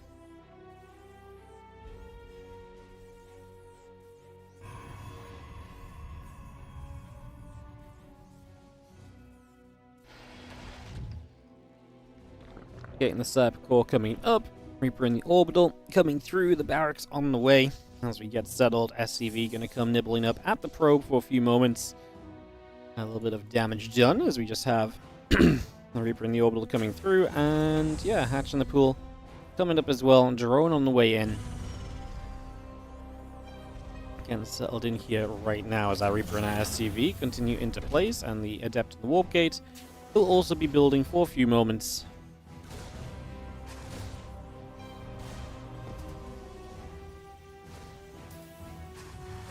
Nothing's be coming up. A couple Queens and the Link still coming through. The Overlord will step across and just have ourselves again, a couple of Reapers building from Clem. Seeing where this 2v2 gets to. It's an interesting map because it's set up to be like a very defendable kind of first couple of bases and so on, but it can get pretty drawn out as well. So obviously lets it kind of get very drawn out, but then we obviously, because it's 2v2, end up seeing a lot of aggression anyways, and players forcing their way into that pretty defensive setup. Like I say, it makes for a pretty interesting kind of combination overall. As the Queen goes wandering around for a few moments, just going to be seeing the Twilight finishing soon. Spinecrawler on the way over. Full of Reapers, going to drop some more grenades down. The Marine's going to be firing. And Resonating Glaives from Mana. Ooh. Well, that definitely suggests some pretty aggressive stuff. And if you're going to go Glaved Adepts, I wonder if there was genuinely, because obviously Liquid knew they would have been playing Falcons for like about a day before this match happened. So I wonder if they went back and looked at the 2v2s, and I wonder if they kind of picked up on some of the things that these guys were doing in the 2v2. And I wonder if this is like somewhat designed, or if this is, yeah, I wonder if this is like somewhat designed as kind of like an answer to what Bunny and Rogue like to do, if there's something different to it basically. So yeah, I'm interested. You can see the feelings are going to get in over here, and some good information gathering potentially, but I don't think they're going to do well trying to fight the units, which you can kind of see is already not, like I say, really going too well just yet. So feelings that you're catching Adepts out on the map. Want to preserve those, because obviously Glaive is going to be very, very nice to have soon, but it doesn't work so well if you do not have Adepts alive, so try and get that as part of the setup here currently. As we go a bit of back and forth. Gateways coming through. Again, that Resonating Glaives is going to be finishing very shortly. Stimpak on the way. 5 additional Marines in production. We just have the feelings looking to get up in towards that mineral line where a couple of SCVs take some nibbles. There is the lair building on the main. And the Lings would like to get back across towards the Reapers and the Marines. Running straight across over there. The Adepts and the Sentry coming back through. Marines and the Reaper coming around as well. And the Adepts will go shade. And there's a few more Zerglings going down once again. This Adept's going to continue through onto the Marines as well, by the way, so a few more Marines going down again. More damage being done, combat shield halfway done, factory coming over.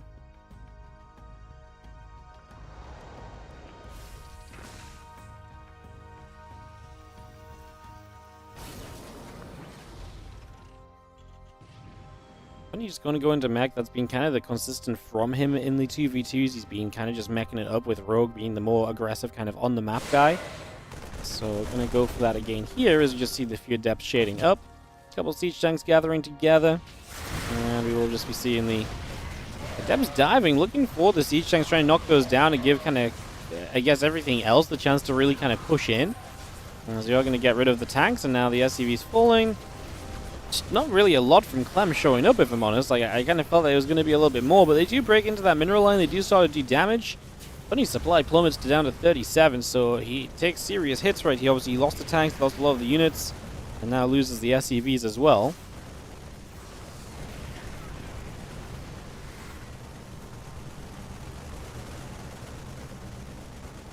Marines will continue to hit the orbital, taking damage. The Adept's going to hit the hatchery. Just see the few Lings running over on the Marines, flanking through.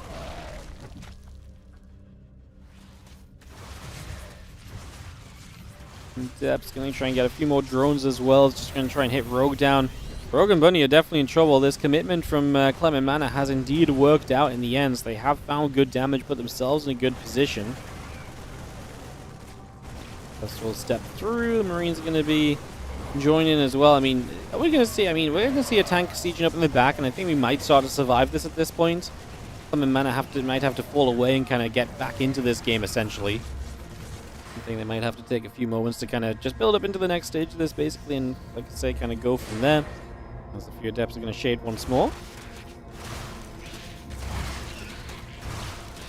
Things coming over. Adepts shade down to the low ground. A couple of drones going to get jumped on. Workers will take some damage as we just see the, again, extra mutas coming up. Vikings, Siege Tank, all coming through once more. Alien's gonna fight. The Adept gonna take some shots.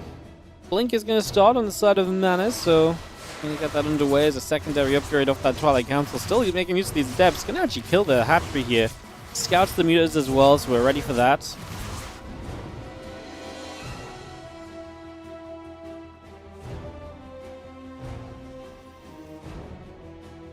+1, concussive shells, all coming through. The few Marines in the medevac coming in, so you do see the blue flame and Philip Reigniter coming up on the side of Bunny. Of course, just more mech things for him. And hey, with some mutas out from Rogue, maybe they can take some map control, and maybe they can hold off Clem and Mana's aggression for a little bit and give themselves a little bit of breathing room. I mean, maybe the mutas don't do anything, maybe they don't stop enough, and then it doesn't really matter, but maybe we can pretend a little bit. Adepts shading. And go jump onto these defensive tanks, and again, just some damage and some friendly fire, and 2 siege tanks go down, so you're getting rid of really valuable units for very expendable units in the form of Adepts. That's always going to be a trade that the Liquid combo is going to want to take here, so I should be pretty happy with that, as the mutas are going to slink their way back to the top side. Look as though they might try and dive through toward the main base here.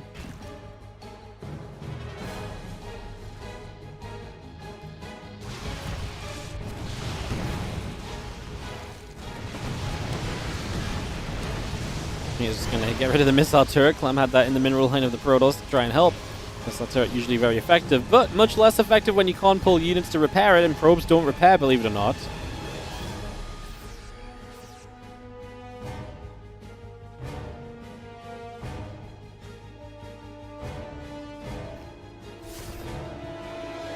Here's full back. It's going to be seeing the +1 fly attack. The mutas coming through. Ling's on the way. I mean, Rogue is just doubling down on the mutas, and at this point I don't hate the idea either. Like, you're clearly behind.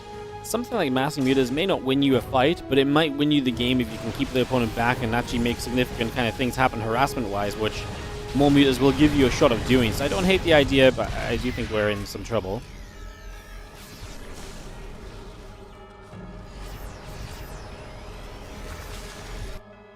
More overlords going through. Got the mutas just going in after the Stalkers over there. Stalker's taking some shots. Marine Marauder still building by, as well as the Widowmine coming up. Armor upgrade coming online. Let's see the attempt to break through. There's a little bit of an army from Clem in that right side. Anna was stepping up in that same position, but Bunny pushes it back. I gotta say, man, supplies are kind of evening a little bit. I mean, don't get me wrong, Clem to Bunny is 25 supply difference. Mana is ahead on Rogue on supply.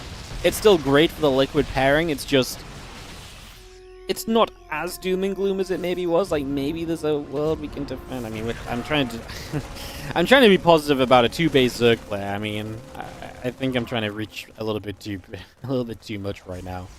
Trying to dig a little bit too deep for belief that maybe shouldn't be there.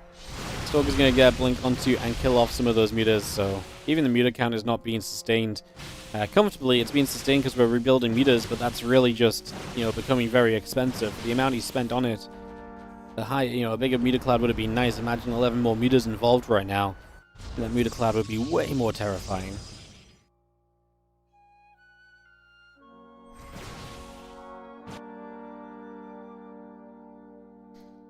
Tutu coming up, Marine Marauder coming in, Siege Tank coming over, Charge and the cannons coming through, adding on the probes.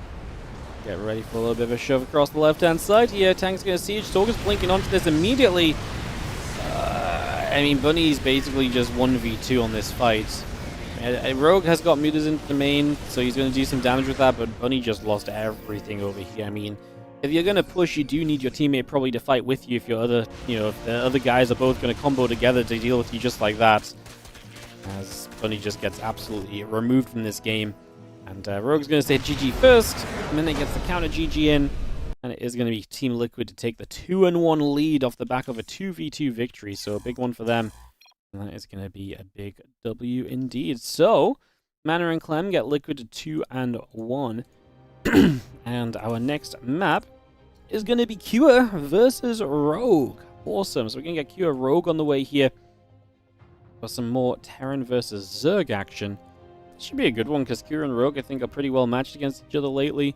Rogue's been playing some really fun ZVT, playing Mothership as well, which is always actually an opportunity for some really fun games as well. So I think that's going to be a pretty cool factor. Yeah, I think we're going to...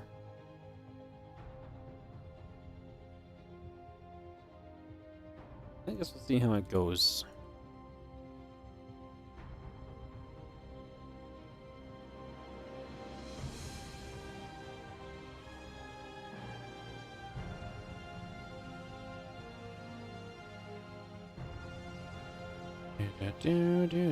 Nice background, thank you. I worked on it for many years, which is very true because obviously I've been collecting all this stuff. I mean, some of this stuff I got like 10 years ago or something, longer even. Some of this stuff's from before I even went full time in StarCraft 2, so it's pretty crazy. I want to rearrange a lot of it. I was gonna do a bit of an office rework in general, but it's been put a little bit on hold. But I do want to reorganize. I don't know how I'm gonna reorganize it necessarily. You know, when like it may just be best how it already is.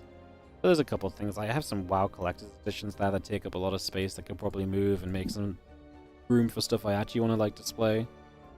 I mean, that stuff's not even really on stream, so. Yeah. This this part that you see looks very cool, and then there's like another half of this like over here, where it's just a little bit less like, it's a little bit more like oh, there's just some things there. You like the BC figure? Do I know where you can get it? It's it was a limited edition thing. It is by Dark Horse Comics. So the big one was pre-orders only. So if you want it nowadays, you'd have to find it on eBay. The little ones were on the Blizzard store. The little ones, there's some little ones underneath there. I don't know if you can see clearly, but there's some little ones underneath. They were from the Blizzard store. So those ones are maybe a little bit more findable, but I can't imagine they're still on the Blizzard store. But it might be a little bit more affordable. But yeah, the BC, they're not cheap, unfortunately. So yeah, let's get this Cure Rogue underway, guys. Get this started up, ready to roll. As we have an advantage building for Team Liquid. Can we grow on that? In the top left corner of the map from Team Liquid is going to be Cure, who has the chance to put them up 3-1. How many points do we need to win a best of 13? 7, I guess? So we're a mile away from this being done. My goodness. Oh my god. Okay, so we're ages away from being anywhere close to being done. But yeah, 2-1 lead for you for Cure and Liquid. We'll see if you can extend on that. Rogue in the bottom. It's a long series to go. This Rogue is our blue Zerg bottom side.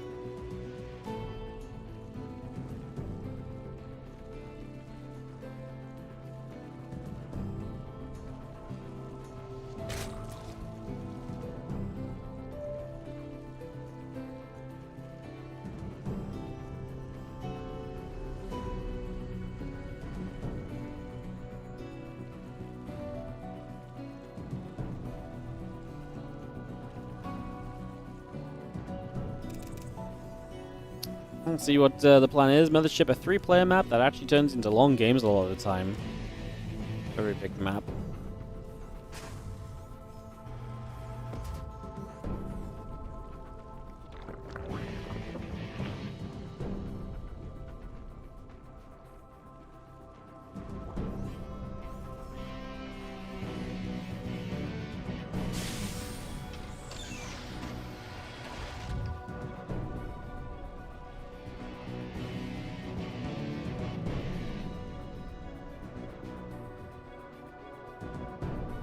Orbital coming through. Just gonna see a hatch in our pool coming up. I'm just checking on the. I'm trying to check without spoiling myself on the last results of Cure Rogue because I'm kind of interested because I feel like Cure is very solid in this matchup. Surprisingly, sometimes, but then Rogue has real spurts of just TVZ being amazing. So I'm just trying to zoom down quickly and then zoom up slowly, so I can see what their last results against each other were. We'll stop there, I think that was about there. So Rogue 2-1 in WardiTV October, beating Cure, then Cure won in the TLMC.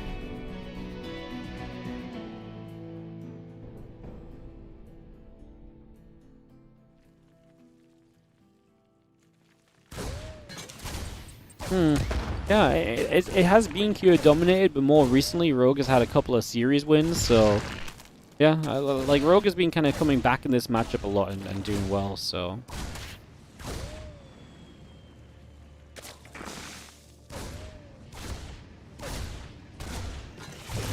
You can see Reaper coming about. Drone actually going to go down, which is nice, just being annoyance here early.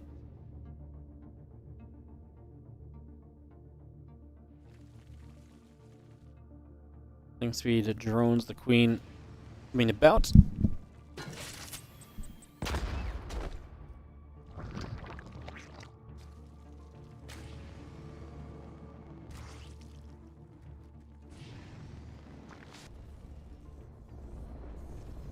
Starport CC coming about, orbital on the way through, SCV and the refinery coming about.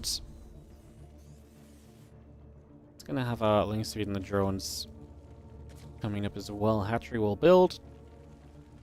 Group team on the way. And the link speed just ticking along for the moment as we just have Reaper hopping into this main mineral line. He's going to get a drone again, so that's 2 drones in this game. What a start from Kira. Little things, but looking great so far.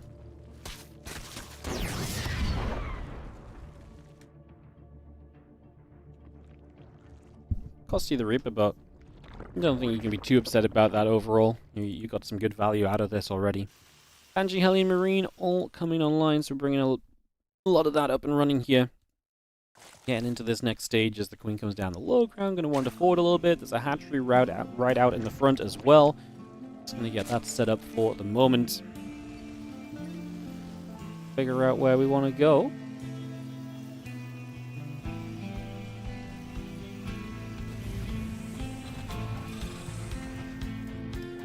Hyperflight Rotor is going to be the choice from Cure.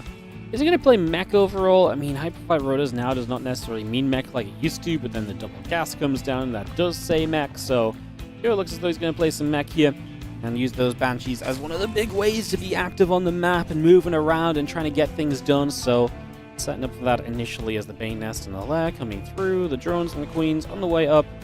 Again, there's a couple of refineries coming by. And yeah, a few Queens just hanging out on the front over there. The few Hellions will settle and try to push forward. Going to be getting a couple of shots off, some damage being done. A couple of Marines going to go in after the Overlords. The Overlord will take some shots, and that will be going down as the Hellions still gather up together. 2 more factories on the way in. We're just going to have ourselves the Bane Nest about to finish, as again, a couple more drones coming through as well.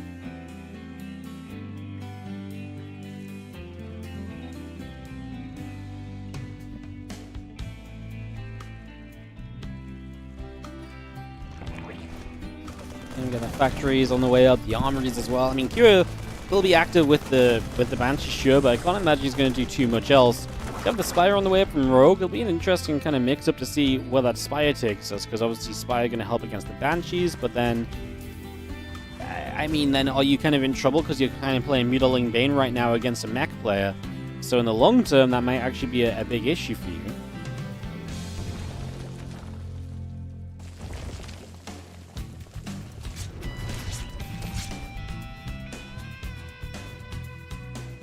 Armies go the other way, factory still building up, and just have ourselves the speed going to be finishing very soon, so get that completed very shortly.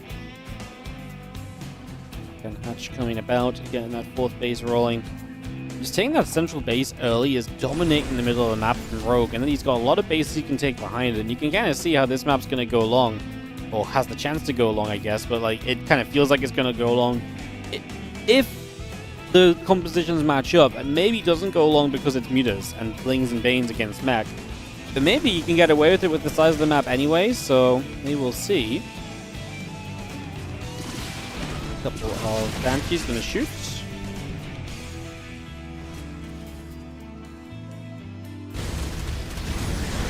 See the Hellions firing away. can see the Queen's going to be there. A couple of Hellions already going down. A couple of shots going in. Just going to try and get through for the drone line. We see the Mutas getting there to clean up as well. A few other Queens going back the other direction. Muta Bling coming by. Melee upgrades on the way up. +1 flyer attack upgrade coming through as well. A couple of Cyclones, vehicle weapons, and plating. All building with the mag field accelerator going to be coming through soon. To give these Cyclones as good an opportunity as possible to get some things done, get some work done here. Banshee's coming about, Queen's going to be there, firing away, missile turret onto the Mutas again.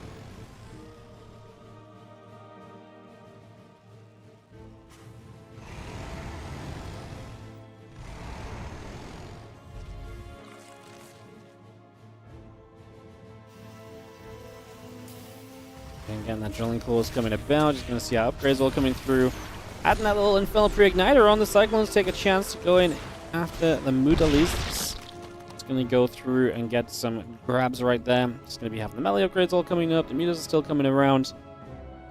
Again, Infernal Pre-Igniter, 1-1 vehicle weapons. Plating coming online. The Drilling Claws coming over. Hellion Cyclone still producing 3 of those. Banes just roll into this mineral line and they just get themselves 15 kills. So that could not have been easier for Rogue to get something done. And he's fully committing to the Ling Bane, by the way.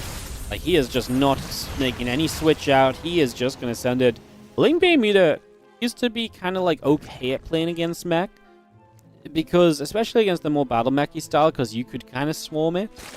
I'm not sure if that's going to come down to being the case here, or what the plan kind of is, but I suppose we'll see very soon as the Cyclone and the Viking get rid of the Overlord there. The few Hellions still gather together.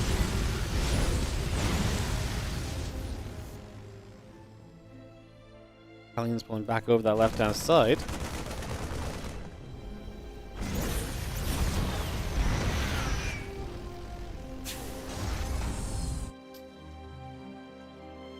Getting a couple tanks in the Cyclone building up. The 2-2 upgrades all coming by. I mean, Rogue's doing a good job of this so far. And he's taking the map. He's investing creep onto it. He's getting extra bases up as well. He's really starting to kind of explode out here on Mothership, so looking pretty good in that regard thus far, as you guys have ourselves the Mutas coming by and getting a couple of shots off as well. Able to get some damage done for the moment. Again, just another attempt at Banes running up to the top here. This time the SCVs get quite far away and units are nearby, so we only get a few SCVs this time, but it is keeping the meching player back at home, focused on defending, and now we're going to throw the Hive up here as Rogue as he looks towards a future in this game. Super intrigued as to what his later game looks like. Like, are we going to get Ultras? Is that going to be part of the plan? Or what exactly is our goal going to become here? Those are, I think, all very good questions, to be honest, at this point in time. So, excited to see as you see the Mutas going in after a couple of missile turrets. Going to play cleanup, 6 SCVs going down so far. We get the Lings on the bottom side, just going to catch a few units as well. So rounds like that are going to be extremely efficient. Efficiency-wise, we're actually equal resources lost right now. Expecting that in the end, we're probably going to see the Zerg be very inefficient into this mech army, but for now, doing great. 4th base tonight as well with the Mutas is amazing. We lose a couple Mutas in the end to it, but hey, 4th base not being up means there's so much less economy available for the Terran player, puts you in just so much more trouble overall. Again, the Cyclones still gather, and we do have ourselves the 2-2 melee upgrades all coming through, +2 flyer attack coming online as well. The Ling Bane Muta and still producing through. I mean, what are we adding on with the Hive then? Like, do we actually just add an Ultra Cavern here? Like, that feels like the natural transition, but then is it the natural transition against mech? Maybe not so much. Another missile turret going down. Rogue has been fabulous so far with these Mutalisks and with this Ling Bane just counterattacking, finding damage, getting a few workers, and just keeping Q busy. He's now going to start working on his bank account, and he does indeed drop the Ultra Cavern. Like I say, it feels like the natural next step is just like, is that really what we're doing in versus mech? Apparently, yes, it is. So away we go with it. As we do have Hellion, Tank, Cyclone, regathering for the moment. And I think the defense across 3 bases looks great, but we need to extend that defense to 4 bases when that 4th tries to come down again. Pure can't just let Rogue kind of take control of that one more time, I don't think. I mean, you get stuck on 3 bases forever here, you're going to have problems.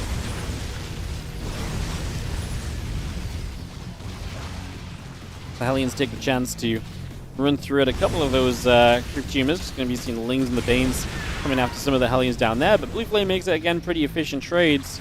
Resources lost is still in favor of Rogue, which kind of shows how disastrous I would say it's been so far here from Cure. I'm going to be honest with you. The Thor coming up, the tank and the 3-3 upgrades coming through.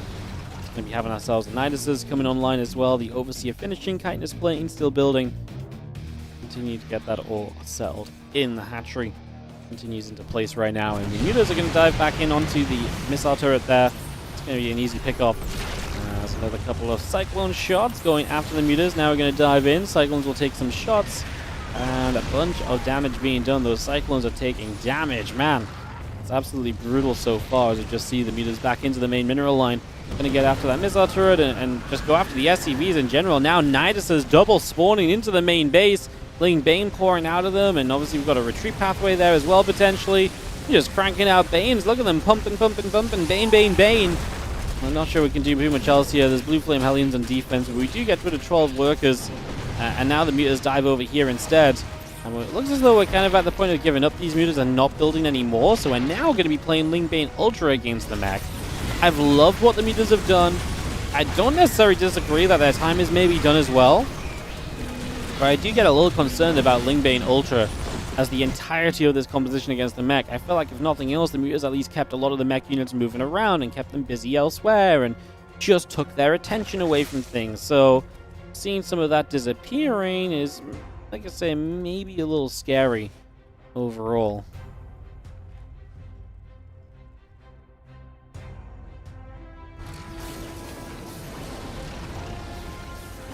Ultra Ling on the way through. Microbial Shroud is halfway done. So what, we're going to try and add Microbial in to help make these fights somewhat possible.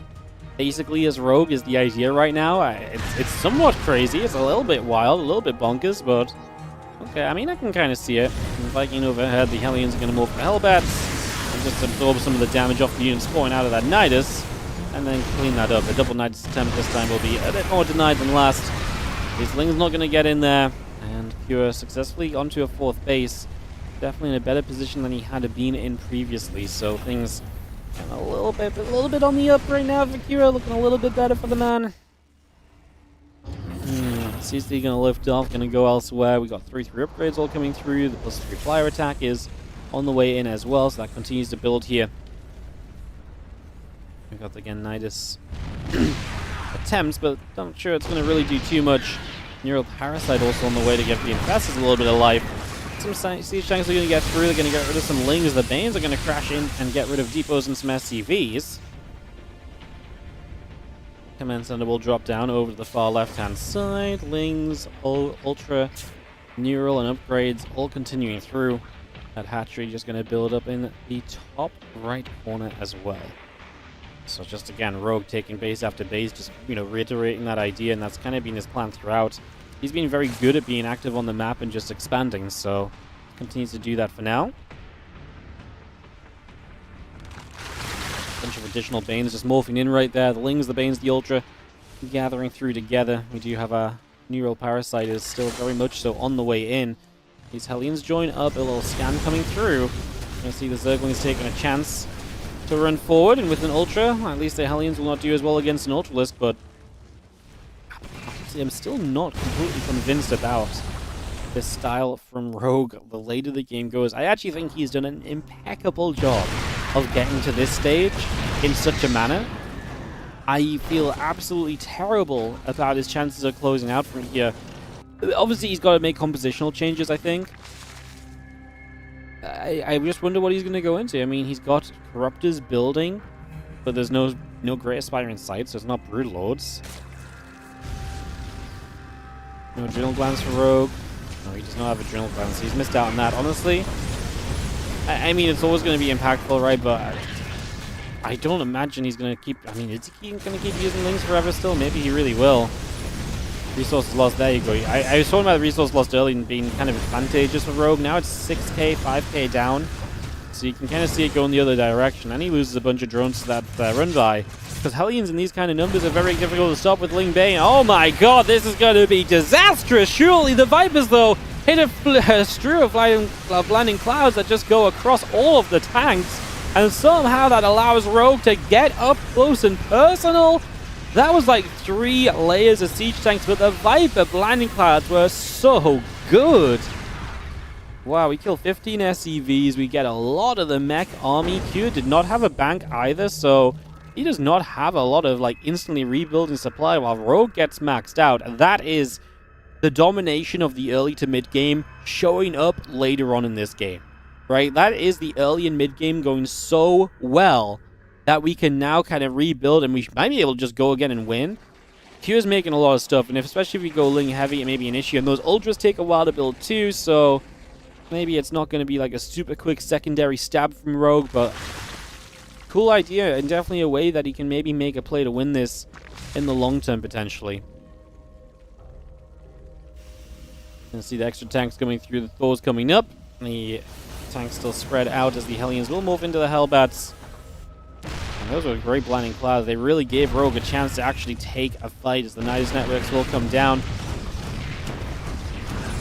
We'll play cleanup there as we are going to have ourselves the blinding clouds again. Tanks and the Thors. Just going to get caught. The Ultra's trying to close the distance and just jump on top of that army as well. Get on top of the tanks at the very end here, but just too many tanks and the Ultras will go down. I still don't hate the idea of just throwing units at Cure. The only problem is Cure actually now has a 5th base. Right, so that 5th base means he can stay in this game a lot longer and he can withstand a lot more of these kind of throws. So I think that's a little bit of a factor here for the moment. Let's just see Aggreta Spire coming through. That'll be done in a couple of moments as well. Changeling's just going to go across the map just to try and be an annoyance as well, if nothing else. So, again, just a lot of continuation here. Nothing too wild overall. And the Hellions is going to try and do that thing. Get some damage out.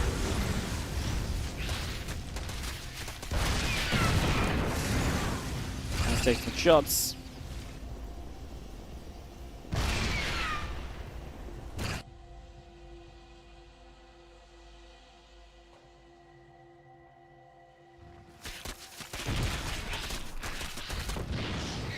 I see that units just moving around, still seeing some trades coming over. Gonna have spine crawls coming up top right side. This base has been up for a while, but has not really been used, so we'll slowly maybe try and get some drones there. Rogue also taking the bottom left. You're taking base 6 on the top, and if you get that up, I really do worry a little bit more for Rogue. I do then think it becomes a lot more problematic for you overall in terms of how this is gonna go, because it does feel like the more economy you get here as the Terran player, the tougher it's gonna be for the Zerg to just keep everything at bay, realistically.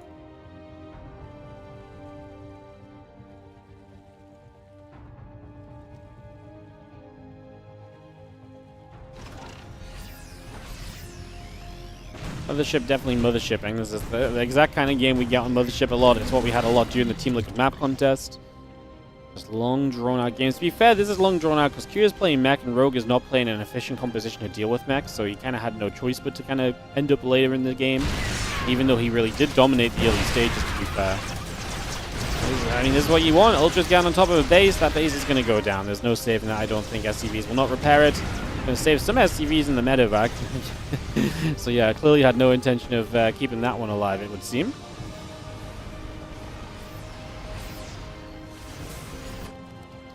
Flame Bane gather, a few of the SCVs continuing through. Ship weapons, Thors on the way over as well. I mean, more and more Thors have been added in lately. We've been... How many Thors have actually died in this game? 5 isn't super crazy. There are 6 out on the map right now, so it's basically just a Thor tank army that we're building up to. I mean, it feels inefficient for Rogue, but it also feels hard to believe that this army of Pure is going to be able to deal with another wave of attacks to then be able to deal with another wave of, you know what I mean? Like, it really feels like at this stage, Kira, I just don't think could really have the money to deal with the second wave. That said, there's not a ton of gas for Rogue. He only has 2k gas currently. He's being outmined gas-wise, and that surely should just be a case of he's got a bunch of available extractors that he's just not using, right? Like, he's got a bunch of available geysers he can put extractors onto and just start mining more gas. I don't think that's really an issue. But if he doesn't fix it soon, then he will find himself only able to rebuild Zerglings, and then you do find yourself in a bit more of an awkward position and maybe a bit more of a weird place to try and figure yourself, to try and figure this out for yourself. 6 soldiers with the +2 missile upgrade coming through. Pure stepping a bit more towards the center of the map, but Rogue just keeps attacking to the top side instead. He says, cool, if you're going to give me space to work with, I'm going to take that space and I'm going to, well, work with it. Orbital lifts off, so it keeps the orbital safe, but everything else will go down here. And again, it's just that lack of consistency in terms of being able to keep this location mine. It's another threat on the map. And obviously, the bigger threat was the fact that there was a base up there to the 12 o'clock before, but now that's gone. It's just another base along that Rogue can kind of hit and just push Q a bit further back and hit him a bit deeper to the heart of the problem in this game. We're going to run through here. Rogue looking for another big fight. The Vipers coming in with the Blinding Clouds, and they're going to hit a lot, man. The Thors are just walking through a pathway of Blinding Clouds, trying to get out of reach and trying to get themselves in a position they can actually turn around and get involved without the Ultras giving them little cuddles. The Ultras are going to get up close and personal in the end. Rogue rebuilds 8 Ultras and almost 70 Zerglings. Q are rebuilding 5 tanks already and Liberators and a few Hellions too. Army supplies are similar-ish coming out of this. Rogue actually supply blocked, losing out on some units in the sky as well, some of the Overlords and / Overseers. Now we have ourselves the Thors and the tanks continue to set up once again. Q still pushing back out over in this direction. Gonna see another Blinding Cloud or 2 coming down. Oh, this is a good fight for Rogue. There's nowhere near enough here for Q this time as the Queens get involved as well, going after those Vikings, which funnily enough are still shooting down Overseers, trying to supply block Rogue further. We actually might have to step back for a moment, but I truly think reinforcements are going to give you what you need on this one.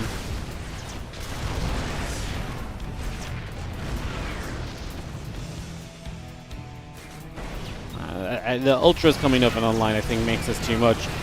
Q does not have the numbers he once had. He's clearly desperate. He doesn't have the bases rebuilt, and he's playing way more desperately than he has before, where he's been very patient upon taking fights, and so this is just not going to be enough. This base over here in trouble. GG is called, and Rogue is going to even it out for Falcons to 2-2. We're tied up in this best of 13. 13, yes, 13. First to 7 wins it. Crazy business. Alright guys, I'm going to have to run some ads. We're at the point where players can be reused, and up next is going to be Mana versus Rogue. So that actually has the chance to be kind of interesting. I'll run some ads. I'm going to get myself a drink from some long games. I'll be right back with you, and we'll go into the next set of games. Here, it's 2-2, tied up between Falcons and Liquid.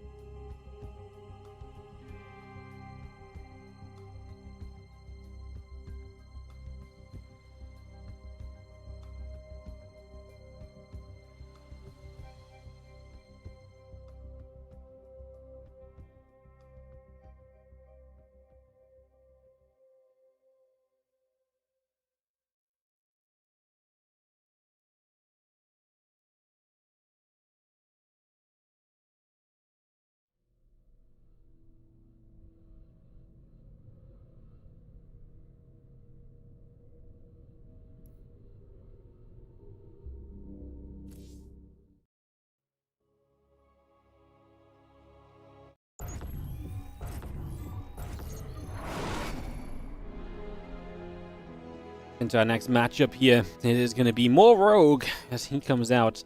Again, we're at this point where you can reuse players. So we've had 3 1v1s and a 2v2, which means that after 3 1v1s, you can reuse players from the initial 1v1 matchups. So both Mana, the Red Protoss on the top right side, and Rogue, the Blue Zerg on the bottom left side, will come back to life. Not really back to life, they're not really revived. It doesn't matter if you lose or win, it's just you can't be used a second time until you get to this point. So Mana Rogue being the first match means Clem, Q back available, Bunny, Solar back available after this as well. We should have, I'm pretty sure it's this 1v1 though, and then we'll have 2v2, and then we'll see how those next couple of 1v1s go and see where the score's at from there. As we get to that point, I'll explain it a bit further if we still need anything explaining, but for now, we'll just get back into it, back on track. Lower bracket finals of this Crank Team League event. And yeah, I know a lot of people have been enjoying the team stuff. We are going to be running WardiTV Team League in January to February. We got sponsored by Create Entertainment for it, so they've sent us a bunch of money over. So January, February, WardiTV Team League Season 10 will be making a return. It's been years since Season 9, so coming back for Season 10 should be fun, should be great. Looking forward to it. As Hatchery comes down from Rogue, time to get involved on this game because Rogue gets aggressive. Proxy Hatch coming through, Lings coming across the map from the early pool that you probably saw coming up in the production tab if you weren't listening to me, but instead actually looking at the production. And so away we go. Mana throws down a Forge as part of his response to this. Cybercore coming down as well.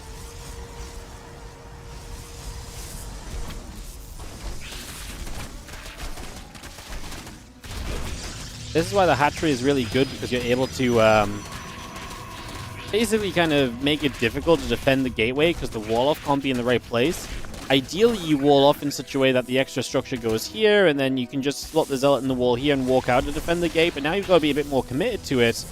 So this gets a little feisty. A couple of probes pulling through, the Zealot's going to step in, the Lings will start to take some damage. A couple of Zealots together still trying to fight, because we are going to see a cancel on that hatchery, so we're going to save the minerals of it finishing, which probably makes sense. You're not going to get too much more out of it. We're just going to back this off, and I'd say Mana's had an okay defense here. You know, Rogue is a late tier 2 base, going to a third hatchery now, Zerg, who is going to be very behind on drones. And Mana obviously late to his own Nexus, but probe count looking good, and I think should be in a pretty okay position at this point in time.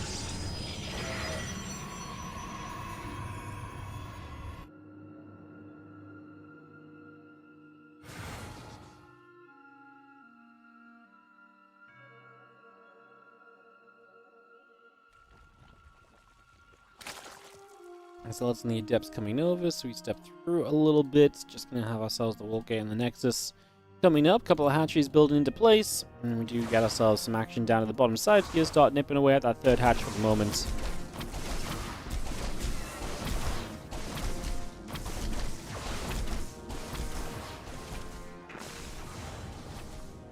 Adept getting a few more shots off. Now Stargate coming through. Adept will get rid of the Ling there. A couple of Zealots still going onto the hatchery. Nexus, Stargate, all coming about. As a couple of Lings move through, the Adept going to get in toward the main mineral line. A couple of Lings will turn onto it. The Adept looks as though it will be going down soon. As 2 drones going to fall, the Ling's going to get a good wrap around onto the Zealots. So, you know, Warp Gate coming about. Queens, Lings, drones coming over. The Oracle and the Adept coming by, adding on that Warp Gate, getting this going. Overlord is going to take a few shots. The cannon able to do some good hits.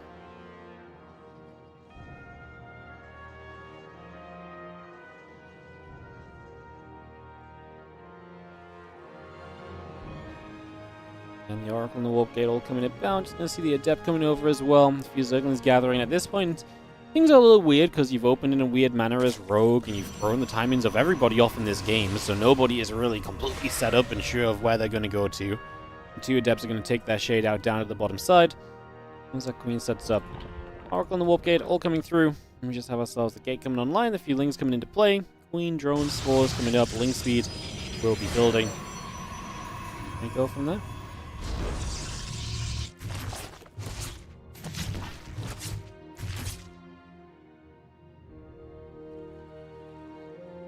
Again, the Oracle and the attack upgrade still building by. Just going to see the gate and the Nexus coming through. A couple of probies in production. And the Overlord's coming by as well. Just going to see the Queen's going to be right there to push the Oracle back to the top.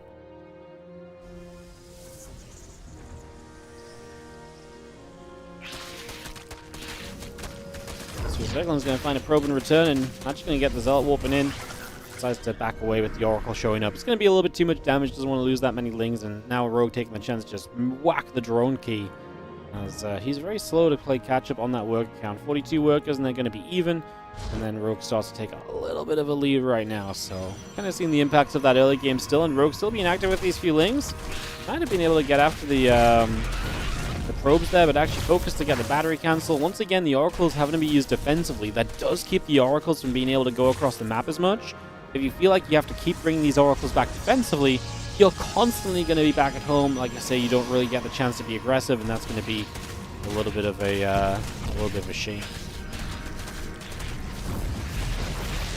Oracle activating again, battery gets cancelled, Twilight Council still coming through, additional extractors, Roach Run, and Evo Chamber all coming up at this point in time. Lair and a few more lings are coming through as the Spore Crawler is there to push the Oracles back over to the left-hand side currently.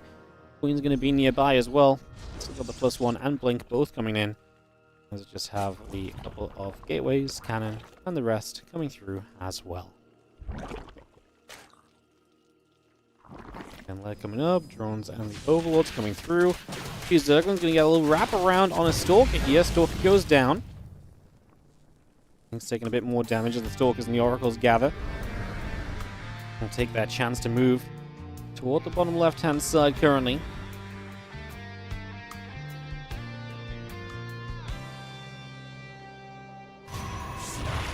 Cannon fires, a few Zerglings get taken out already, so just going to see some damage there. The Oracle activating, Zerglings taking hits. Roach is on the way through, Lair building up, the +1 missile attack upgrade coming by as well, so just a lot of that coming into play already as we set up into the +2 attack and the Blink. Robo facility coming online. A couple of Oracles and the Stalkers still moving about, and mana is going to be... Sorry, excuse me one sec. Excuse me. Sorry, just had to clear my throat out. Yeah, Manager's going to be on his way to +2 and Blink, so looking very standard, and Rogue going to drop the Spire down. I don't know if I love the Spire, honestly. I feel like Rogue's playing the kind of game where it's already kind of a little tough to hang on in there, and if Mana gets aggressive with Blink Stalkers, I already feel it's going to be difficult for Rogue. And then you throw a Spire down on top of that, okay, the Spire is more affordable than it used to be and whatever else, yada yada. It's still just not the time for a Spire, man. Like, Blink's about to be done. +1 Stalkers against no +1, no Roach Speed Roaches for 30-40 seconds. Like, this is already a great opportunity for Mana. The Slings are going to have to carry hard. The 4th base likely gets cancelled. The Oracles are going to be huge. As the Stasis Ward just catches a Ling, it means that Lings are coming back from the other side. That Stasis is really nice. I was going to say, the Oracles should activate. There's no way you should be letting those Lings even get close to those Stalkers. And as Mana gets the 4th base, I mean, he's probably happy with that already. But realistically, there's probably more opportunity. And with a lot of Roaches actually up on the top of the map, that might be a catch that Mana could make with those Stalkers if he wanted to go run over at it. There is the Storm coming up on the Temple Archives. Going to get a cancel on the hatchery once again. Blinks back down to the low ground. Cool little kind of usage of the map there. Just kind of holding the center and kind of going up, blinking back down. Like I say, Rogue kept those units on the map, and he will break through for a counterattack now as he runs into the natural up toward the main base. Roach is going to get rid of an Adept. Roach is going to get rid of the Sentry. A couple more probes are falling. Oracle's activating. And the Roach is going to stay in trouble here at the moment. There's 15, 16 mutas on the way. That's exactly what you wanted as Rogue. A bunch of distraction damage, which is going to keep Mana busy and give you a chance to get mutas up. And the next time Mana is about to move on the map, bang, 15 mutas show up. It's going to be so much more difficult for Mana than what this was looking like moments ago. And this is starting to trundle downhill, quite frankly, as the Oracles go after the Roaches. They will continue to drop. A couple of probes going down. Stalkers blinking over here. A few more Zerglings being picked away at as well. As you just see, again, +2 attack and that Storm continue to come by. Hatcheries coming through. Roaches in the Hydra Den coming up also. And the Mutalisks from Rogue will take the chance to dive up the right-hand side and into a couple of different mineral lines here. So going to get some options as to where they go. That Hydra Den is halfway along. The +2 missiles starting up. The Mutas fly through. Probes are taking some shots. Stalkers blink in. They're going to get straight in after a couple of those Mutalisks. 8 workers going down. We go for the recall into the main. I think Rogue is going to start picking up the momentum that's going to keep Mana in some trouble right now, and that's an amazing turnaround. As we fall away, we get out of there for now. Just going to see 13 workers dead so far. As on the bottom side, there is a little bit of prison play, I believe, setting up for Mana to try and maybe get into the main base and get something done. He does have Storm. I still think Mana's got an okay-ish army, but at this point, as Rogue, you just start building a ground force. He's already counterattacking around the right side as well, by the way. So that's going to be a bunch of Lings heading in over in that direction, too.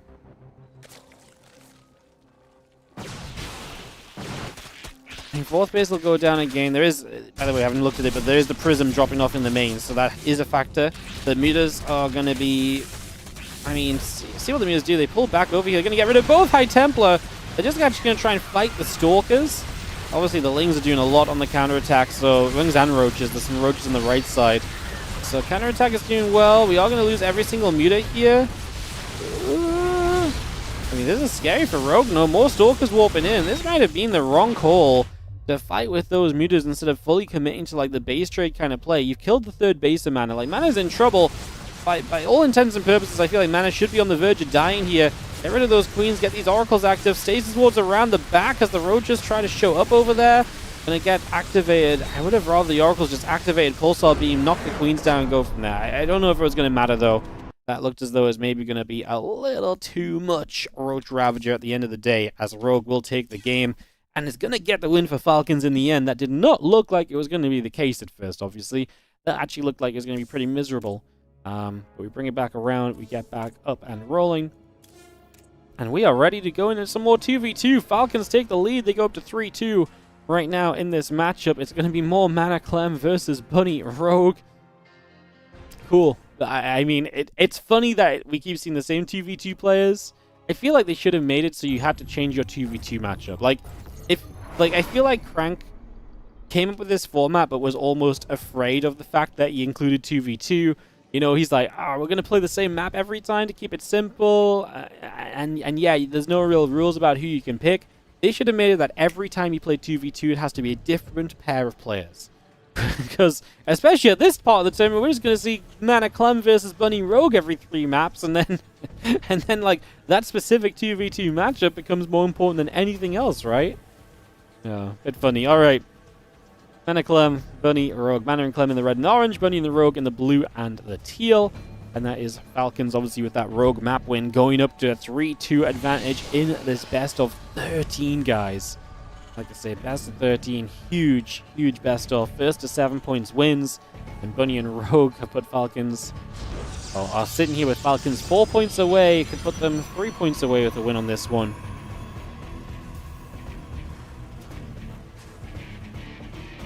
I never really stopped to consider what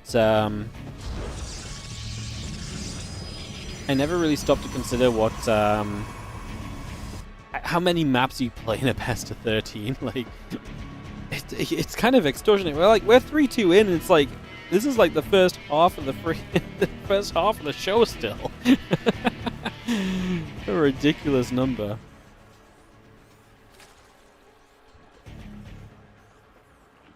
What a ridiculous number. If you're enjoying the games today, guys, just a quick moment to say thank you so much for watching. And shout out to Crank for letting us cast this as well. He sent us the replay especially so we could get the cast out to you guys. So shout out to Crank and him running this, and Chiswick, and awesome stuff to see more StarCraft 2. If you guys are enjoying the stream, do consider hitting the follow button, hit the like and subscribe if you're on the YouTube as well. Super appreciate it if you take the chance to do that. And yeah, just appreciate you guys hanging about with us and enjoying some games and everything. Thank you so much for watching some StarCraft 2 with us today. Let's see. Support if you want to, but we are in the mix of the action, so let's move on from selling out and move through to going through. This is the same players and map as the first 2v2 game. Yes, so there's no rule on which... So this is what I was saying right at the start. Like, there's no rule on which players can play in the 2v2, so I think it would have been fun to make them play different 2v2 combos each time. Maybe not in the earlier groups, but actually I think in this best of 13, absolutely. And it's the same map because apparently Crank was afraid that if we used different maps, it would be too advantageous to players who actually knew 2v2 and maybe took advantage of the map too much. So yeah, I honestly, it's my only criticism of the format. I actually think this 2v2 could have been absolutely a little bit more varied, to be honest. So yeah, this is a little deja vu though. By the way, Mana going to throw down a gate and a robo over here, so they're one basing. So Clem and Mana going to really commit to aggression this time around off the one base, so mixing up how they're approaching it. I say, what's up, Immantil? Thanks for casting StarCraft today. Thanks so much for watching, dude. Always good to see you in the chat. Gonna finish off that Queen, man. The Adepts are tanking so much of the damage. It's amazing. Queen goes down, a Hellion goes down. Now the Reapers, yeah, great grenades. Just going to push the Queens away from potential defense from the ramp. And that Queen is going to go down. The Reapers showing up now, but these Adepts are the problem. They're so tanky. They're taking so many shots. The Hellion was good against them, but losing that first Hellion really made it suffer on the side of Bunny and Rogue. And right now, these Reapers continuing up, going to continue to go through. Another Reaper going down. Drone's in some trouble, so Drone's taking damage. Reapers and the Hellion still building into play. Just going to be seeing the Hellion still coming across. Reapers will continue to battle. Hellion goes down. The Drone's trying to pull up. Reapers come back over to the side. The Queen's still taking some shots off creep, obviously in an awkward place. The Adept is going to get a few more shots in, but man, these Reapers are overwhelming at the moment. And this is all because the early trades really went through the Adepts. The Adepts took the damage early, and now the Reapers find themselves in a mass where they can trade extremely effectively. And Rogue is going to say GG. Mana counter GG's. Bunny is apparently going to stay in this for a couple more seconds. He's like desperate to at the very least clean up the Reapers. But his teammate's gone. You get the feeling it can't be too much longer as Bunny and Rogue lose the 2v2 again. And Mana and Clem seem to have the number on Bunny and Rogue in the 2v2 at least. So Mana and Clem are going to tie it up 3-3. And guys, from here, it's basically just a best of 7. How silly. Like, it really is just kicking in how crazy, how crazy long this group this is. Alright, it is ad time for a couple of moments here, guys, before we go into our next match, which is going to be Bunny Clem. Does that mean we're going to get another Q at ZVT? Yes, it does. So, we're going to get Bunny versus Clem. I looked ahead because I guess knowing the next matchup doesn't really matter because I know the series can't end right now. So, it's going to be Bunny Clem and then Q versus Solar. So, Bunny Clem, Q Solar coming up. That's where we are going. Perfecto. Alrighty, guys. Get this ready to roll out. In just a few moments.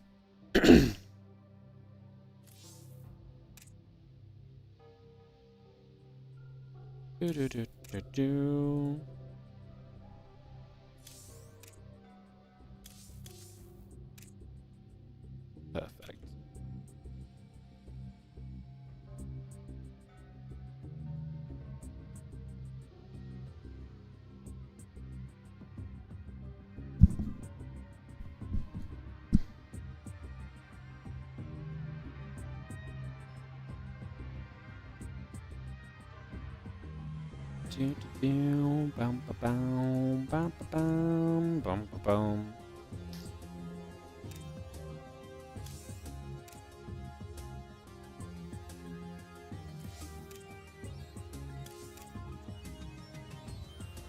Where are we at? A minute and a half to go. Let's do it. Let's just send it, guys. Alright, let's get into Bunny and Clem.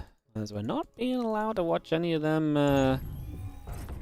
any of these Clem DVZs. It's Clem being kept to versus Bunny, which honestly, I think you probably like that as Falcons. I feel like you probably like the fact that you don't have to take on Clem with your Zergs. Like, is Bunny likely to take Clem down? No, I really don't think so, right? But, and then, you probably have favorable matchups. I mean, Q is kind of a bit of a tougher one, but I feel like you probably feel favorable about your Zergs against Q and... I mean, I guess because Bunny still, to me, maybe Bunny Mana would be nice to see. Yeah, maybe Bunny Mana. Because to be fair, I do think Soul and Rogue can take maps off Clem as well. So, yeah, interesting how it's working out, though. Definitely gives us a bit of an interesting vibe for this series. Bunny in the bottom left, obviously Clem in the upper right. TVP because Clem doesn't play the TVT. He'll switch on over to the Protoss here and do as he so often does. So no surprises on that one as we get started up. WardiDad on the 5-stream watch streak, guys.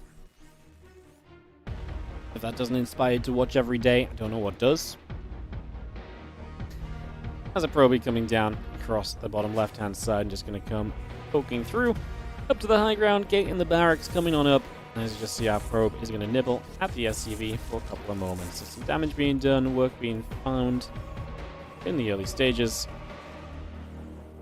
Cybercore will be starting, the Orbital and the Reaper coming up as well.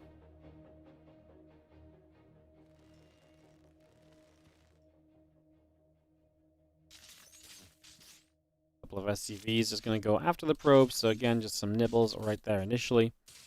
And yeah, probe gets turned around, command center going to drop into place. Orbital, Reaper, all on the way through. Depot on the way. Pretty peaceful expansion-based starting point at the moment. Immintail on the tier 3 sub.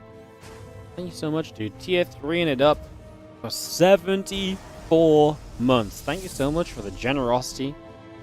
Don't see a lot of them tier 3s. That's really rare. We've mentioned it twice today, funnily enough, but it's not every day you actually do see a tier 3 sub, so it's a little crazy. I'm just going to see our Adept Chrono boosting out.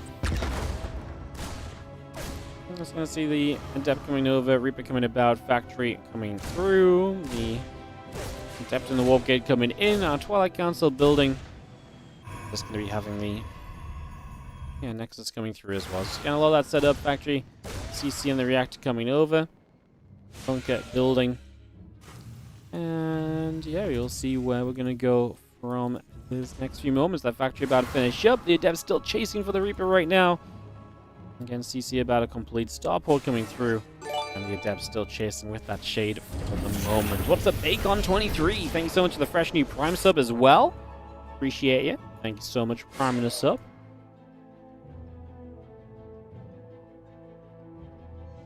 Is this a best of 7? Nope, it's a best of 13. It's a team match. It's Liquid versus Falcons. Every single map is a different player. I literally can't get it to say best of 13 on the scoreboard, so that's why it's blank. And yo's Corey, Sleepy Corey, thank you so much for the Prime sub as well. Appreciate it. Also, thank you for coming through, clicking the Prime. If you're out there, you want to be legendary like Bacon or Corey, Prime up right now. Get those primes rolling and flowing. We appreciate it. It helps support the stream and it helps support the StarCraft. Appreciate you guys. Blink on the way through. Robo Facility coming up. Widowmine, Medevac, and Marines coming through as the Hellion and the few Marines are going to take a chance to step forward. A couple of Adepts go back the other way. We'll see the Adepts still coming through for a couple of moments and just have a little bit more back and forth continuing then. Again, the Marine Medevac coming through. The SCVs and the Barracks coming online. Tech Lab coming up. Just going to see the Adept shading about back down to the bottom left. As our Robo Facility and Nexus coming through as well. Really just very standard from Clem. Bunny playing kind of as Bunny does, just normal for now. Fact 1-1-1. Excited to see if Bunny takes a third CC or not, I guess, is what it really comes down to, because Bunny is typically this aggressive player who does end up 5 racks in a lot of the time. Who does SCV pull on 2 bases, and we saw that in the earlier map that these two already played in this best of 13. I honestly do think, I mean, Clem against Bunny, it's rough for Bunny, but maybe I really can't decide whether I like it for the Falcons or not that Bunny keeps getting Clem. I don't know if Bunny mana is even a certain thing right now, though. Like, Bunny's a player I'm very uncertain about in terms of where things are at, you know. I'm just going to see the Widowmines kind of burrow. One of them goes down, the other will be cleaned out as well. A few probes getting back over there. Temple Archives and Forge coming up. Plus one attack, Siege Tanks coming through, Barracks and the Depot is still building in. The Refinery is about to complete, and the Raven wants to go through the bottom side of the map. So the Raven begins to go through the bottom already. We have got Clem moving across to the bottom left-hand side also. Templar Archives is halfway done. Extra batteries coming across, plus 1 in charge coming in.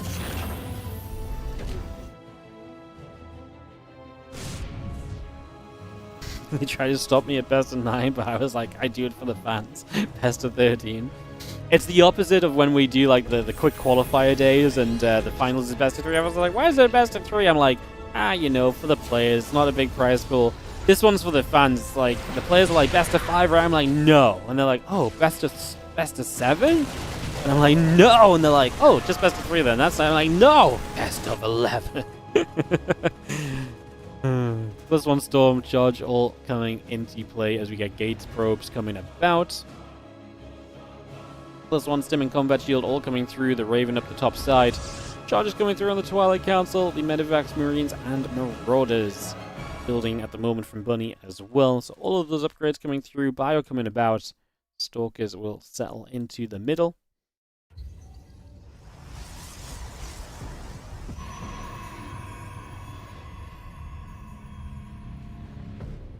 Raven's still taking a chance to move onto the map there. We are going to see the rest of the forces from Bunny. He's actually moving out a little bit. Just Marine tank. Just Bio move out, really. No SCV pull yet. It's just 3 barracks. He could build a 3rd base behind this if he wanted to. Would not be super crazy. The only crazy part of that would be the fact his name is Bunny, you know? It's a very normal play for most players, but the moment your name is Bunny, that's the most outrageous kind of play you could suggest. Tank sieging, Bio stepping up. A little critter in there getting involved as well as Bunny sets up on that left-hand side. Clem has the High Templars and the Storm available to help him with this defense here. I know Twitch chat's thinking, well, he's basically dead because those High Templars are wasted money, but Clem has a way with those Storms to make them look good. As we are going to see a couple more Medivacs stepping over. Going to get joined up with everything else here. A couple of Zealots, one to take the chance to jump on to that army, but they got to be careful. They don't want to dive in too soon. A little bit of the army moving back around. Just going to see the Widow Mines going off. Storm coming in. Storms all over those Medivacs. Damage being done. The rest of the Zealots coming through as well. So warping in once more. Another Storm on the ramp. The Bio has to take a chance to step away already.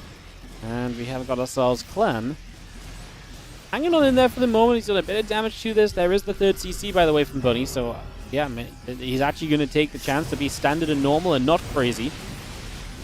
The Marauders just going straight after the Nexus. The army ready to make a push onto the rest of this as well.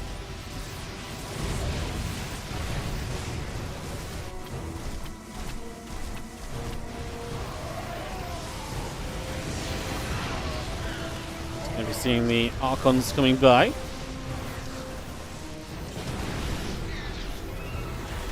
Going to be seeing a couple of Mortals coming through as well. Bio coming across. Prism loading back up. Just bouncing back for the moment as we're going to be seeing a couple of Mortals still stepping through Zealots as well. Looks like Clem is defended. I mean, because Bunny's not committing to the 2 base, then you can kind of play on from here, but then some Zealots doing some damage on the other side. Just seeing these Zealots still getting over. SCV's in some trouble. This is, I mean, this is a situation where Bunny's supply is plummeting quickly here on Andromeda. And we are going to be seeing the Zealot. I mean, apparently this 3rd base is just going to burn to death. That's awkward, to say the least. Going to see an attempt to come over here to play defense. A couple of SCVs running over to repair. Clem doesn't have a ton of stuff here, but 3 Immortals with Micro might be able to get a lot done still. Pushing those units back. The SCVs will come away.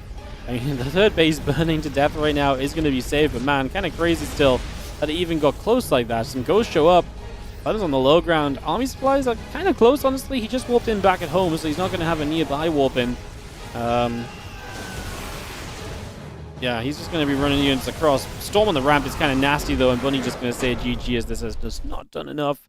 Clem will take Liquid into their first lead of the day, no? They were first lead of this series because they were down every time. No, they won the 2v2 and went up 2-1, actually, I think. So, nearly only their first of the day. Alrighty, guys, what we're going to do is we're going to throw some ads on. We're going to come back and we're going to jump into our next matchup, which is Solar vs. Cure. But I'm just going to be a couple of minutes while the ads play. So I'll be right back with you in just a sec for Solar vs. Cure.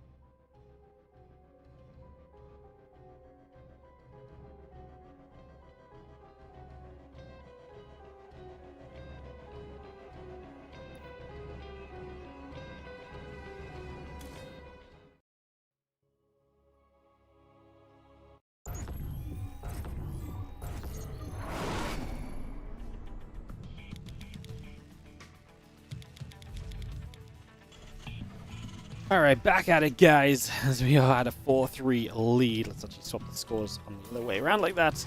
For the red, Terran and his team, Team Liquid.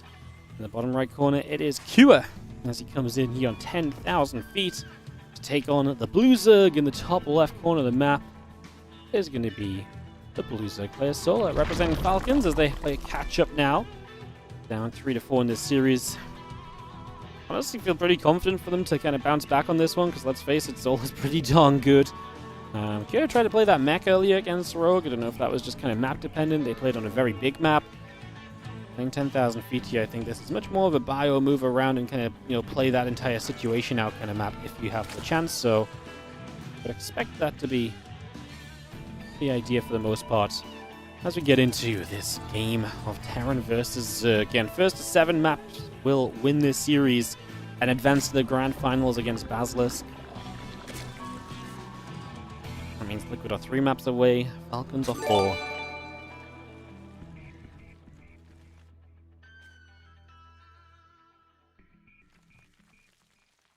What would happen if a Terran player decided they wanted to PvP Clem instead of letting him TvP them?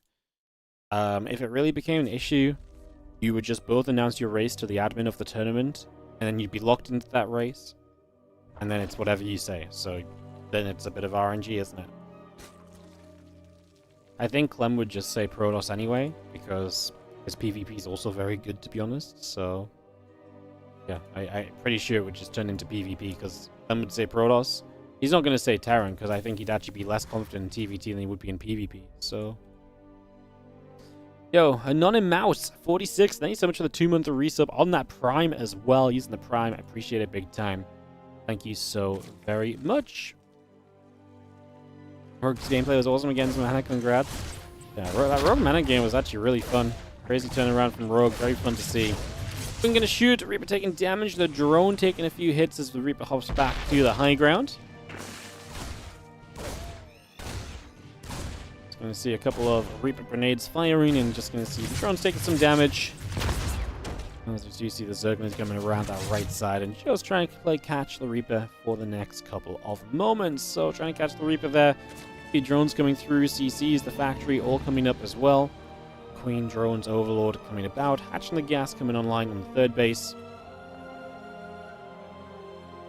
Orbital Command, SCV coming through, the command center in the main. It's going to be our triple CC secure, playing a nice, strong macro, eco-focused game to start us off. Queen still chilling as the creep spreads out at the front there. The Overlord going to pull over to the side. A couple more Hellions on the way through as the starport and company continues up.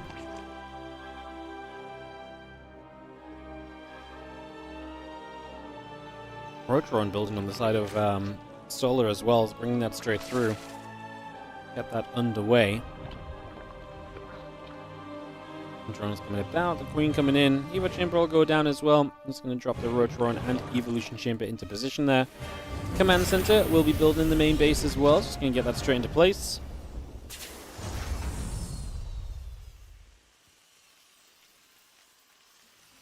And yeah, just going to have a Rotron, Evolution Chamber all coming through. A couple of drones, the Overlord and so coming up as well. And yeah, Banshee and Hellions going to be a part of this. A couple of those Hellions already coming out. Queens will continue through. I see the attack lab still building in. The Roaches, the drones coming by right there. The Queen on the way up. Just getting settled for the moment. As we do have the Hellions would like to get to the front and just try to get something done. The Queens will say nuh-uh, push them back the other way.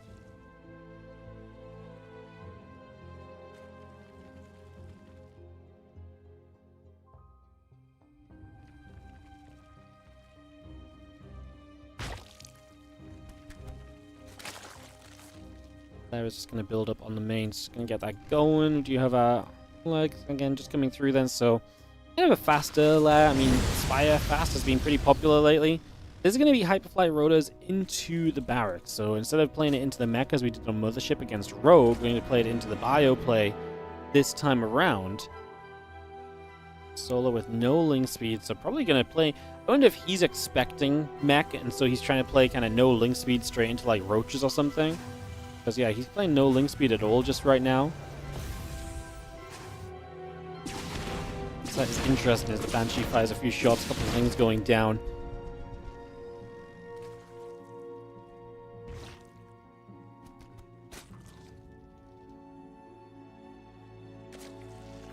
Lara's about to finish, just got a couple of roaches coming through. The Hyperflight Rotors and the stim coming up as well.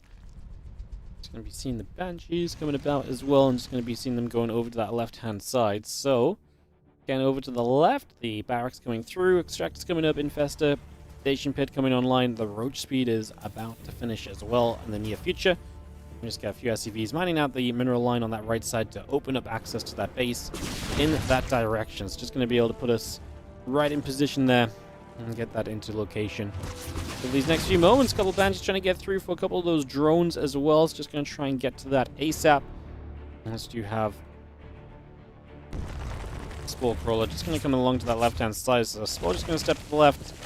And again, 1-1 upgrades and the stim continuing through for a couple of moments. Again, Infestation Pit, Evolution Chamber, and all the rest.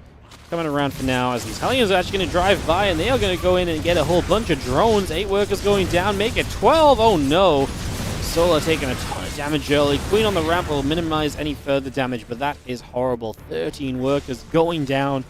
Damage done, and Cure off to a great start as the Banshees will move around and go after some creep spread here, trying to get a couple of kills in these next few moments. So, a pretty darn good position then as the couple of Banshees will gather up. The hatchery settling down. Just going to get rid of a little bit more creep at the moment. Just going to see our upgrades continuing through. The hive is going to be on the way, and the baling nest will be building as well. A couple of reactors in the armory coming through as the 1-1 upgrades and combat shield building also. We just get a lot more of this on the way through for the moment. So again, just a lot of setting up, a lot of getting building right now. As you do have the Medivacs loading, I'm going to go up the right-hand side, so they're just going to boost across in one direction. Still got the Hive, the Roach, the Ravager, the Infester, all coming through, and we'll see what the Medivacs do in the top right after, like I say, a good little bit of damage gets done there. Can we keep it up as the Banshees are going to come swinging their way back over to the left side here? More Creep Tumors going to keep on going down as well, so some damage being done for the moment. Some shots coming through, 1-1 combat shield coming about, just going to stem in, a couple of Creep Tumors. Very close to going down, a Changeling gets popped. Wing speed, +1 missiles, +2 carapace. Bane speed as well, all coming through. Just going to see the Creep Tumor going down, that's a Fungal. It's going to catch a bunch of those Marines. As you do see the Medivacs boosting back into the center.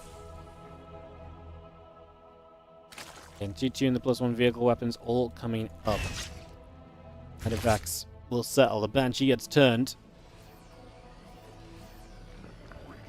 And Ultra Cavern's halfway done. Just for the moment, we have the Marines stepping through and getting rid of a little bit more creep spread. So a few more creep teamers going down. Just taking some space out of the middle of the map. The Ultra Cavern not far from finishing. Again, the Baneling speed, the Link speed. +1, +2. Just got everything coming up. I mean, Solar actually has a lot of upgrades on the way. I gotta say, considering Solar lost a bunch of drones early, like, it actually really wasn't so bad. Like, he bounced straight back away from that and just has been kind of good since. Double factory and then a 4th base, and we're just going to continue to play kind of a longer game here as Kira. Not looking for the big old 8 racks shove, not looking to get in position. Maybe just felt like, I mean, honestly, felt like the damage early might give you the chance to do that. Clearly, he doesn't seem to agree with that concept or possibility. And so on we go as Marine Tank moves out onto the map to the top side, taking some moves for the moment as the Roaches catch a few of those Marines and they lift back up into the Medivacs. The Roaches step still onto the edge of creep spread here. 4 more Ultras on the way, Lingbane in production. Again, with Kindness and the melee upgrades coming through, getting into a much nicer position right now as the Marines will run up. Going to see some of these tanks ready to fire. Lingbane going to get pushed back. Rose of Val's not really striking right there, not able to do enough just yet. A couple more of those creep teamers currently being knocked down at the moment, so just clean up a little bit of creep, continue to settle on this right side. You see the Infester is going to run forward with everything else. Do we have any Fungals that can land? The problem with this map is there's so many little choke points you can just hold onto, and Cure here is basically going to hold this choke point to keep his army safe and then drop onto that forward base, which is a very cool way of doing it. Quite often we see kind of different chokes being used, but yeah, this map can be quite choky. Medivacs on the left side going to meet the Roaches, and they're not going to have too much love on them, so not going to be able to do too much else for the moment, as we are going to see the Spire on the way up. And that Spire coming by right now. A couple of Crows of Vars coming in. Ooh, good target fire. Going to get rid of 2 of the Ravagers already. with those few Marines that were stepping forward, seeing some success. Meanwhile, the Roaches have turned from defense to offense. There's a defensive Banshee here, but obviously one Banshee not going to kill 10 Roaches super quickly. But the Planetary Fortress 2, yeah, we're like, oh, don't like the Planetary, run through the open wall. Bio units there as well. The Roaches just run away. Not really much chance to stick around any further.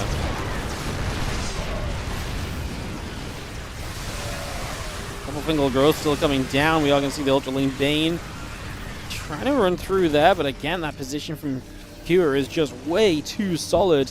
Way too good of a spot. Able to hold on and play a good defense right there. The Bio coming back around to the right side from Cure at the moment. Again, the couple Ultras, all those Lings, the Spire coming by. It's going to be seeing all those Lings finishing in the next few moments, and, well, CC is coming down as well. Just going to get that going. The SCV's returning up to the top. The Command Center finishing. The Marines want to get in after a few drones.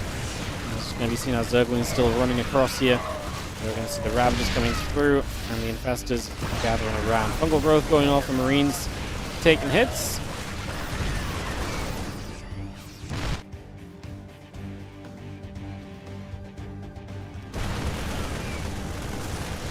Battery is going to fall in the next couple of moments. We're just going to see the 3-3 upgrades still coming through.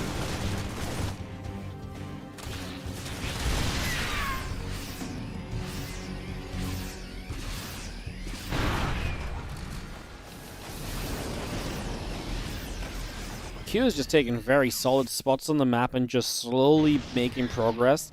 The thing is the kind of way in which Q is playing means that Solo can kind of just say, okay, then I'm not going to play the top right now, and he just expands to the left. Because what Q is doing is so reliant on everything being joined together, Solo can just set up elsewhere, and as, you know, we start to move to the left side or the center here against Q, and maybe the top right becomes available again.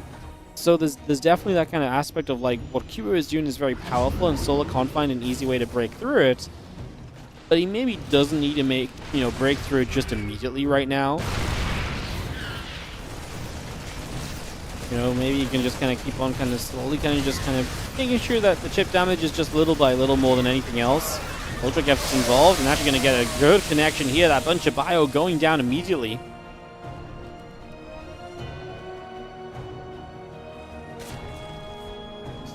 Still got +2 melee, +2 missiles coming up, +1 flyer attack coming up as well. We do see 40 Zerglings on the way right now as we have a couple of Ultras just going to show up. The cancellation there.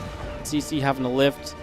Just see a couple of Lings and the Ultra stepping through for a moment. Fungal Growth is going to come down, landing onto a few of those Bio units. Corrosive Biles striking onto the siege tanks. Just for a couple of moments there as well. So trying to get a little bit more done for the moment, but not quite seeing too much success just yet. The Ultra Ravager continues to come through as we just see the Bioforce going in after a bunch of the creep spread here. So a bunch of creep going down, a few Marines unloading, a couple of drones taking some damage as well as some Zerglings continue around for now.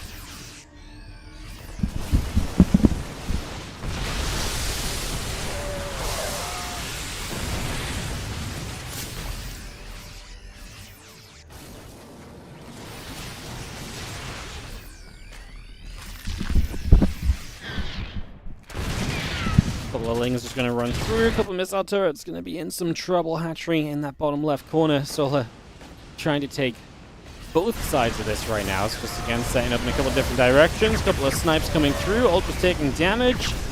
Bio taking the chance to run in at that. I mean, the snipes obviously going to be huge against a bunch of those Ultras. Sola just doing damage where he can. A few units here, a few units there, just trying to get some work done.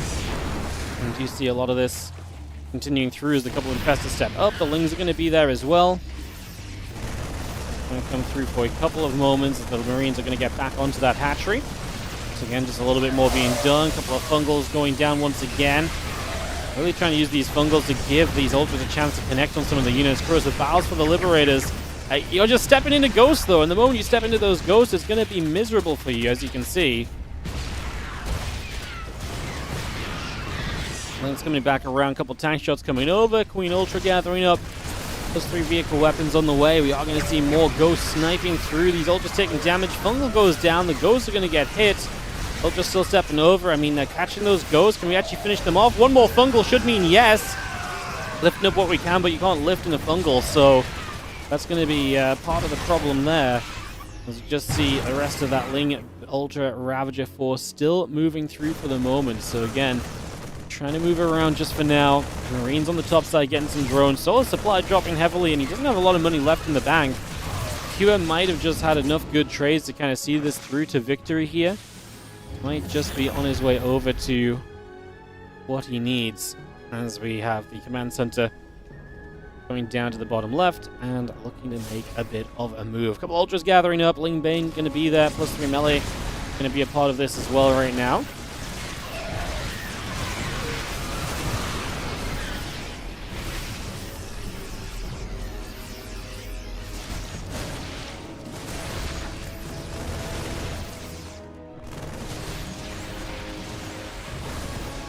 Well, Snipes and the ultra taking a few shots.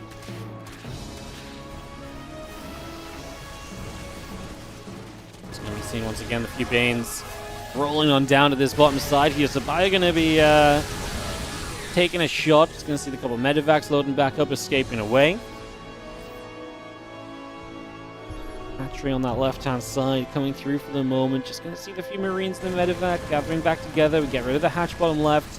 No corner base from Solar means that he's not getting some of that income that you might be kind of reliant on to some extent here. So not able to do much in that regard. Couple more snipies trying to come through. ByuN going to just jump to that left side, finish off that hatchery, take that down. Couple more Liberators are going to go sieging up across that direction at the moment, as we do see some Banelings going to get cancelled as well. Here with 140 to 100 army supply looking very good for the moment. As we continue to press on through, those couple of Broodlords getting active, going in after the Ghosts and the Marines. Seeing the Broodlords coming back and pulling away there, as the Adrenal Glands will be finishing soon from Solar.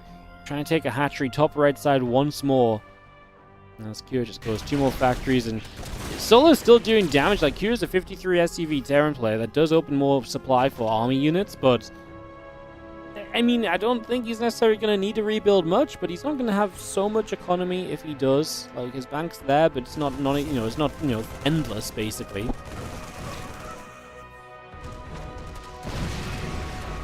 Broodlords will get rid of the siege tank. And just continue to step through. The Broods now going in after the Planetary Fortress as well. A couple more factories coming up. The Starport and the Thor and the Liberators all coming through. We get the +1 vehicle plane still coming over, and those Lings trying to make a play just for now.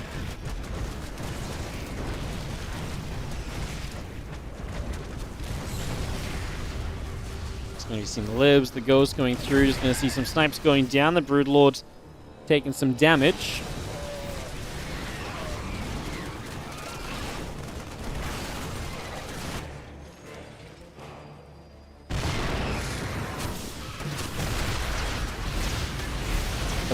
Crows of Biles. Liberator is getting struck. I'm just going to be seeing the rest of this Ultra Bane. Ravager coming through. A couple of Biles onto that Liberator there. Going to get a KO. 23 SCVs killed. Man, Solar stepping back into this a little bit for the moment.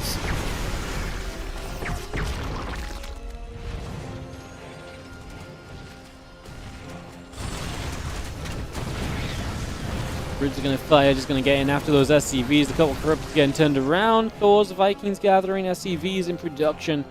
We still have Kua coming up to being almost maxed out. Corruptor and Festa still building by.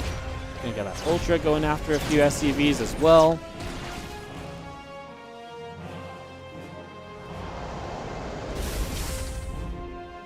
He'll just drop into that bottom left-hand side. Kind of wild, because it felt like Kua was in such control of this game, and now we are getting into a little bit of a trickier spot, no doubt. Hard to really do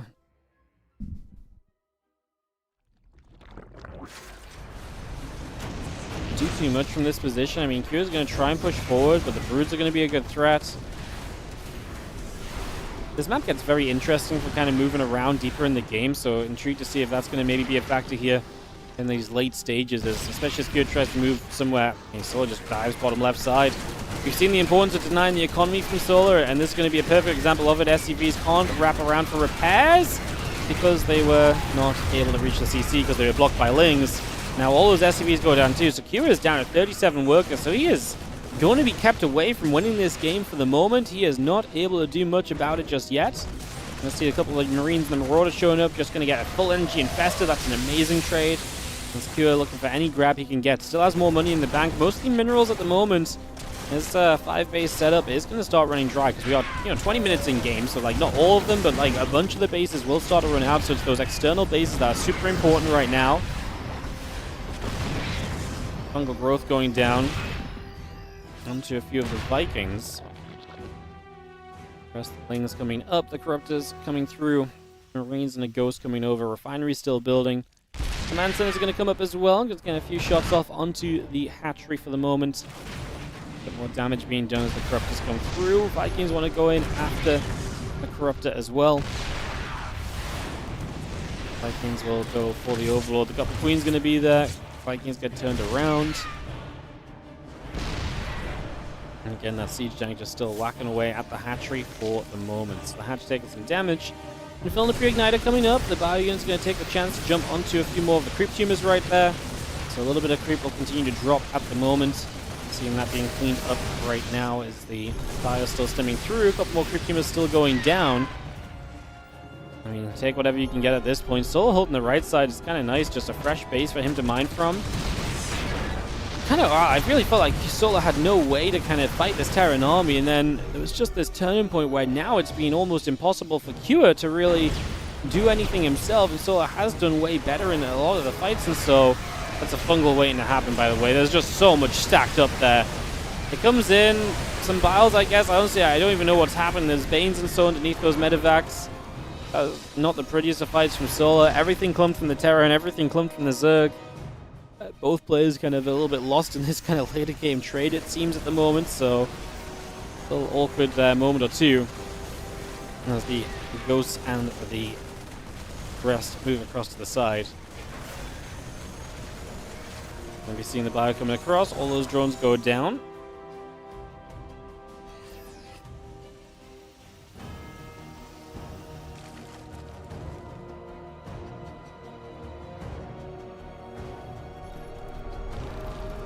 See the rest of this going through for the moment. Just going to see the Viking medevac gathering about, rejoining us here for a few moments. And just have a couple of Liberators are going to get settled in for that. Just going to be seeing the army setting up. The Corruptors coming through. So yeah, a few more Banes just crashing in as well. The Lings coming over. The Ghosts are going to hold their own. The Corruptors are going after what they can, but they can't stick around and just get sniped down. You want to preserve some of those. Both players drop a lot of supply. 125 to 113. Solar and Q are going to drop heavily there. Corruptors going to chase through. Medevacs and the Liberator going down. The single Ultra is just going to run at some Ghosts. Actually gets a kill, but is going to pay for it with his life. Solar is back into the supply lead of this game. Far left base right now for Solo. Yeah, this one right here is going to be so important. That base is absolutely crucial at the moment. A little bit more Ling Bane coming up. Medevac Hellbat coming through. Veritable siege. The drones have to back away. And we do start to pick our way through a couple of bits and pieces. Banes morphing in. And Ultra gathering up. Some more Ling Bane coming through. Medevacs in the tank. Reduction with the SCVs, 7 at a time being built. If you're rebuilding the SCVs, it's not even that I think the SCV is the issue, it's where are you going to send them to? He needs a new base. He needs 3 o'clock or the bottom left. And he just has to get a command center on one of those positions and hold and defend it. Like, he can't do anything other than basically, play for that opportunity, basically.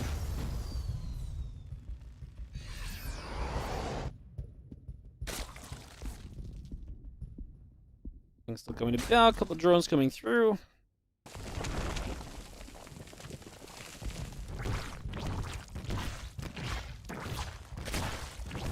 Taking a moment to see the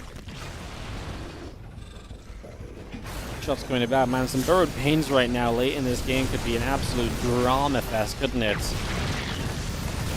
It'd be absolutely wild to just see the fire pressing forward. A couple of moments.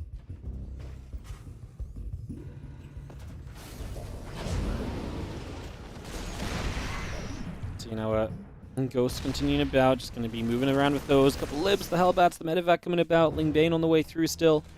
Missile turret and planetary fortress coming up as we speak. As we're just going to see the Ling Bane going to take a dive forward. The Corruptors and try and come through with all of this as well. So in we go. Solo just going to send this.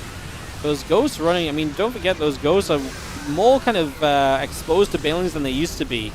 The light tag really helps the Banes out. So we're actually going to see, I mean, in the past, I feel like a lot of those Ghosts would have survived. Yeah, pretty much all of them go down. The Lings, if they targeted, probably might have had a couple extra. Going to try and snipe some Overseers at the end because value is everything right now. We're at this stage of the game where you just got to take what you can get. Well, guess what? This was all initiated because we wanted to deny this base, and we're going to get it. 59k to 46k resources lost is a pretty reasonable number, honestly, for the Zerg, who's mining the 9 o'clock. That base especially is the big deal right now. That is the one way in which this becomes very funky. Let's just see the mules dropping down, so they're going to come straight through. The couple libs moving off to the side. The orbital is floating to the bottom left as well, so we're going to try and get another base over there. And obviously Solo is just going to respond by saying, well, if that's where you want to go, that's exactly where I want to go as well. So wants to try and do exactly that these next few moments.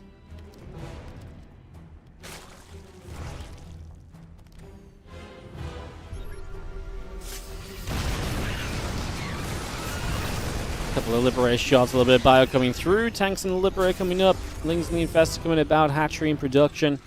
Medevac's pulling back down the bottom side. In a scrappy game. 120 to 115. Obviously in weird position now. Big game as well. You know, Liquid looking for the first 2-game lead of this best of 13. With the 2v2 coming up as well, where Liquid have just looked dominant so far today. Could be an absolutely huge momentum changer. Could be a big deal. Liberator. Oh, sorry, Go's going to get the snipe off as the Liberator goes down to the Corruptors.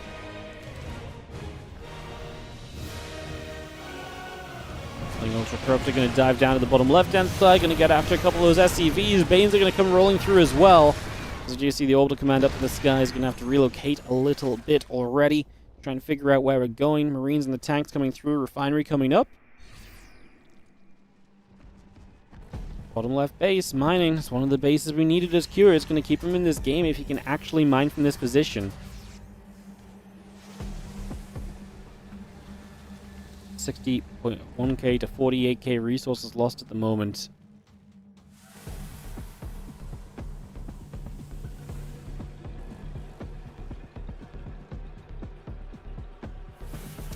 So the Bane's is going to roll into the bottom left-hand side. I mean, any SCVs to get rid of is probably good. Splits the damage. Maybe means that Ling's running in here will have an easier time to kind of finish up. We're actually going to go running the right side with Ling Ultra. Going to get through. I mean, you start making progress in towards the main and so, and you can just kind of rip the Terran apart from the inside out. It's going to work on those depots. Another orbital here just not being paid attention to. Q will let that go down. Ling's coming from the other side. They're going to surround some of the tanks here. Gets rid of that one. A couple of depots fell. We were kind of trying to work our way up there, but Solo decides it's better just to run out of here.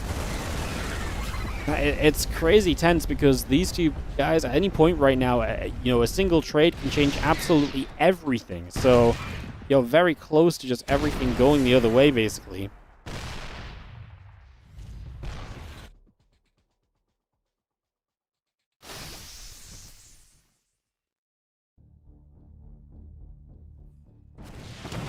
This is going to get chased. A couple of snipes trying to come down.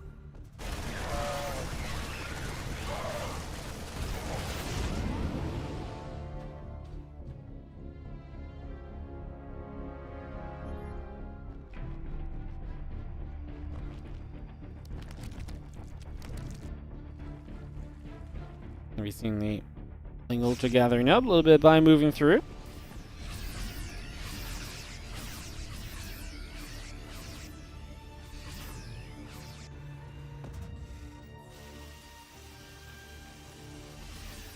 From left, SCV is going to be there. Just going to be having ourselves the libs, the tanks coming through. More Lings on the way. A couple of tanks wanting to set up in siege. We are getting towards being maxed out again. The Solo want to take a maxed out fight? I'm not sure. I don't know if maxed out is necessarily good for Solo. the more Terran there is, the better. I mean, these are equal army supplies, right? As this Viper gets scanned, so you got to be careful. Not want to lose that for no reason. The creep obviously advancing nicely. Solar has taken the 3 o'clock. That base and that income is going to be huge for him. Being able to max out quickly and then maybe rebuild after a fight is exactly the way he might still be able to win some of these fights here. So there's a possibility there for sure.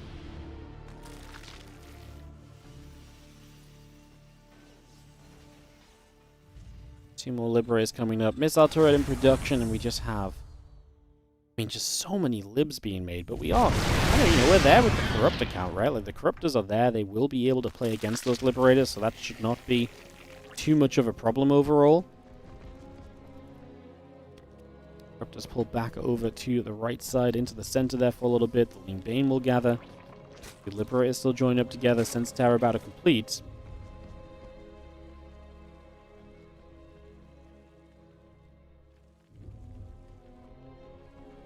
Queenling Ultra just gathering up for a moment or two, so just going to get joined in as we do have our army all gathering together, and this army settles in to the bottom side. So we move across for a little bit of time and see where we're going to here as the file gathers up. Just getting rid of a couple creep tumors, nothing too crazy, nothing too wild or ludicrous just yet. Settling down. And this now 31-minute game of Terran versus Zerg. Kure just camped out, man. It's wild because I just think back to the early stage where like Kure looked as though he could never lose this game. He looked like he could never lose this game, and alas, here we are. In a game where, like, actually, do I prefer Solar right now? I don't know if I prefer Solar, but I mean, him having the both left and right bases, I think, does a lot for him. Infestors lurking around, going to be a big deal as well, I would imagine. Huge opportunities there in general to maybe get some plays made.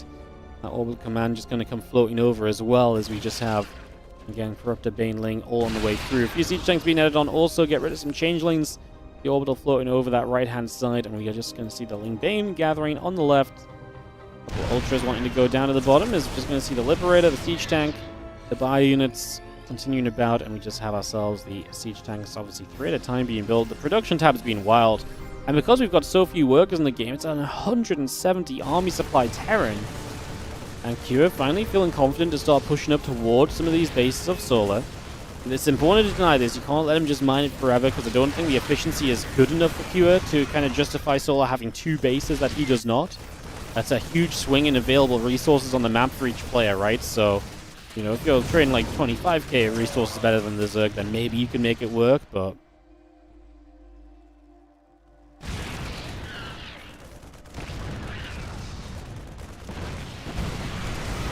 Let's see how Corruptor's going to dive through. Liberator going to get picked away at. Just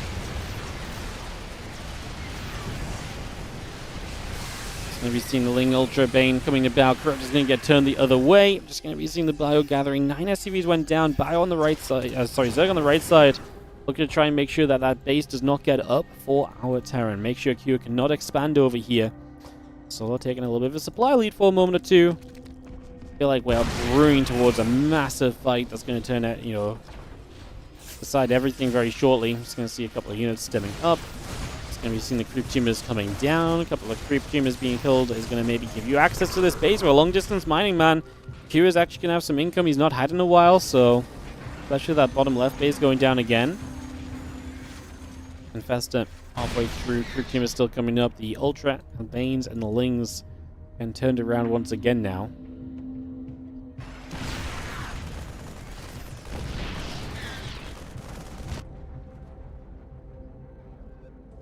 Ling Bane gathering up. Ultra going to be around. 2 more Brutals coming through. The Thor on the way up.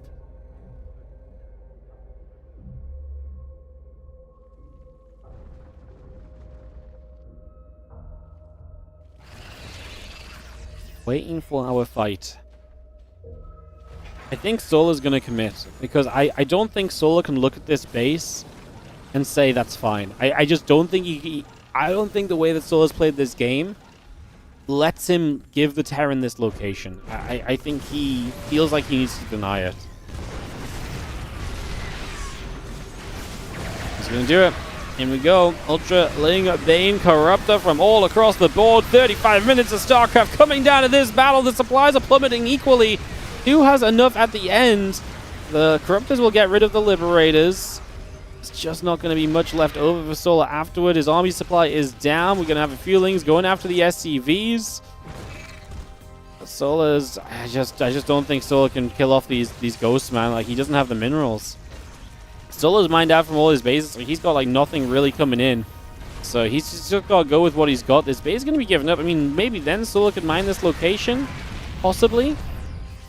I mean, Kira's not going to get out of here because he looks at this and says, okay, well, I've still got some ghosts available.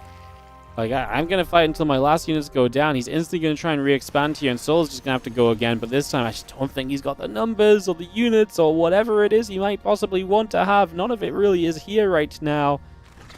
Some drones are going to try and long-distance mine. A couple of Broodlords are going to show up, and they're going to put some work in, to be fair.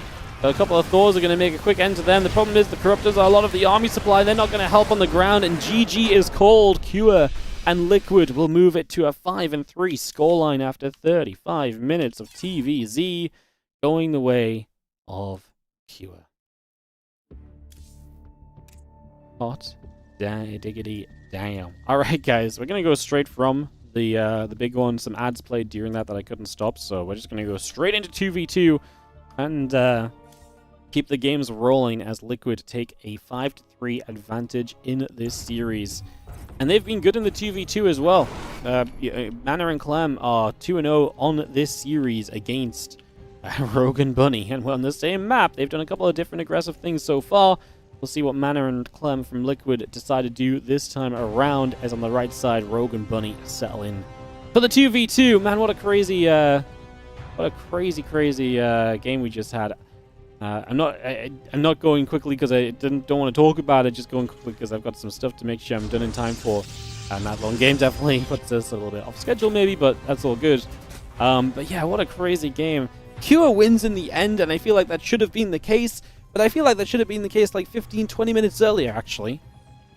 I feel like that should have been the case like so much sooner than what it was. Pretty wild. Pretty wild, crazy game. Awesome game as well.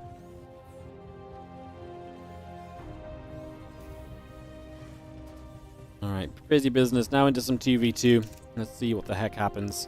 We are going to see low ground structures again from Mana and Clem. A couple of barracks on the way. The gateway on the low ground too. Wondering if we're maybe going to try and just go super aggressive once more. It worked pretty well previously, so maybe we just try it once again. And just try and get a little bit more done in the same sort of vein right now. As the gates set up, it's going to be 2 gates. There's definitely aggression. We definitely want to get across. Last time, Clem was able to do so well with the Reapers because he was able to do so well with the Reapers because Mana's Adepts did so much of the tanking in the fighting. So it made a big difference right away. Definitely helped out. The pros actually practice 2v2, or do they just send it? They mostly just send it. Like, lately there's been more 2v2 events, so people have been a bit more accustomed to playing 2v2 and some builds and how things work. And because of that, some people might have practiced a little bit, but the vast majority of guys are just going to be sending it, you know, or basically using whatever they picked up from other 2v2 events to kind of come through and, you know, try and look as good as they can do.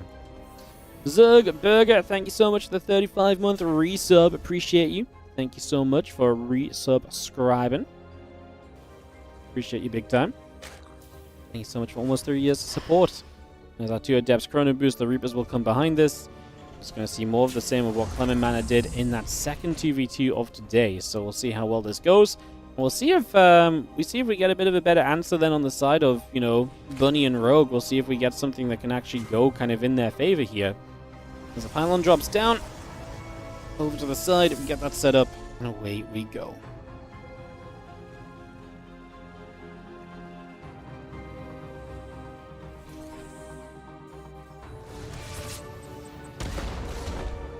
Just going to see the couple queens going to fire, pushing back for a couple moments.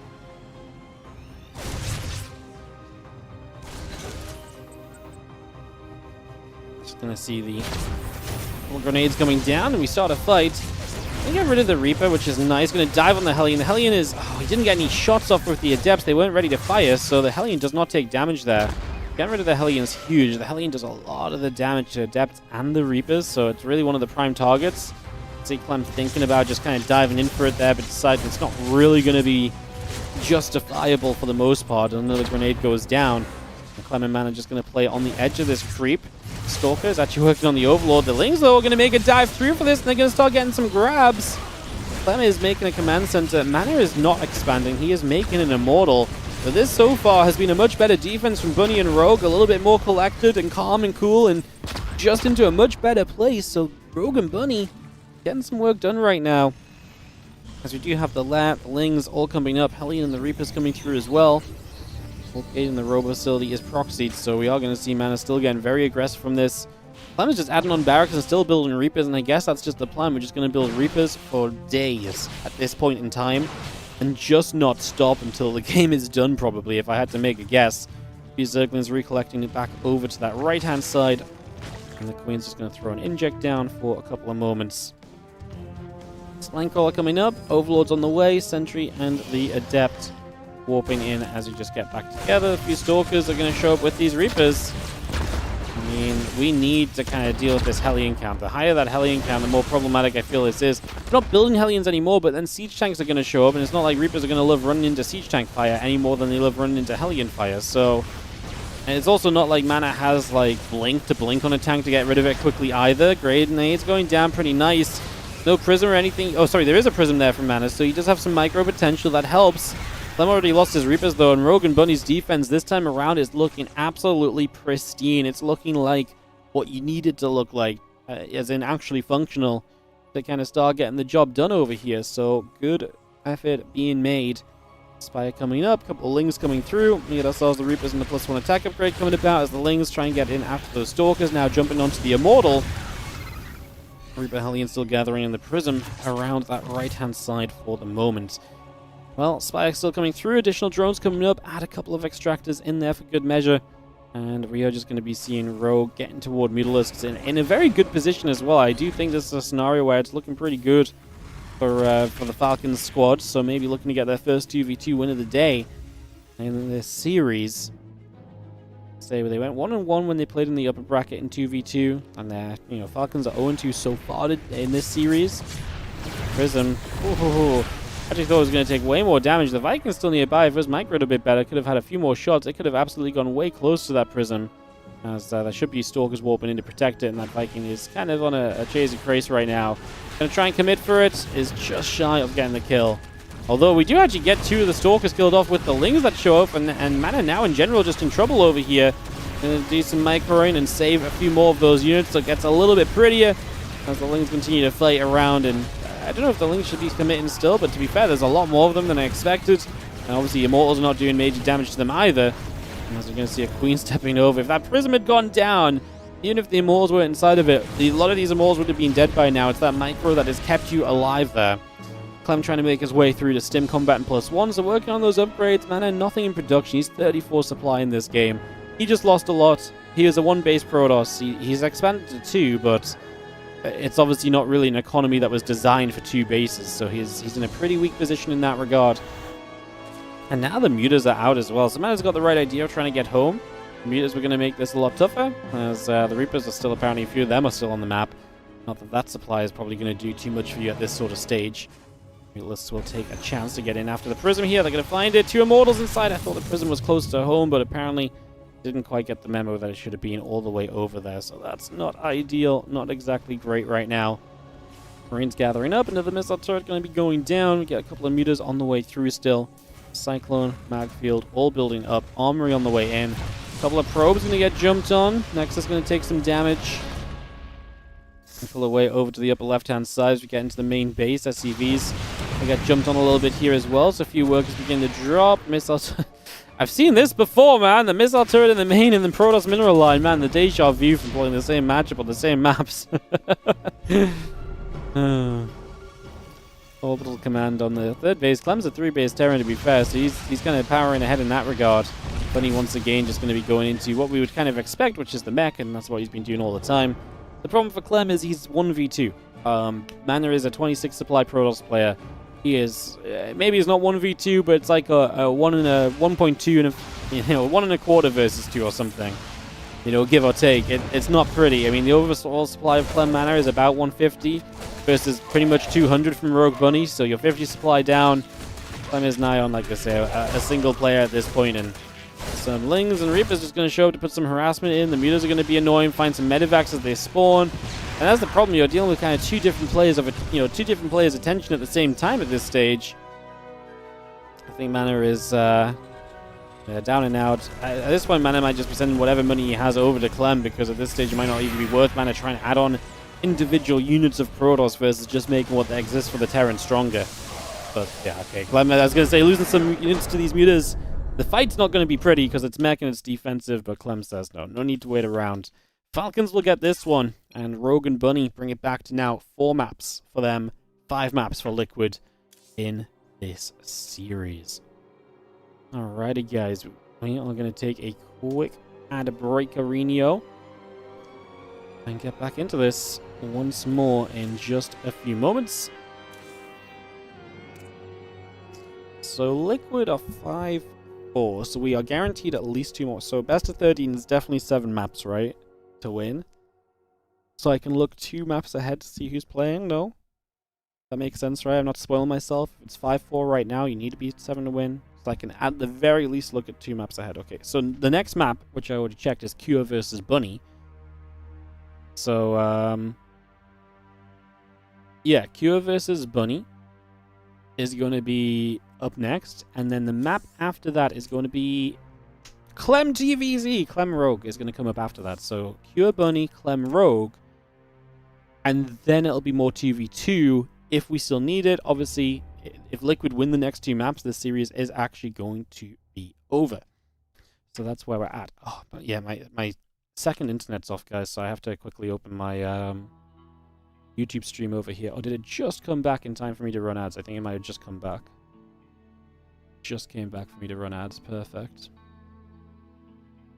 Yeah, if you're saying stuff in YouTube chat, I'm sorry, I can't see you right now because it's just come back now, but I've not been able to see you guys because my second internet's going off, so this PC over here has been losing internet, but it's not affected the stream because the main internet has held up today, so isn't that lovely? Of all the internets to go down, they picked the right one. Love that. Lovely. Alright, so, double internet, playing big once again. Let's get into this TVT of Cure and Bunny, as it is going to be in the bottom right side. The red Terran player, repping Liquid, and with a 5-4 advantage in the best 13, it is Cure. Liquid need 2 more maps to win this out. Falcons need 3. Bunny is the blue Terran, top left-hand side, as we sit up in this top area. Ruby Rock for map number 10 of this 13 map series.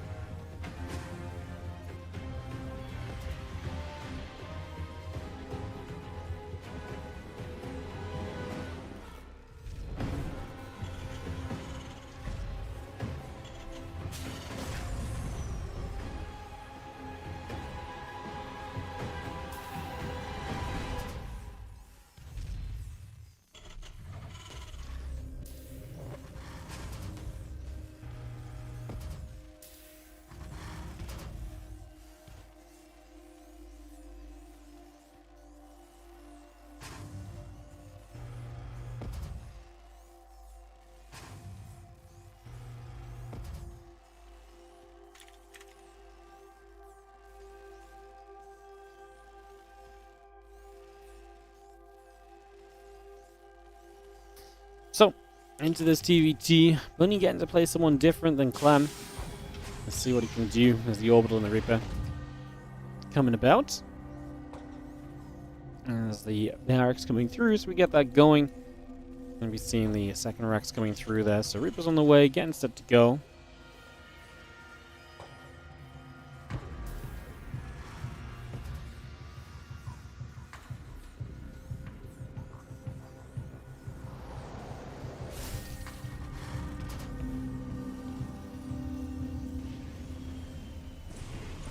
Stepping through for a couple of moments.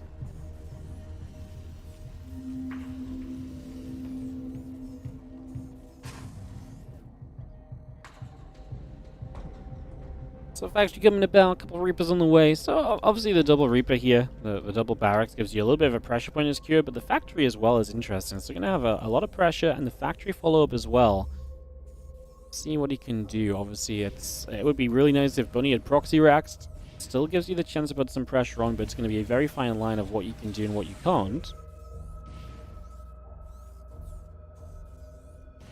Let's see the 2 Reapers showing up. Grenade going down. Good fight for ByuN. That's the first Reaper very quickly. However, the second Reaper is interesting. He's actually going to lose the second Reaper fight, but this is probably just going to be 2 Reapers for 2 Reapers. If the Hellion goes down taking a single shot, another Reaper shows up. We'll get the SCV. The Hellion probably could have stuck around and fought this. So the SCV will go down in the end for a little bit of a denial. And CC is just going to be delayed then for a little bit, which helps you to catch up a little bit.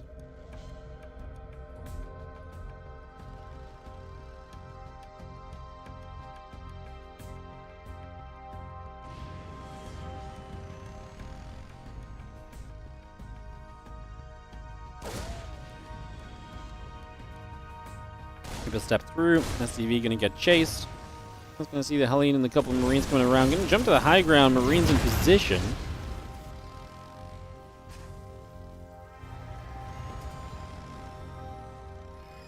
So we'll see the Hellion continuing through. Troopers and the Hellion will come about. Just going to see the Cyclone going to get grenaded as well. Just for the moment, the CC back over there from Cure. Playing catch up, so behind that command center. And then this hasn't been too aggressive. Just obviously Reapers now joined up with the Hellions and everything, so. And all of that together right now, as we do have the Raven building through. Cyclone and a few Marines still coming up. Siege Tank, Medevac and Marine continue to come by. Command Center building from Cure as well. Just going to be seeing the CC about to be done, so get that finished up, get that completed. Marines, Raven, Interference Matrix coming through also. Just gathering on the front of that natural. A few units going to be there as well. The Medevac going to load up and start boosting forward a little bit. And Raven, Interference Matrix, very typical TVT kind of stuff right now. Cure's actually ahead about 3 workers, but ByuN has the army advantage and he is pushing and looks as though he wants to obviously make something happen here, but he's going to run into this army pretty quickly. He's going to be the one to take the Cyclone lock on. So his Hellion will go down, can't really get the rest of his units out, and now he's in a bit of an awkward runaway scenario. If that Cyclone locks onto the Medevac, this is going to get a little bit troubling. That Medevac will go down. Love the auto turret as well. Oh, we lost the lock onto the Medevac, so the tank can be saved by the lift up. And that auto turret does go down. Good getaway from ByuN, because that actually could have been pretty nasty for him. I thought it was going to be nasty, but like he just about salvaged it from being truly disastrous. Nice save in the end as a couple of Vikings come through. The tank and the Marine coming up. And additional Marines in the stim pack building as well right now. So continue to go through with that as the extra Marines come over to the natural.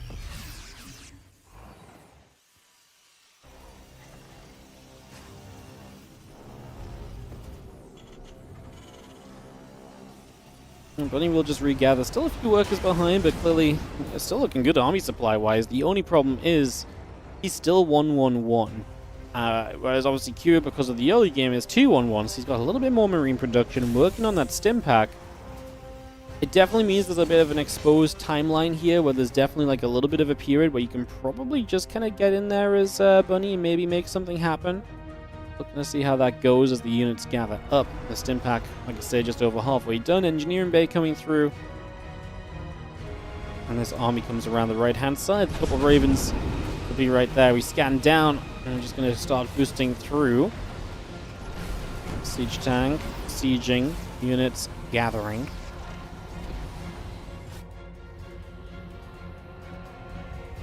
Stim pack is going to be done very shortly. We just have ourselves the Cyclone locking on. The Vikings get pushed back the other way. And siege tank still building by for the moment as the Medevacs load up the Marines. We're just going to boost away to the left-hand side. Those Ravens going to come across. We are going to get rid of one of them, so we actually get a kill. Drop the 2 auto turrets. Not going to really change much in the end, but hey, nice shutdown from ByuN. Having some good little bits of control early in this TVT. Viking gets after the Raven. The other Viking's going to be there as well, so that Raven can go down. So all the Ravens and Q are going to die. Double drop in the main base. This is going to be the issue. You have stim versus no stim right now. But Cure took so long to drop, he lost a medevac and just disaster. Cure is, I mean, that was an opportunity and a half, and he just lost it, as these Marines will get one Viking. We might be able to get two, we will, but it loses you the other medevac still. Cure. If you unload 16 Marines in that main base right there, that is such a success story. Only one tank on the low ground can hit you. You probably control the main base for a while. You've got Stim, your opponent's nowhere near Stim. Mistakes happening. Obviously, Kira is under pressure on the other side of the map as ByuN sieges the natural on that right-hand side. Tanks set up. Cyclone locking onto the Viking for a moment or two, pushing it around a little bit. The extra unit still coming through. Viking tank Marine all on the way with the upgrades. +1 and combat shield building as well.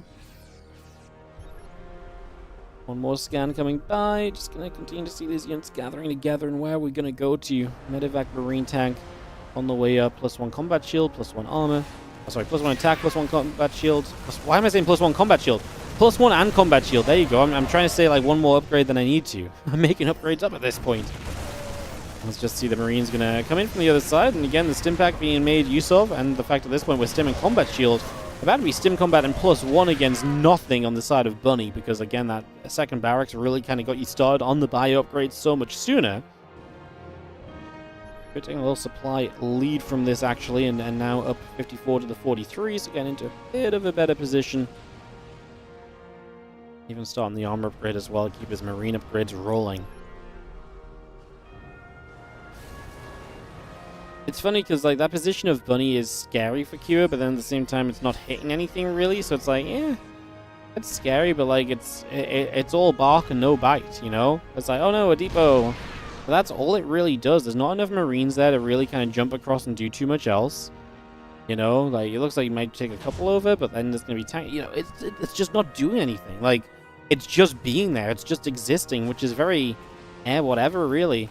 We're probably going to get a wraparound attempt to break into this, as it looks as though Cure is... At this point, you may be actually just thinking as Cure, like, hey, this is an opportunity where I can actually kind of step in and deal some damage and like clean up a bunch of that army. Wouldn't that be amazing? Yeah, absolutely. One tank there does hit units coming out of the natural, so it's a little awkward. One combat shield gathering up, marine tank moving away. Gonna see this army stepping over to the right hand side. Stim through, siege tanks. He's trying to chase after the medevac, but he's going to get rid of those tanks at least, so ByuN loses a good chunk of stuff.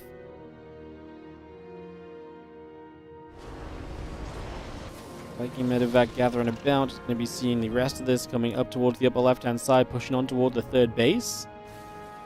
And tanks will siege, Marines join together. We just have our army ready to push straight onto that location here. Tank's going to begin to siege up, and Marines are going to be ready to move on through, and in we go. Still got a +1 upgrade here for the Marines that doesn't exist on the other side. The tank fire is great already. We're going to pull back away and save some of our Marines. We do have Vikings advantaged here from Kua, and the siege tank number is absolutely there as well in his favor. There's only a couple tanks left. I was going to say, I think we can just maybe go for it. It's going to be close. A couple of the Marines showing up from the other side. But when the SCVs have to pull, it does not look good.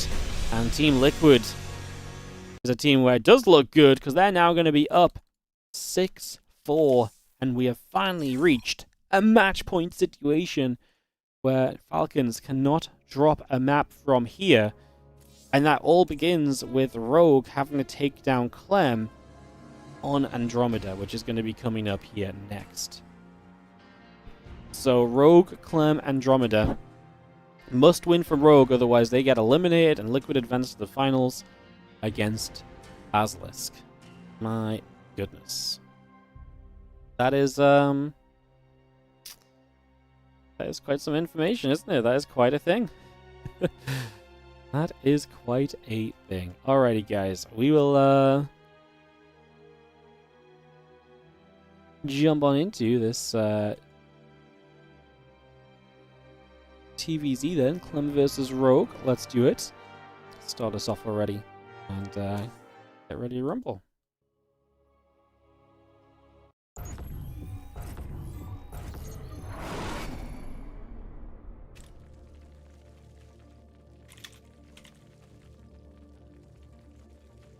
In the bottom left, we're going to have ourselves the blue Zerg player. This is going to be Rogue, and like I say, a must-win map for him if he wants to keep his team alive. As we finally get a bit of Clem Terran versus Zerg in this series. He had to play Bunny twice so far, and now he gets to play Rogue. Clem in the top right, repping Team Liquid, of course.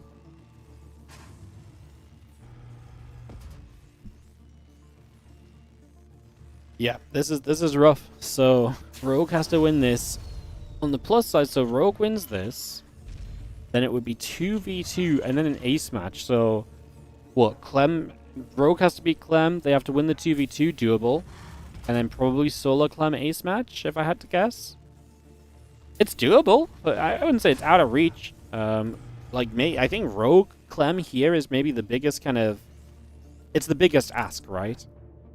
I think that is the biggest, like, oh no, like this is a thing, you know?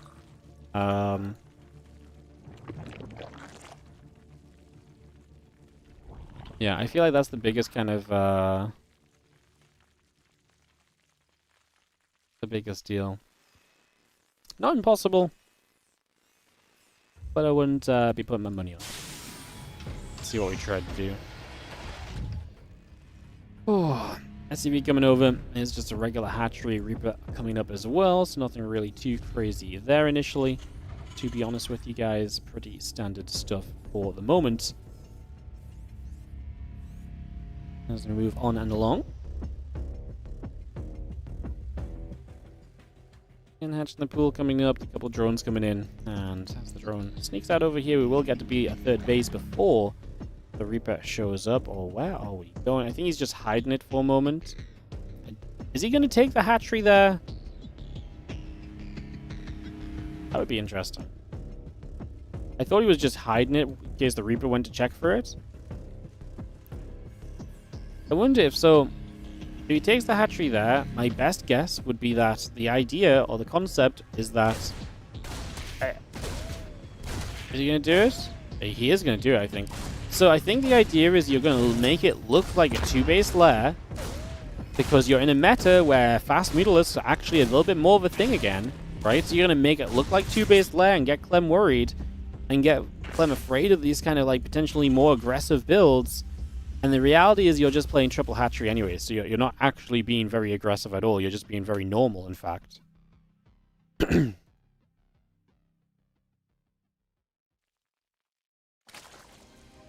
Link speed on the way through, halfway done. Couple drones, Overlord building, hatchery building by. We're going to fire some shots as the command center, barracks, and tech lab continue through as well. So you can bring that straight up. The SCV is going to go back onto the natural. Orbital still coming through, and the Queen going to push away at the Reaper for the moment.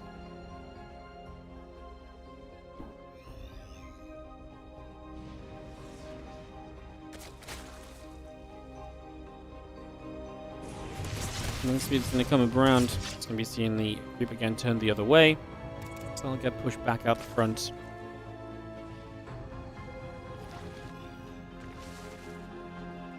Again, the stim pack will be starting up as well. So bringing that stim straight through. Green on the way about. Hellion and the Reaper coming through. Queens are going to be there to help greet those first couple of units. Important to not let Clem get in with those early Hellions and get damage done. That would be disastrous, obviously. So trying to stay away from that the best that we can.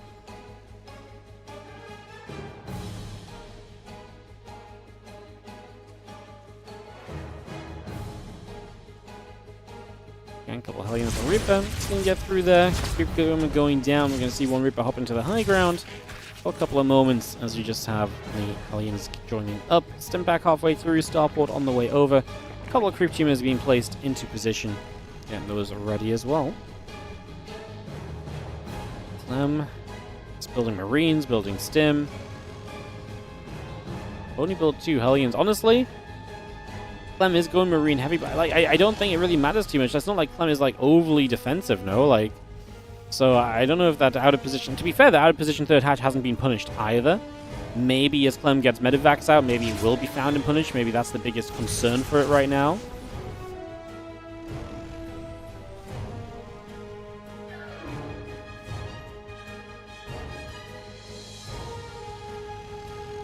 Battling out into the center, just going to come through over there. Queens are going to be stepping forward.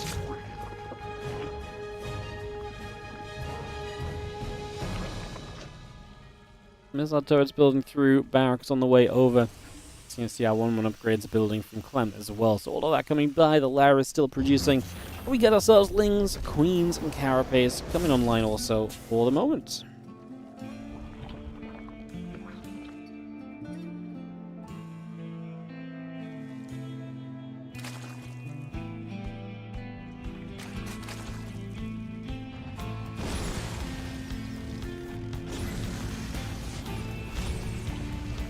Probably gonna shoot, a couple of drones going down.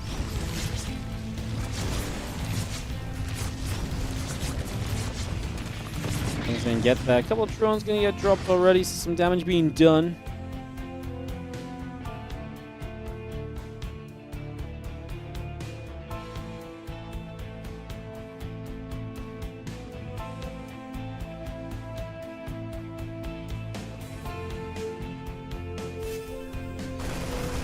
See our Marine stepping up. Overlord going to be taking some damage. Stepping down this rambling Queen.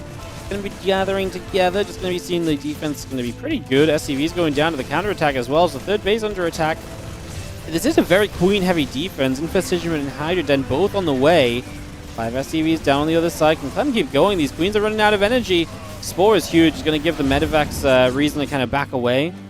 And Clem actually got a lot of the Queens there. So I feel like he's probably pretty okay with how that turned out. Felt pretty decent for him, honestly, as the few Zerglings going to run forward. Marines load the units back up into the Medivacs, and we're going to retreat away over to the sides. A few more Marines arriving, coming back across already. +2 Carapace coming over, Hydra Queen still coming up. Groove Spines, +2 Carapace coming over, and the Marines going to take a little bit of a stim down this ramp in towards the Queen Spore Force. Again, just trying to keep the trades going. Like, right now, Rogue is trying to build Hydras, but it's taking a little while for them to arrive and then move commanding right up to the Marines. I mean, there's one thing about getting in range, but that might be a bit too close. They are not melee units. I wouldn't mind there does not maybe do as much as it could have done, as the run by once again from Rogue is going to try and keep him competitive in this game. And remember that Rogue must win this map if he wants to remain in this series, if this team does not want to be eliminated from the tournament. I just don't think the run by is doing enough. Did it cause some chaos? Yes. You've just lost every single Queen, and now you're starting to lose the hatchery. I mean, this is a problem. Drones are going to begin going down as well. Like, you're in trouble right now. Only 2 Queens in the game. I can't help but feel like we're going to just see more and more and more just kind of units pouring out from Clem, and just Rogue going to have issues because now you're 1 Queen Zerg. You are literally just going to have production issues. Like, you don't have the injects that you need to make this a reasonable scenario in the slightest. Becomes disastrous, really. That's the +2 Carapace coming up. The Hydra's still coming through. 2 more Queens on the way out, as we do see the Medivac and Marines coming around the left-hand side. 2-2 coming over. A couple of Wooden Mines coming into place. The scan comes down for a couple of creep teamers to get cleaned out as well. More shots as we get rid of a couple more creep teamers already. Going to go stim underneath the Overlord. Going to get rid of a Hydra with the Widow Mine as well. Marines to the bottom. We're going to be seeing this Overlord is going to go down again. So Overlord falls.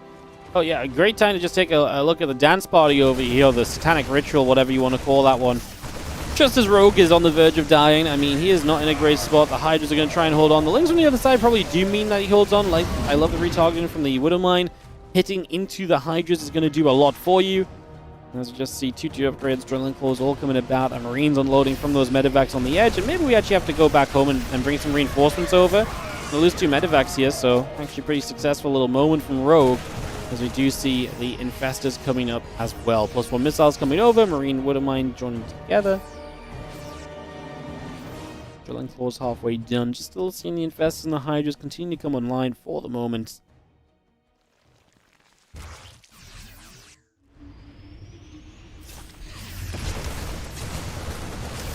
He's going to get rid of another Queen. Clem now showing up with more units, and this is going to be really the test. Like I said, there's been a serious Queen issue in this game. We're back to 4. Some injects might be kind of active again now, but even just having to rebuild them is a little bit of an investment as well. Some minerals that aren't things instead. +2 Carapace definitely helping some of these units survive at the very least. +1 missiles will be the next upgrade to finish for Rogue, as you do see the 2-2 upgrades taking along here at the moment from Clem. So those engineering bays going to kick into play in the next few moments. As Rogue sits, what, just about evening up the supply on his way to Hive. If you can get to Hive, if you can get to, like, a little bit of Hive tech, I don't know whether that's Lurkers right now, I don't know if that's kind of just maybe even Vipers or something to, like, abduct these medevacs back in as they try and retreat. I don't know. Something off Hive feels like it might just about swing this a little bit, because Clem is being very aggressive. I mean, hey, a good fungal growth is going to help you as well. Double fungals to make sure we get a good catch on that. However, more reinforcements shown at the front. It is awkward because these Widow Mines are kind of getting Hydras. That's a lot of Hydras. Like, do they have critical mass here? Yes, they do. They're killing things way faster than they're dying. And that is absolutely massive, as we do see the Hive is going to finish very shortly. And if that gets chased across, it's likely, well, that's very close to going down. Let's go. Augment's about to finish. The Hydra's still coming through. Plus 2 missiles starting up. Army of Clem still wanting to push into the upper left-hand side. Get after those Hydras. Get after those Infestors for the moment.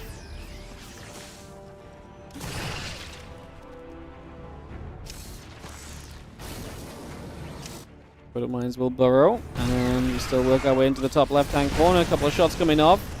Queen taking some damage. The rest of the bio are going to start moving over as well. The Link Hydra trying to step forward. In we go as the Hydra's going to step through. A couple of siege tanks already going off. Marines doing a good job and continuing to get in after those Hydralisks here already. Bam, bam, bam, bam, bam. A lot of bio going down.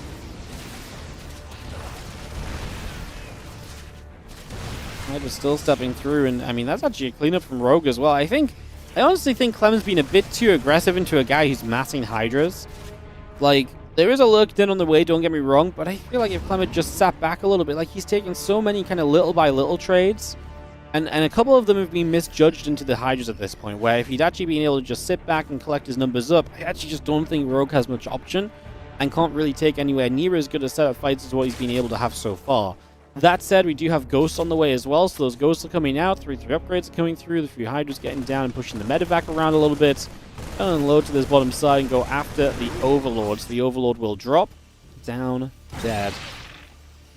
And where do we go from here?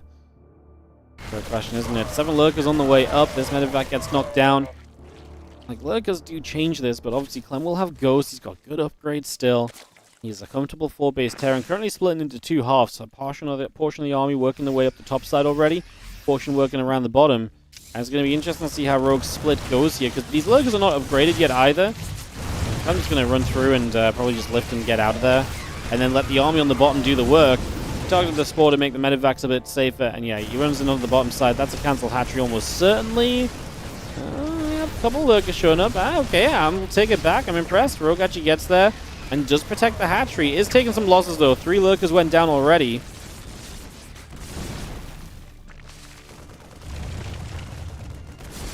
Lurkers will get there. The Marine goes down instantly.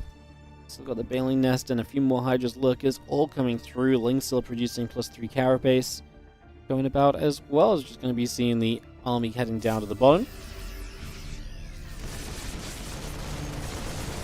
Lurker will get picked off. Just going to be seeing the Hydras clearing up a few more units over on the far left-hand side. Still pushing through. A couple of snipes coming down. Hydra Lurker taking big hits. Ling's trying to run to the front. Those Lings will go down already, and we're going to try and snipe through again. A couple more snipes for another Lurker there. Going to make it another. Hydra's lunge forward into the Ghost to try and take this fight, but they are disappearing faster than they can fight. And that is not going to be a good sign for them, as Clem is playing cleanup. And Clem is going to send Liquid to the grand finals. Man, what a draining series. 7-4 in the end is going to be the score for Liquid to get the final map necessary to advance on through. GG, says Rogue, and Clem does it. And that is why we don't have time for the grand finals today, guys, because that was like a 2.5-hour series. So yeah, I'm not sure when I'm going to cast the finals. We are busy the next few days. So tomorrow is the first day of the WardiTV Korean Royale. Let me show you guys this quickly. So tomorrow, if you want to tune in, you can watch all of this. So the Korean Royale starting up, that's going to be featuring tomorrow Kira Ryung, Rainor Solo, Nightmare Percival, and Zaun. Although not Zaun because he's in Canada. But you'll see a bunch of these players from Group A playing tomorrow. More information on the Liquipedia page. Then on Monday, we're going to go into the WardiTV Monday Double Cup because it's front page Mondays. We're going to be on the front page. We're going to do 2 back-to-back WardiTV Monday Cups. So we're going to do one, it ends, we do the other. And then on Tuesday, we have WardiTV Korean Royale again. So the next few days are busy, but maybe after Korean Royale on Tuesday, maybe we could sneak in the finals. Perhaps. I'm not sure. I'm going to have to... I'm not fully set up for my schedule for the week just yet, so... I know roughly what I'm casting. I don't know if I have a chance to do some longer days here and there yet, so... Figuring that out is what's going on right now. Probably can't on Tuesday, actually, because Monday is going to be a longer day. So probably not on Tuesday. Maybe on Wednesday. Because I don't know if we actually have anything scheduled on Wednesday yet, so maybe we schedule that in. Because I would love to see how the finals go. It's going to be another best of 13, so it's likely going to be 2+ hours. In fact, I know it's going to be more than 2 hours. I got someone to time out the games. It's over 2 hours is what they told me, so... Yeah, that's why I can't do it today. Alright guys, so thank you so much for watching. I'm going to have to dip and leave you guys. And like I say, we'll see you guys for the next few days. We've got loads of StarCraft coming up. If you're enjoying the StarCraft 2, do consider supporting the channel. You can subscribe, you can prime sub, you can like, and you can sub, and all of that kind of goodness as well. So do check out all of those options. And yeah, I appreciate you guys. I hope you guys have a wonderful rest of your day. And I'll be seeing you guys next time for some more StarCraft ByuN. Alright, I hope you guys have a great rest of your day, and I'll catch you guys next time. 7 ads on the outro, and then we'll be wrapping it up. See you guys later. Bye-bye, bye-bye, bye-bye, bye-bye.